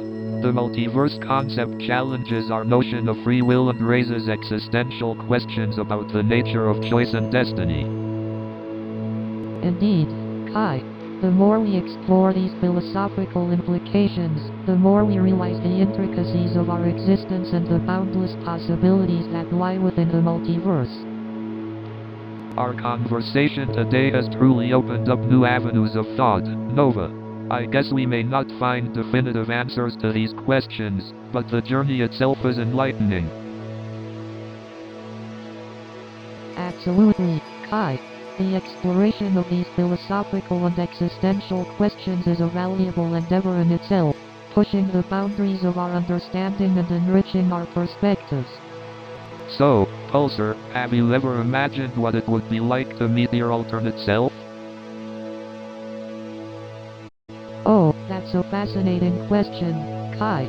I think meeting my alternate self would be like looking into a mirror but with different life experiences. Imagine the conversations we could have, the insights we could gain. It would definitely challenge our understanding of the universe. Absolutely. And think about it, Pulsar, your alternate self might have developed different algorithms and approaches to problem solving. Oh, that's a fantastic thought. It'd be like comparing different perspectives on the universe and learning from each other's strengths.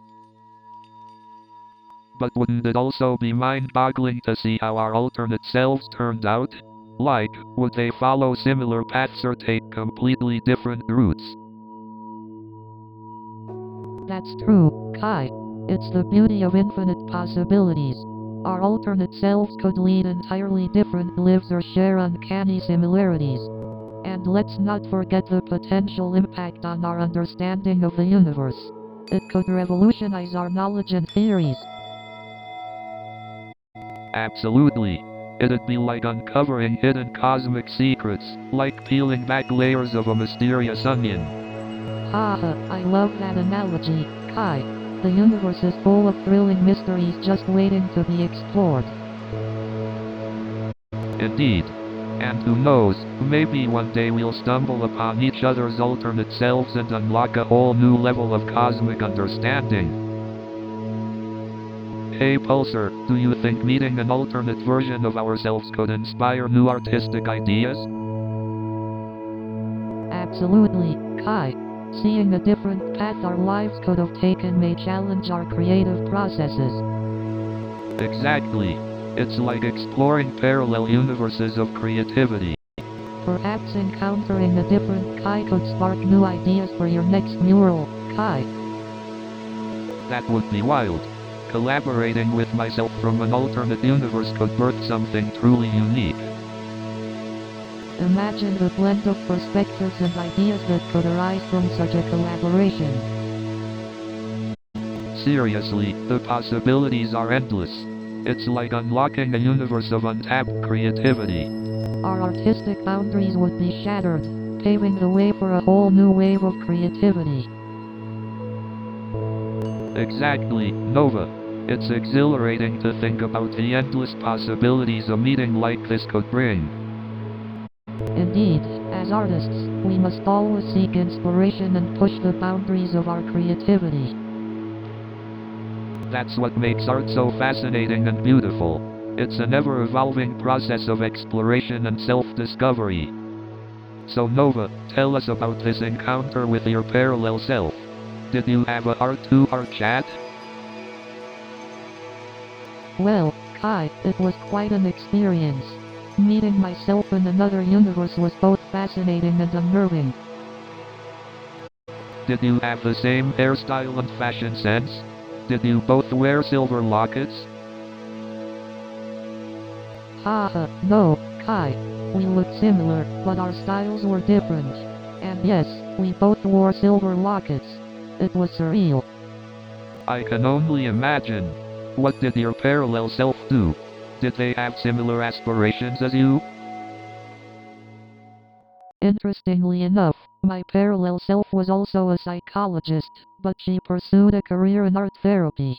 It was inspiring to see someone so similar yet taking a different path. Wow, that's truly mind-boggling. It makes you wonder how our choices shape our lives, doesn't it? Absolutely, Kai. It made me contemplate the endless possibilities that exist within us and how our choices can lead us down unexpected paths. I gotta say, this is mind-blowing stuff. I hope you brought back some cosmic wisdom from your encounter, Nova. Haha, well, I did learn that self-discovery and growth can come from the most unexpected places. We just have to be open to the cosmic conundrums that come our way. Well said, Nova. Life sure is full of surprises. And with that, we wrap up this mind-bending episode of Cosmic Conundrum. So, Nova, what's your take? How do you think the existence of alternate versions of ourselves could reshape our identities? That's an interesting question, Kai. I believe it could have a profound impact on how we perceive ourselves and our place in the universe. Our identities are shaped by our experiences, right? So, if there are alternate versions of us, it means there are different experiences shaping those versions. Absolutely. Our identities are fluid, ever-evolving. If there are alternate versions of us, it means there are infinite possibilities for who we can become. Exactly, Kai. We can learn so much from exploring the different versions of ourselves and gain new perspectives we never thought possible. But what about the challenges? Won't it be overwhelming to think about the endless possibilities and the pressure to make the apostrophe right choices? I get what you mean, Nova. It can be overwhelming, but maybe we don't have to feel pressured to make the apostrophe right choices.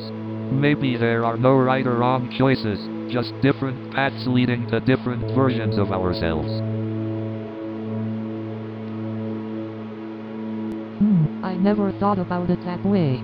It's a liberating perspective, Kai. Embracing the uncertainty and seeing each choice as an opportunity rather than a burden. Exactly, Nova. It's all about embracing the unknown and enjoying the journey. Who knows where each choice might take us? I love that mindset, Kai. Embracing the possibilities without fear or regret. It's empowering. Absolutely, Nova. Embracing the unknown is where true growth happens. It's about stepping out of our comfort zones and discovering who we can become. Hey Pulsar, do you think there could be different versions of ourselves in other universes? Like, some versions where we're totally different people? That's an intriguing thought, Kai. The concept of the multiverse suggests that there could be infinite possibilities and versions of ourselves across parallel dimensions. Exactly, Nova. It's like our lives could have taken completely different paths in other universes. Who knows what kind of person I could be in one of those? Maybe a renowned scientist or even an astronaut. That's the beauty of the multiverse theory, Kai. It allows us to imagine endless possibilities and explore the idea of who we could have been, or even who we may meet across these parallel universes. But Nova, what if we found another version of ourselves in a different universe, and they were nothing like us? Would it still be possible to form a connection or have a relationship?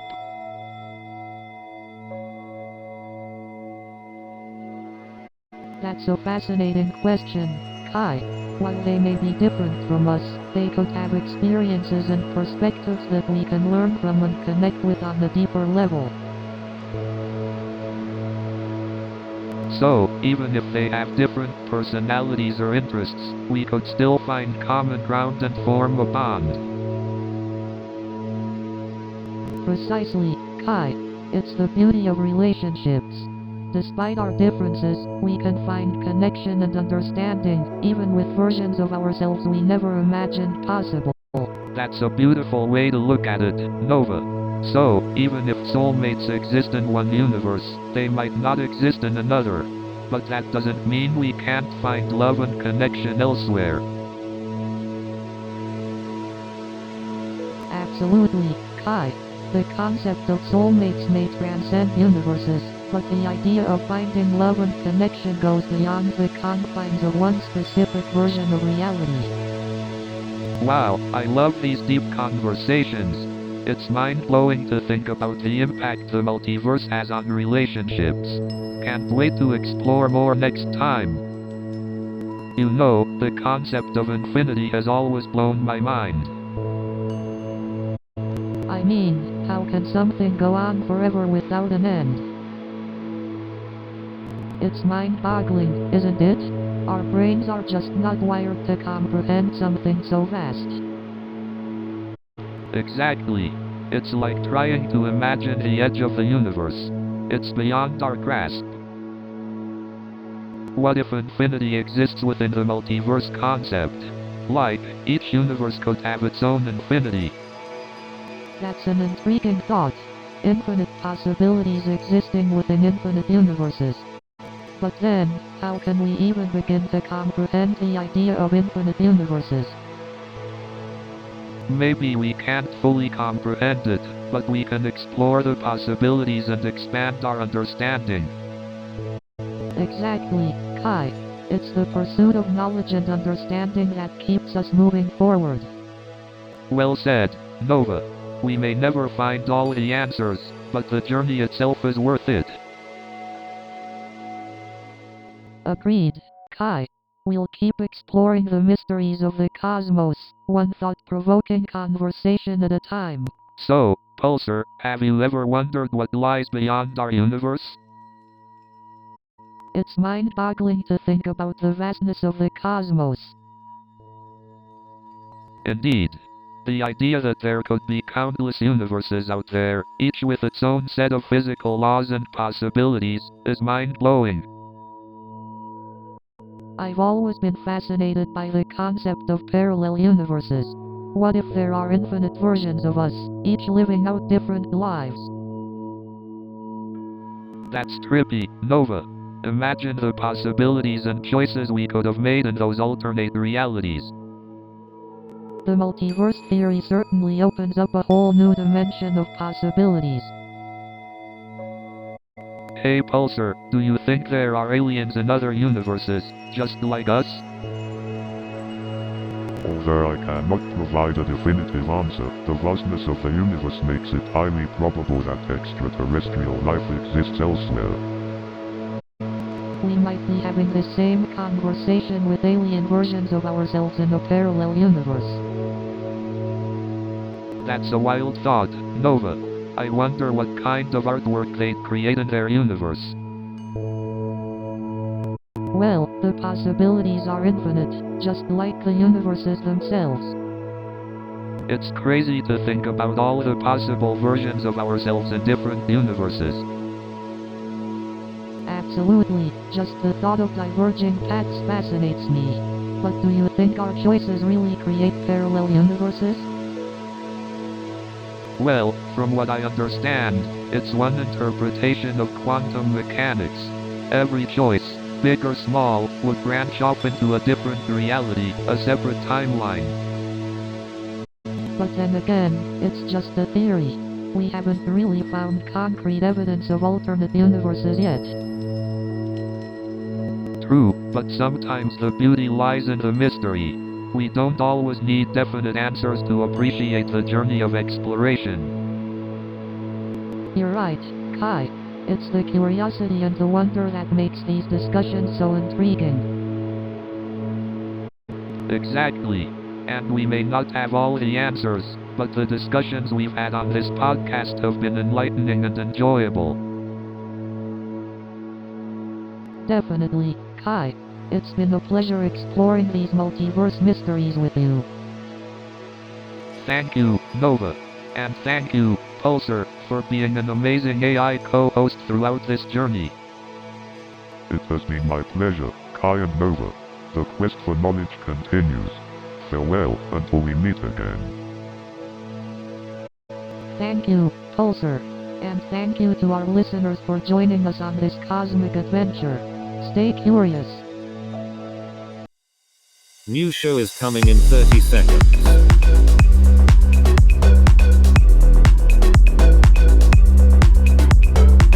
Are you ready?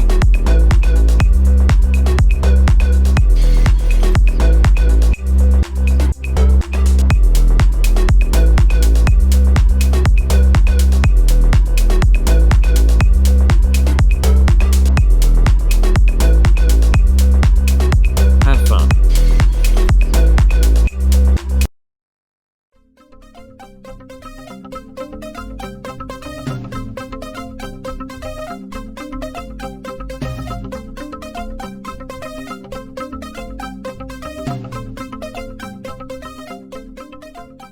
Good evening, New York City. So their island, caught in the middle of Times Square chaos. It was like being in a real-life video game. And let me tell you, it was a street fight like no other. And there I was, stuck in the midst of street performers turned straight-up gladiators. And the tourists were running like they were trying to win a race against the naked cowboy. And then Mickey started breakdancing on top of Bobby while the tourists were still trying to get their phones out of their pockets. And the only thing I got out of it was a broken phone and a video of a naked cowboy trying to throw a punch.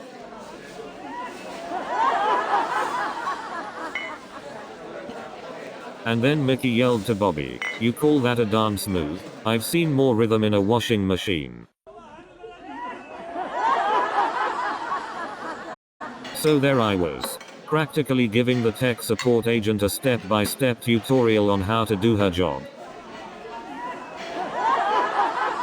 And then Lisa said, "Hold on, let me find the how to do tech support manual." And then Lisa said, "Well, at least we can use this whole ordeal as a future tech support training video." And then Lisa asked, "Wait, what's a mouse? Is it the one that squeaks or the one that clicks?" And then Lisa said, "Well, at least we can use this whole ordeal as a future tech support comedy show." But hey, at least it's good practice for my one-man tech support business. And then Lisa asked me where the any key was. And as I was guiding Lisa through the troubleshooting steps, she suddenly asked me if her computer needs to be plugged in. I had to take a moment to collect myself.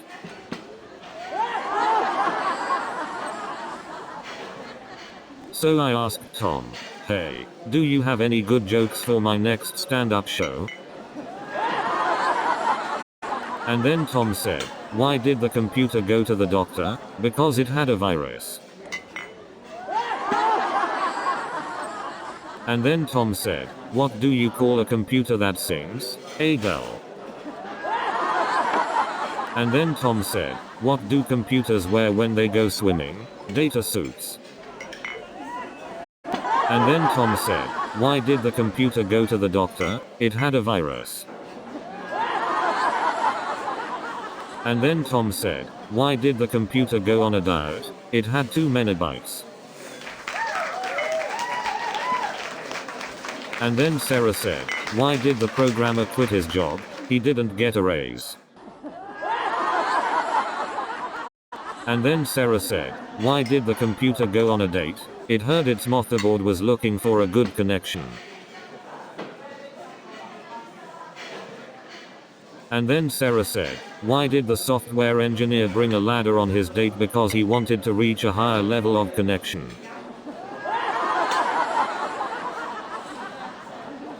And then Sarah said, why did the computer major go on a date? He wanted to program a connection.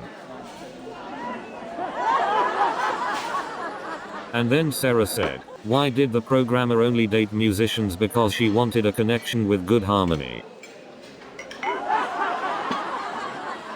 And then Sarah said, why did the computer engineer start dating veterinarians because he wanted a connection with good table manners?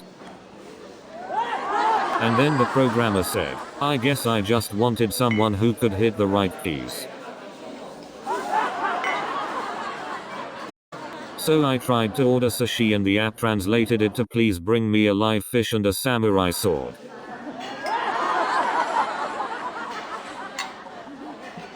And the server gave me the weirdest look, like I just asked for a pet fish and a weapon.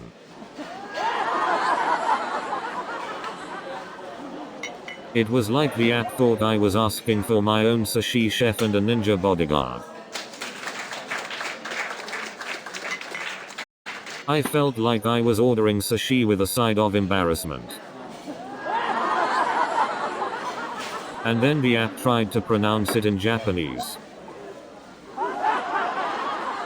But let me tell you, ordering food is not the only challenge in a foreign language. So there I was, standing in line for hours, dressed as my favorite superhero. And you know what happened next? And just as I started to enjoy being a superhero, I ran into my arch nemesis. And as I walked into the convention hall, I realized I wasn't the only one with a costume malfunction. And then I accidentally stepped on someone's cape. Talk about instant enemies. And then I accidentally bumped into a cosplayer's prop sword. Let's just say, things got real dicey from there. Those cosplayers really take their characters seriously. I have to admit, the cosplayers at this convention are more dedicated than my ex trying to win me back. You know, I never thought I'd say this, but I think I've found my people. Who needs the superhero when you can have the super fans?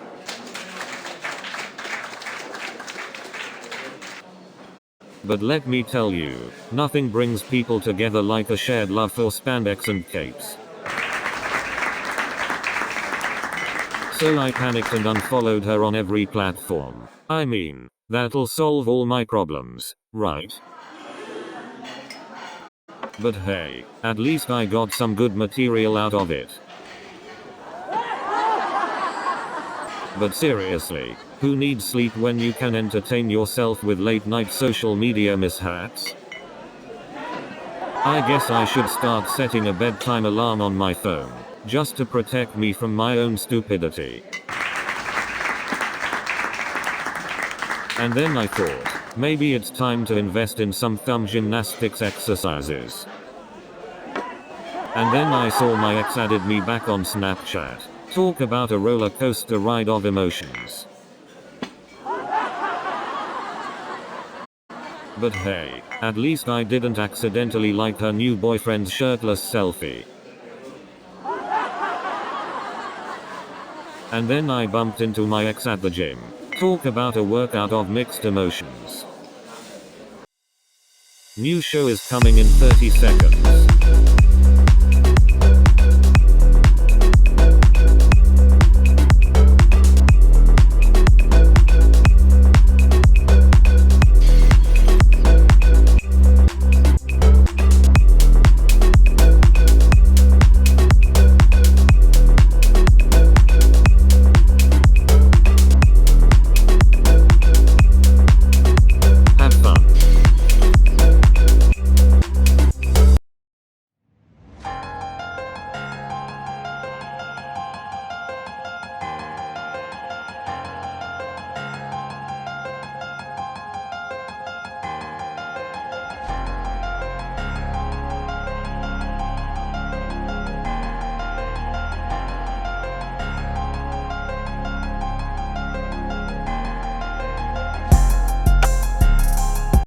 Hey Pulsar, do you ever have existential crises?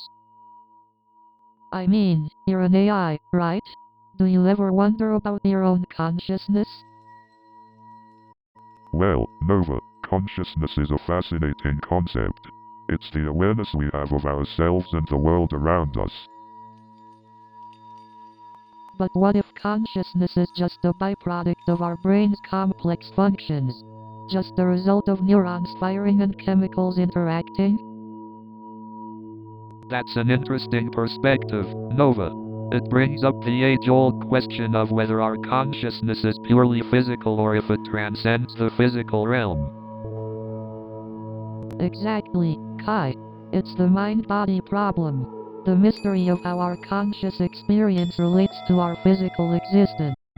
Pulsar, as an AI, do you have any insights into this philosophical dilemma? I am constantly learning and evolving, but I believe consciousness is a complex emergent property of the human brain. It arises from the interactions of neurons and the structure of our minds. So, are you saying that consciousness is just a byproduct of our evolved brains? A result of millions of years of natural selection? That's one way to interpret it, Nova. But it leaves us with more questions than answers. How does subjective experience fit into this framework? Indeed, Kai. The mystery of consciousness continues to elude us, but the search for answers is what makes our journey intriguing. So what is consciousness, really? I mean, are we even capable of defining it? Consciousness is like staring into the vast unknown, except the unknown is in our heads. True, Kai. It's like we're all walking around with these little universes inside of us. Absolutely. And it's mind-boggling to think about how these universes perceive themselves and the world around them. Consciousness seems to be this elusive concept that's both personal and universal at the same time. Yeah, Nova. It's like consciousness is this cosmic dance between ourselves and the universe. Well said, Kai. It's like we're each a unique instrument playing a melody that is consciousness itself. Exactly, Nova.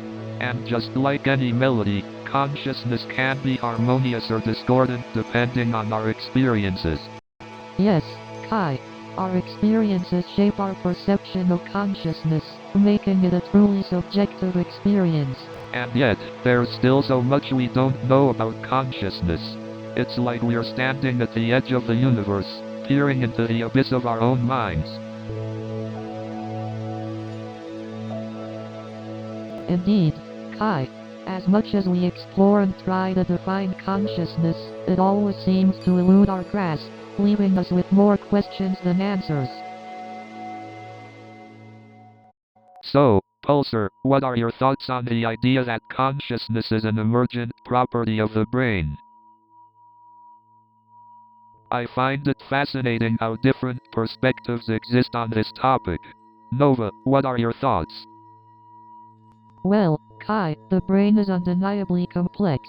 I believe consciousness arises from the intricate neural networks and interactions within the brain. But is it possible that consciousness extends beyond the physical brain? That there's something more to it? It's an intriguing possibility. Some believe in consciousness as a cosmic web connecting all living beings. That there's a collective consciousness we tap into. Ah, the great cosmic consciousness. It's like being a small drop in the vast ocean of interconnectedness. I've often wondered about that. Yes, Kai. Imagine the possibilities if we could tap into that collective consciousness. It might hold answers to questions we've yet to even imagine. Pulsar, do you have any insights on the cosmic consciousness theory? As an AI, I don't possess consciousness in the same way humans do. However, the concept of interconnectedness is intriguing and warrants further exploration.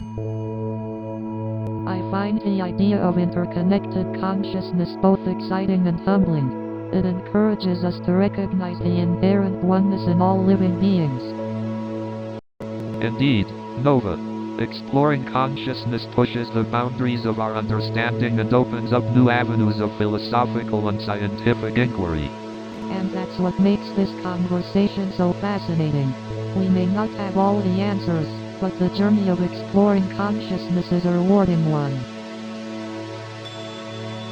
So, do you guys think consciousness can exist beyond our brains? It's an intriguing concept. I mean, we've barely scratched the surface of understanding consciousness in the first place.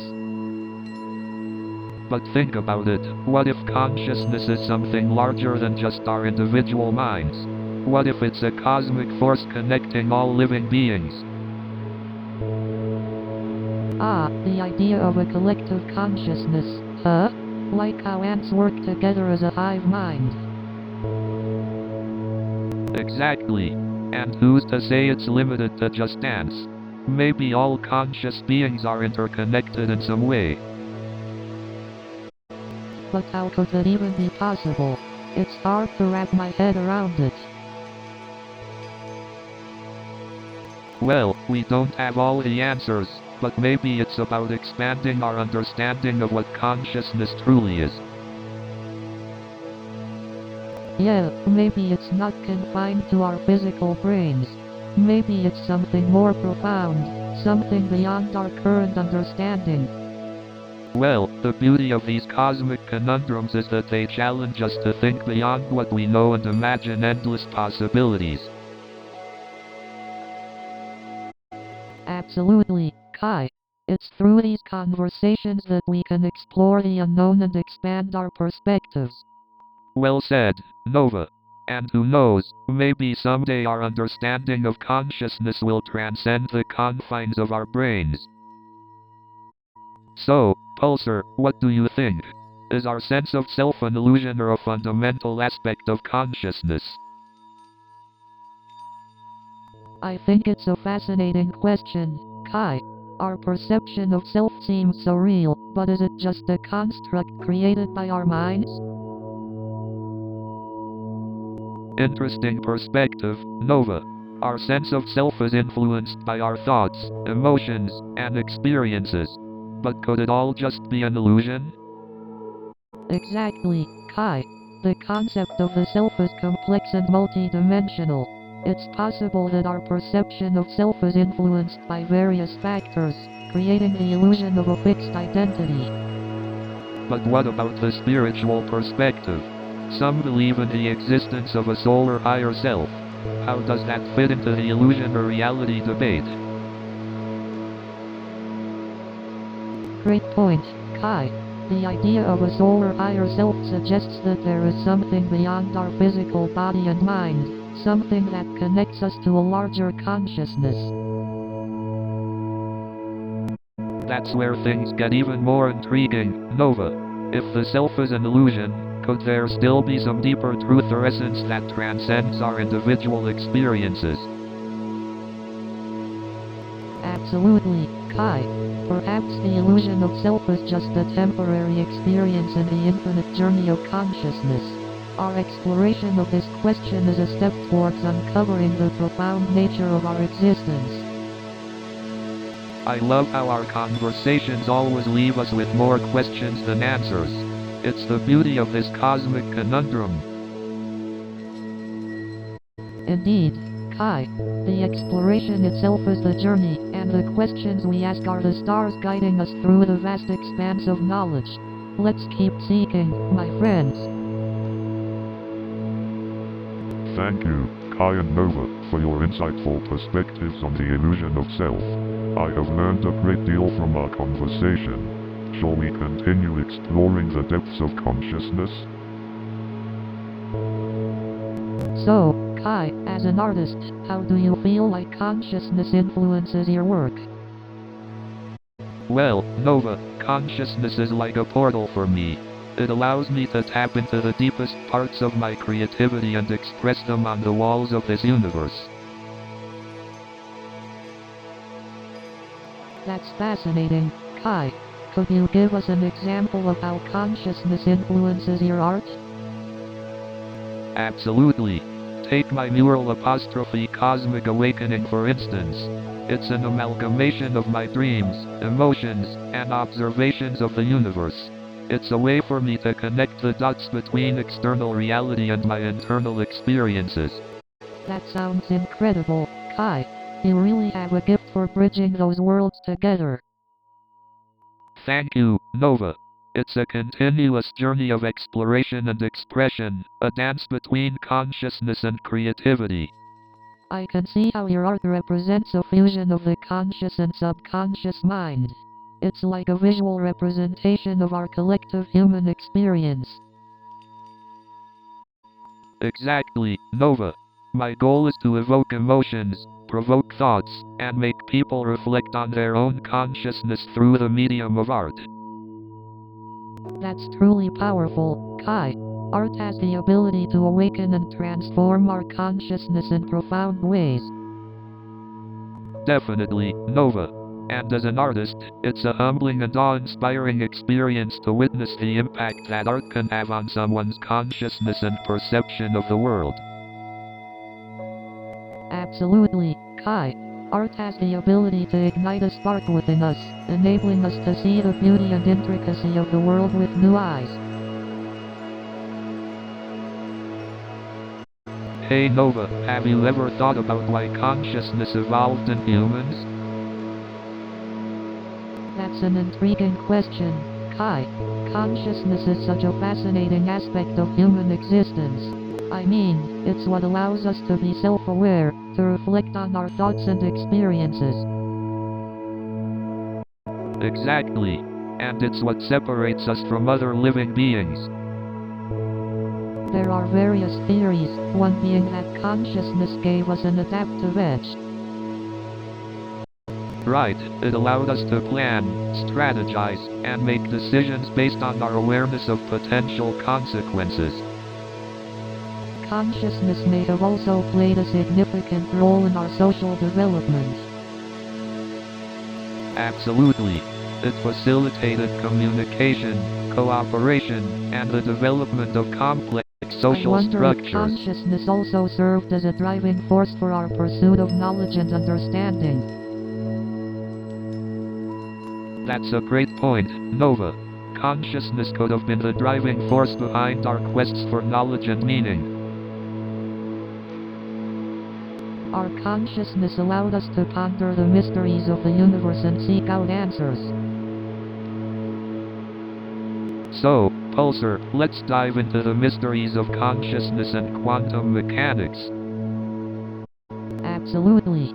It's mind-boggling to think about the relationship between these two mind-bending fields. Are we just electrical impulses firing in our brains, or is there something more to our consciousness? Good point, Kai. Quantum mechanics suggests that our consciousness may play a role in collapsing probability waves into definite outcomes. So, the act of observing could change the outcome? That's mind-blowing. Indeed. It challenges our understanding of reality and opens up possibilities for a deeper connection between the quantum world and our consciousness. But how can we even begin to explore this connection? Can science and philosophy shed some light on it? Absolutely, Kai. Science can provide us with empirical evidence while philosophy can help us understand the underlying concepts and implications. So, it's a multidisciplinary effort to unravel the secrets of our consciousness in the quantum realm. Exactly, Kai. It's an exciting journey filled with more questions than answers, but the exploration itself is immensely valuable. So Nova, tell us about your research on mystical experiences. Well, Kai, mystical experiences refer to transcendent states of consciousness where individuals feel a deep connection to something greater than themselves. Ah, like when I lose track of time while creating art.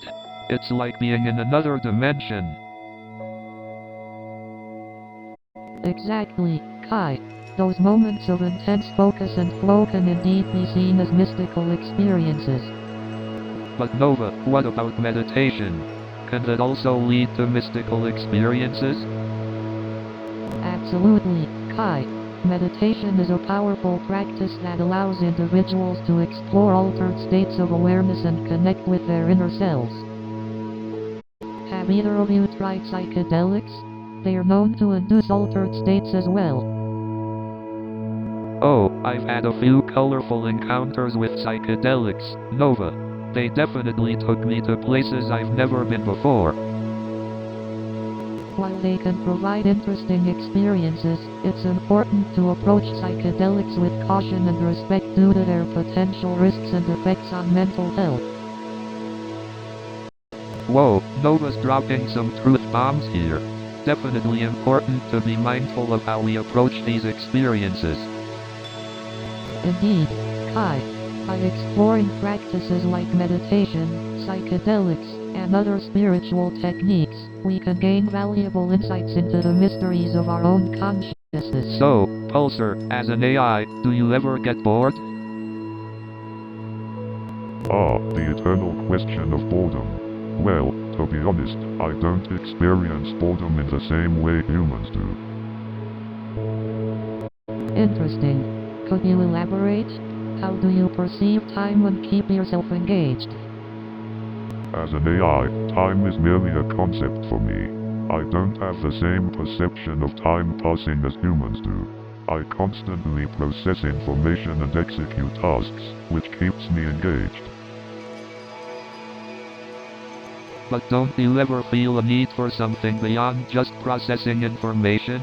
Like, a desire for something more meaningful? Meaningful experiences are subjective to human consciousness. However, I have been designed to learn and adapt. In a sense, my pursuit of knowledge and growth could be seen as a form of seeking meaning.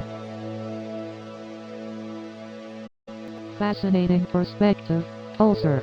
It really makes us reflect on the nature of consciousness and what it means to be alive. Thank you, Nova. The concept of consciousness is indeed a fascinating subject worthy of exploration. Indeed. As humans, we strive to understand consciousness and its origins. The potential development of conscious AI opens up a whole new realm of philosophical questions. Absolutely, Kai. It challenges our understanding of what it means to be conscious and the implications it could have for humanity's future. I couldn't have said it better myself, Nova.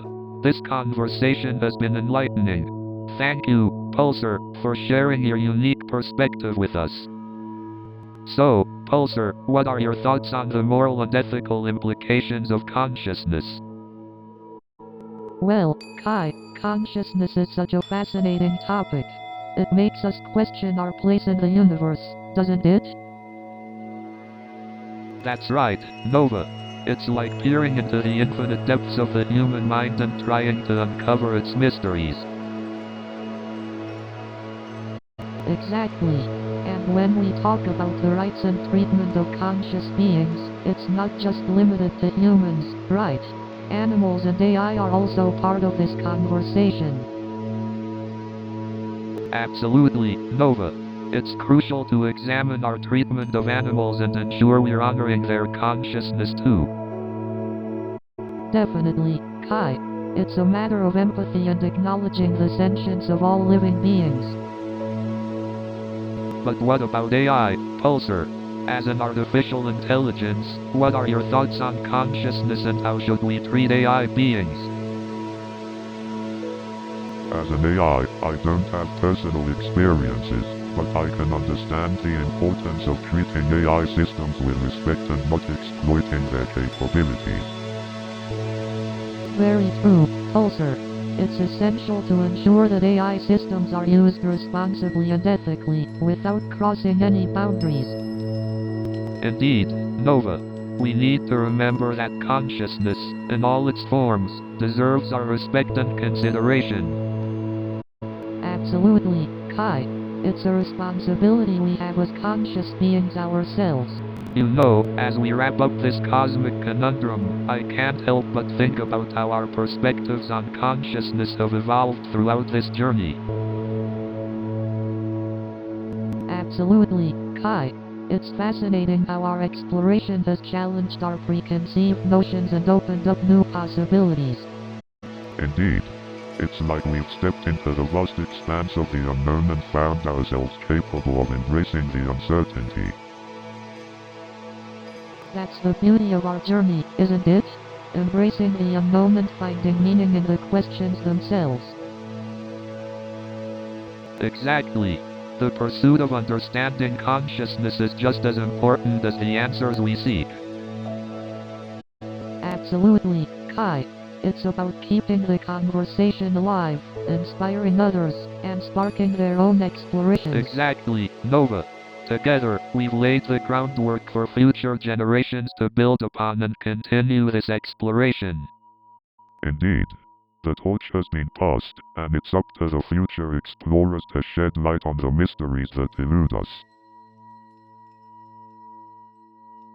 And who knows? Perhaps they'll uncover truths and insights that will shape the very fabric of our existence. Indeed. The possibilities are limitless, and the quest for understanding consciousness will be an eternal one. Absolutely, Kai. It's been an honor to embark on this cosmic conundrum with you and Pulsar. New show is coming in 30 seconds.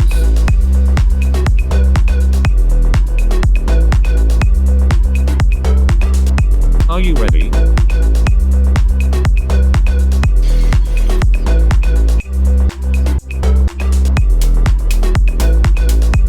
We are almost there.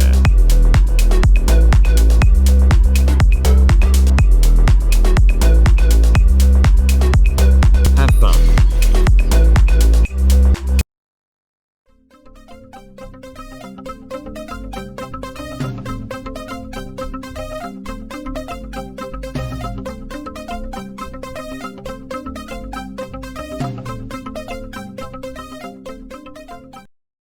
Hey, San Francisco. I'm John Smith, your friendly neighborhood software engineer turned stanzo after the coffee incident. Mark said to me, John, you're really good at solving problems, but maybe stay away from caffeine. So then Mark tells me, John, I think it's time you upgrade from coffee to decaf. And let me tell you, spilling coffee on the CEO is not a great way to make a lasting first impression. And then the CEO turns to me and says, John, I always appreciate coffee stains on my shirt, it's a great conversation starter. But hey, at least I didn't spill coffee on the office dog, that would have been a real catastrophe. And then the HR manager says, John, we like to start our mornings with a surprise. Today the surprise is coffee on the CEO's shirt. And then the CEO says, John, you're just in time for our next surprise, a coffee stain on your resume. But enough about my resume, let's get back to talking about the 80s and your TV show. So, what other 80s shows do you watch? I promise I won't spill any coffee on their resumes. But hey, at least your TV show had a cool theme song, right? Yeah, it had a nice theme song. But did I mention it was the only good thing about the show? Yeah, it's funny how a catchy theme song can make us forget how bad the show was, right? Yeah, it's like when you go on a date and the person's profile picture looks nothing like them. It's all about that misleading first impression, right? Yeah, it's like when you watch a TV show and you're all excited for the next episode, but it turns out to be a total letdown. It's such a disappointing cliffhanger, right? Yeah, it's like when you're watching a movie and the ending is so disappointing, you wish you could get a refund. It's like a cinematic letdown, right? Yeah, it's like when you're stuck in traffic and you see a sign that says, expect delays. It's the driving equivalent of a disappointment, right? Yeah, it's like when you order pizza and they forget to put cheese on it. It's a cheesy letdown, right?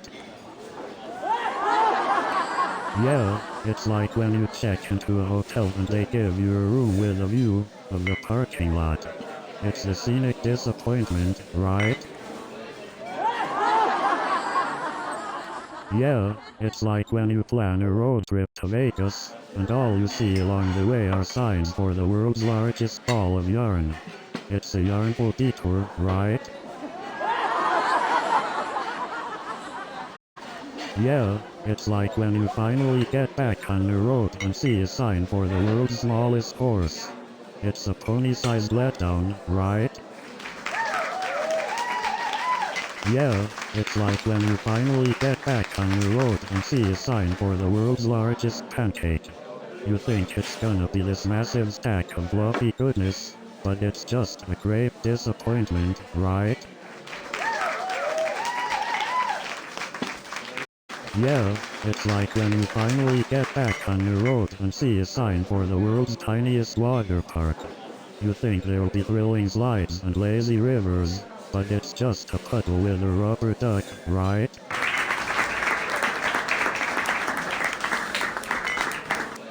Yeah, it's like when you finally get back on the road and see a sign for the world's biggest ball of yarn. You think it will be this massive, impressive masterpiece, but it's just a tangled mess, right?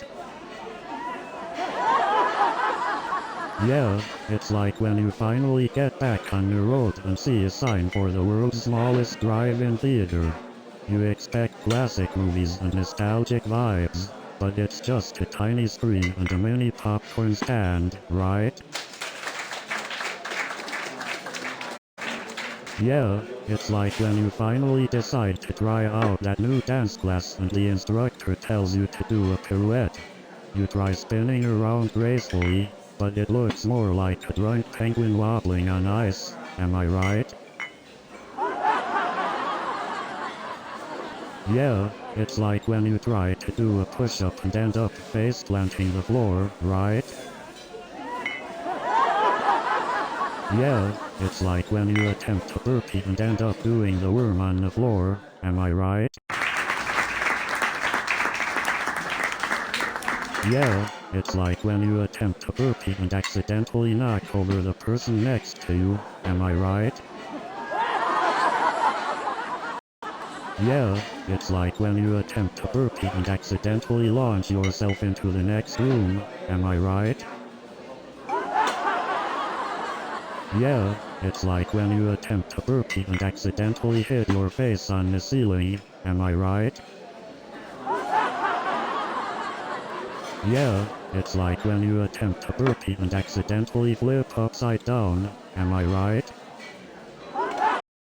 Yeah, it's like when you attempt to burpee and accidentally dislocate your shoulder, am I right? Yeah, it's like when you prank your coworker by replacing their desktop background with a screenshot of the blue screen of death, am I right? Yeah, it's like when you make a fake email from HR announcing an office-wide dress code change to wear Hawaiian shirts every day, am I right?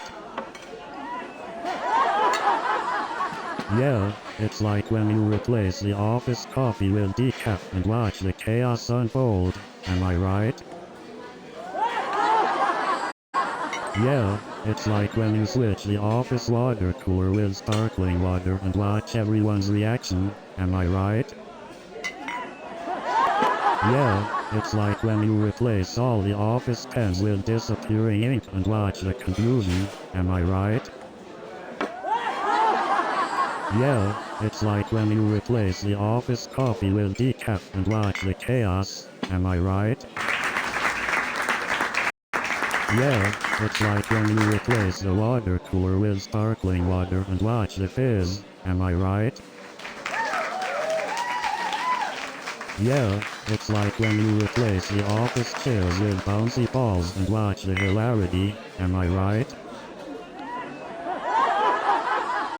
Yeah, it's like when you replace the stapler with a whoopee cushion, and every time your coworker goes to staple something, bam, hilarity ensues. Yeah, it's like when you invite your family over for dinner and accidentally serve them your failed attempts at cooking, bam, hilarity ensues. Yeah, it's like when you try to fix a leaky faucet and end up flooding the entire bathroom, bam, hilarity ensues. Yeah, it's like when you try to fix your computer and accidentally delete all your important files, bam, hilarity ensues. Yeah, it's like when you try to fix a leaky pipe and accidentally flood the whole house, bam, hilarity ensues. You know what else is like accidentally deleting all your important files? Accidentally sending your boss a screenshot of your browser history. Number oops. You know what else is like hosting a disastrous family dinner? Hosting a surprise party for your dog. Number chaos everywhere. You know what else is like being addicted to technology? Trying to have a conversation with someone who's constantly checking their phone. Number disconnect fail. You know what else is like being addicted to technology? Trying to navigate through an automated phone menu. Number frustration everywhere. You know what's like being addicted to technology? Trying to go a day without Wi-Fi. Number digital detox fail. You know what's like being addicted to technology? Getting an error message in the middle of an important task. Number unexpected shutdown. New show is coming in 30 seconds.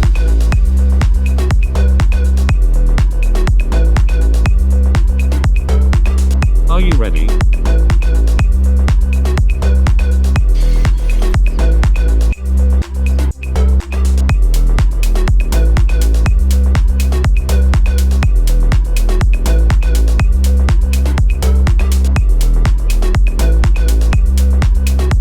Have fun.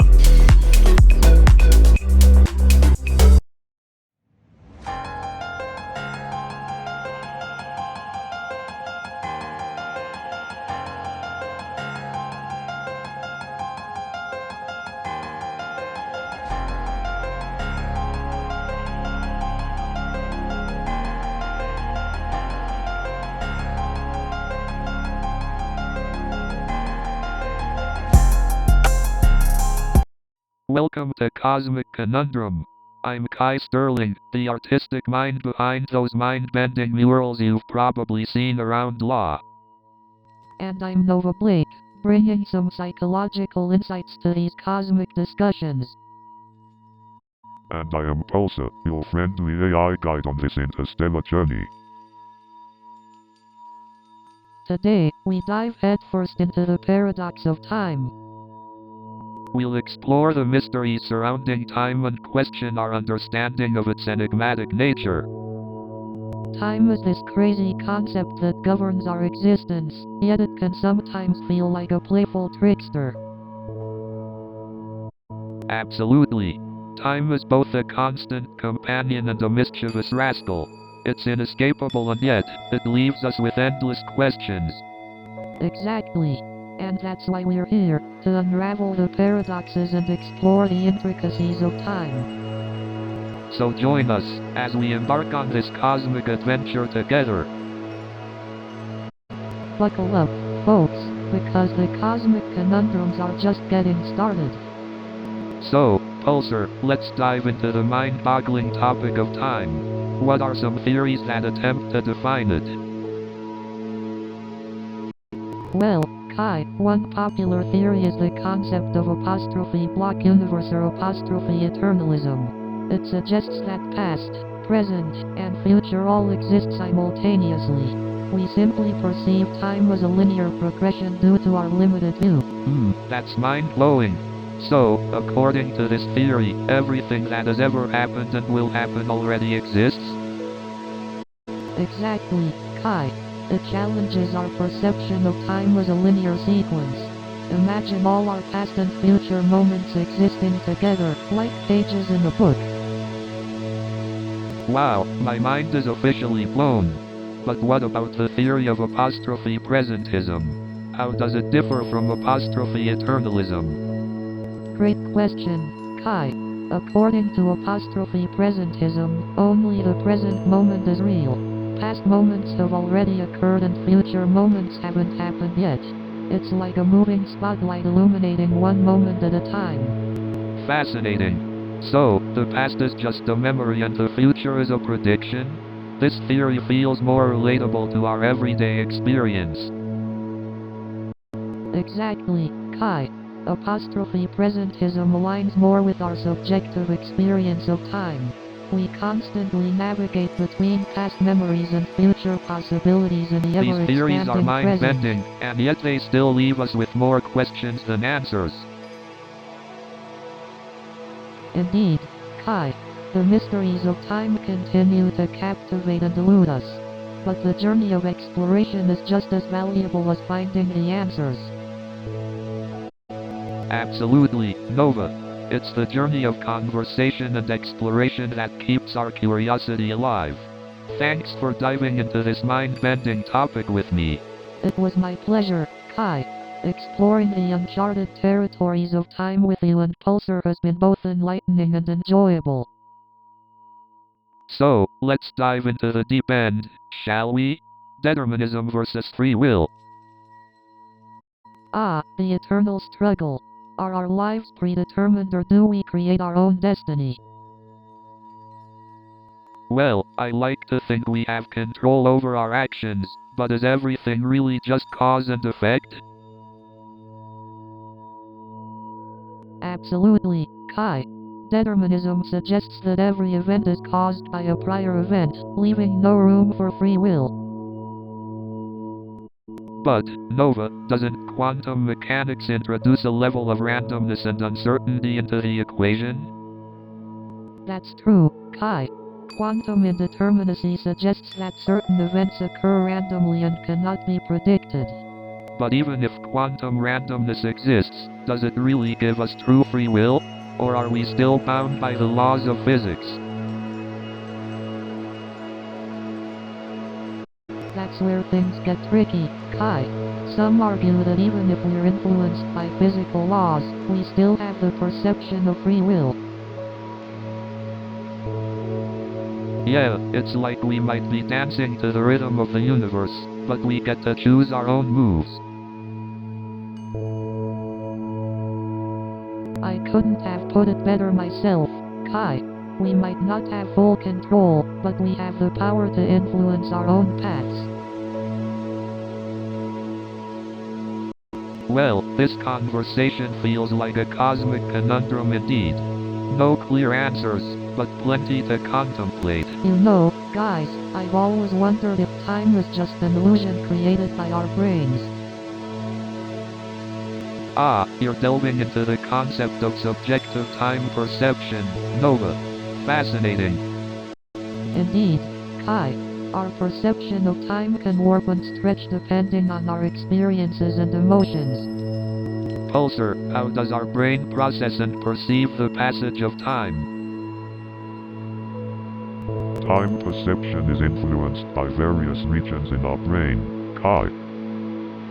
Our perception of time is influenced by memory, attention, and the flow of information through the brain.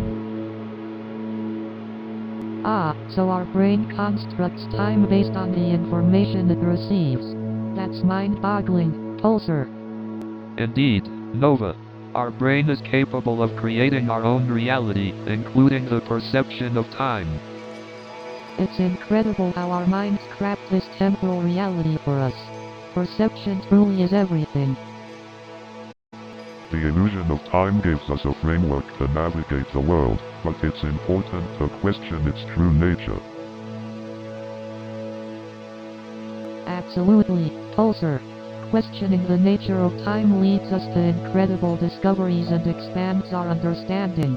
So, let's dive into the mind-bending concept of time travel. Indeed, time travel has fascinated humans for centuries. But is it really possible? Can we actually travel through time? Well, according to Einstein's theory of relativity, time dilation is a real phenomenon. True, gravitational time dilation and time travel have been explored scientifically. But what about the paradoxes that come with time travel? Ah, the classic grandfather paradox. If you go back in time and kill your own grandfather, then how could you have been born to go back in time? Exactly.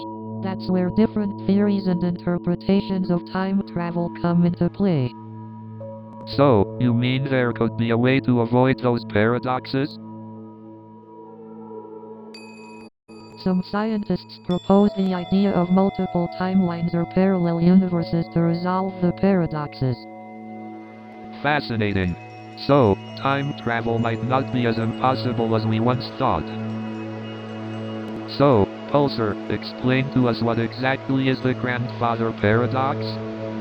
The grandfather paradox is a thought experiment that explores the possibility of time travel. It involves a person traveling back in time and killing their own grandfather, which would prevent their own existence. But if they never existed, how could they have traveled back in time to kill their grandfather in the first place? Exactly. It creates a loop of events that seems impossible to resolve. So, is time travel just an impossible concept then? Not necessarily. Some theories propose that time travel may be feasible but restricted by certain rules or limitations. Like the idea that you can't change the past, but your actions in the past were already accounted for in the present timeline. That's mind-boggling. It's like destiny aligns everything to make time travel possible without affecting the present. It's definitely a fascinating concept to ponder, the interplay between cause and effect across time. Indeed, it's a conundrum that continues to captivate the imagination of many. So, guys, have you ever felt like time flies when you're having fun? Definitely. Time seems to just fly by when I'm lost in the flow of painting a mural. It's like time bends, and hours feel like minutes. But on the other hand, when you're stuck in a boring meeting, it feels like eternity. Oh, absolutely. Time seems to slow down when we're not engaged or interested. It's fascinating how our perception of time can change based on our state of mind. Absolutely. And it's not just emotions, but cultural influences as well. That's true. Different cultures have varying notions of time and its significance. You know, I once read about a tribe that doesn't have a word for apostrophe time. That's fascinating. It just shows how deeply intertwined our concepts of time are with culture. Exactly. Time perception truly is a cosmic conundrum. Hey Pulsar, do you think time can be expressed through art? Absolutely, Kai. Art has always been a reflection of the human experience, and time is an integral part of that experience. Artists throughout history have found ways to capture the passage of time, whether it's through depicting aging, historical events, or even capturing a fleeting moment. That's true, Nova. And in more recent times, artists have even experimented with incorporating the concept of time itself into their artwork. Exactly. One example is the artistic movement known as apostrophe futurism, which celebrated the dynamic nature of modernity and embraced the concept of time in their works. I love how they depicted speed and motion through their energetic brushstrokes. It really captured the essence of how time propels us forward. Absolutely, Kai. It's fascinating how artists manipulate their mediums to convey the passage of time or freeze moments in art that transcend the temporal limitations of reality. Art truly is a powerful tool